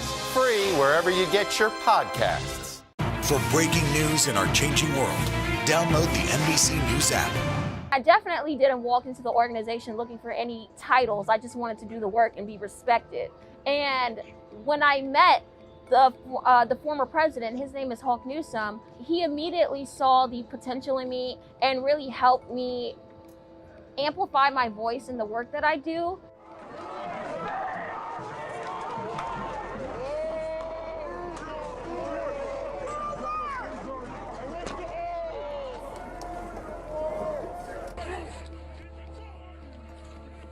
The entirety of the 7 hours that we were driving down there to Charlottesville, Virginia, every thought was running through my mind. I'm like, what if I'm killed? What if I'm arrested in a state that I'm not from? it was just so much anxiety. And a lot of people ask, what did you tell your mother at the time? And what I told my mom is I was going down to Charlottesville to protest against white supremacy, but I didn't tell her that the KKK or neo-Nazis would be there because I didn't want to scare her, and I'd already made up my mind. I had a feeling in my heart that things weren't going to go as well as we'd hoped for them to go, considering the circumstances. Like, I didn't expect for anybody to be killed that day, and for dozens of people to be injured, including me. I did not expect for it to get as bad as it did. Watch out! Amanda! Amanda! Amanda! Stay calm! Stay calm! Amanda! Amanda! Huh? Right there. Stop. Don't yell people's names. Stay right there. Calm. Breathe. At 17 years old, I never thought that I'd had to come face to face with a neo-Nazi or a KKK member fully robed. But that's the reality of our country. And our country likes to portray itself as this post-racial utopia, but Charlottesville is the perfect modern day example amongst a plethora of other modern examples that we are not where we are supposed to be. We're not even close. And that's because we have not even come to the point where we've acknowledged that. Like, America has literally put a Band-Aid on a gunshot wound. Racism is a gunshot wound that's consistently bleeding out, and the only thing that America is doing is putting a Band-Aid over it. And they're like, oh, this is not who we are as a country, but I would argue this is who we are. This is who this country is, and until we begin to acknowledge that and what racism actually is, then we're not going to get anywhere, and we're going to continue to go in this cycle. Because we're in the digital age, and we have phones that are able to record incidents of police brutality, and a lot of times they do go viral. And when people keep seeing instances of Black death and police brutality over and over and over again, it kind of becomes the new norm. And a lot of people have been desensitized to seeing police brutality videos. But I believe that we have to be more intentional in terms of how we circulate these videos throughout the media. And it can also, and it is very traumatic to watch Black death on camera and it be retweeted and reposted millions and millions of times. And Black people should not have to be murdered on camera and brutally beaten on camera in order for people to recognize that it's a problem. What I would say to young people all around the world that want to be an activist and want to be a part of this movement towards change is that it's never a wrong time to stand up for what's right, first and foremost, and your voice matters. Don't let anybody try to tell you otherwise. There are so many people that try to stop me and what I have to say because they're like, you're a young Black girl from the hood. What do you have to say? Listen, like, I can do this. And overall, it doesn't matter where you come from, whatever walk of life that you may be in right now, you can effectuate change and your voice matters.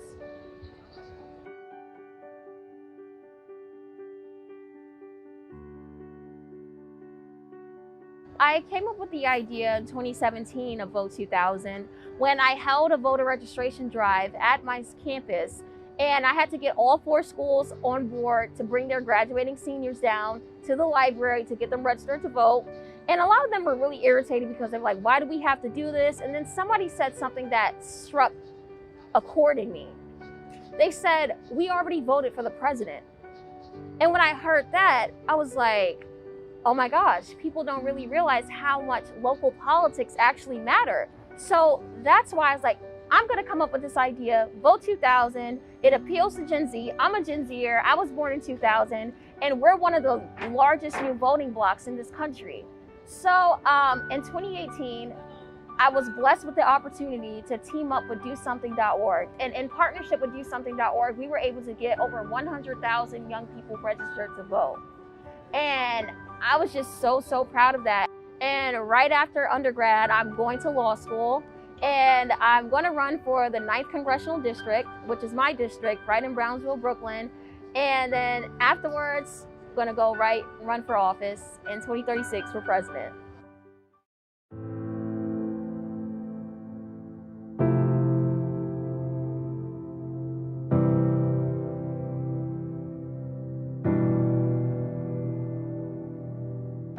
young Black activist and organizer that's been doing this for 8 years now. A lot of people would ask me before, who are you fighting for? Why are you fighting? And I would always respond for future generations of young Black people so they don't have to experience the things that I've experienced today. I didn't think that I'd see this much activation, organizing, and change within my lifetime. And if you would have told me this 3 months ago, that this many people all around the world would come together in the name of Black liberation, equity, and justice, I would have called you insane. I just didn't see it. I was fighting towards it. I was hoping that my kids' kids could see it, but I didn't think that I would see it. And now that I can confidently say, and sometimes I get emotional when I say it, that I'm not just fighting for the future, but I'm also now fighting for the present. And that's what's most inspiring to me right now about our generation, that fighting spirit within Gen Z, that we're not gonna wait and we're not gonna ask politely, we're taking it. We're taking our lives back, we're taking our futures back, and we're taking our present back. Hello, everybody in Today All Day Land. Thank you for being with us again for another exciting edition of Today in 30. You know what you're doing. You're watching our digital show. We give you the best of today. We do it in 30 minutes, so let's break it down. SG, what do we have up first? All right, first, there are new concerns about COVID and kids. And as this Delta strain is surging, the number of daily cases has actually doubled in the last 3 weeks. So we're going to have a full report on all of that for you. Then, after that historic trip to space on Sunday, billionaire Richard Branson and his crewmate joined us to talk about all of it. It's an interview you do not want to miss. Plus, you also, I mean, this is a big week for you, Hoda. You sat down with the moms of Team USA Women's Gymnastics. You had some party crashers, a couple of pretty cute party crashers. Adorable ones. You'll know them both by name. Plus, it's Wednesday, so that means it's Trends Day. So we're breaking down all the hot topics for you. I love me a Trends Day. Sounds like a packed one. We should get started. It's only 30 minutes. All right. Today in 30. Let's do it. Now to new concerns about COVID and kids, with summer camp in full swing and the beginning of the school year closer than you may think. New numbers show that of the 25 million kids old enough to get the vaccine, only about a third have received it. And this comes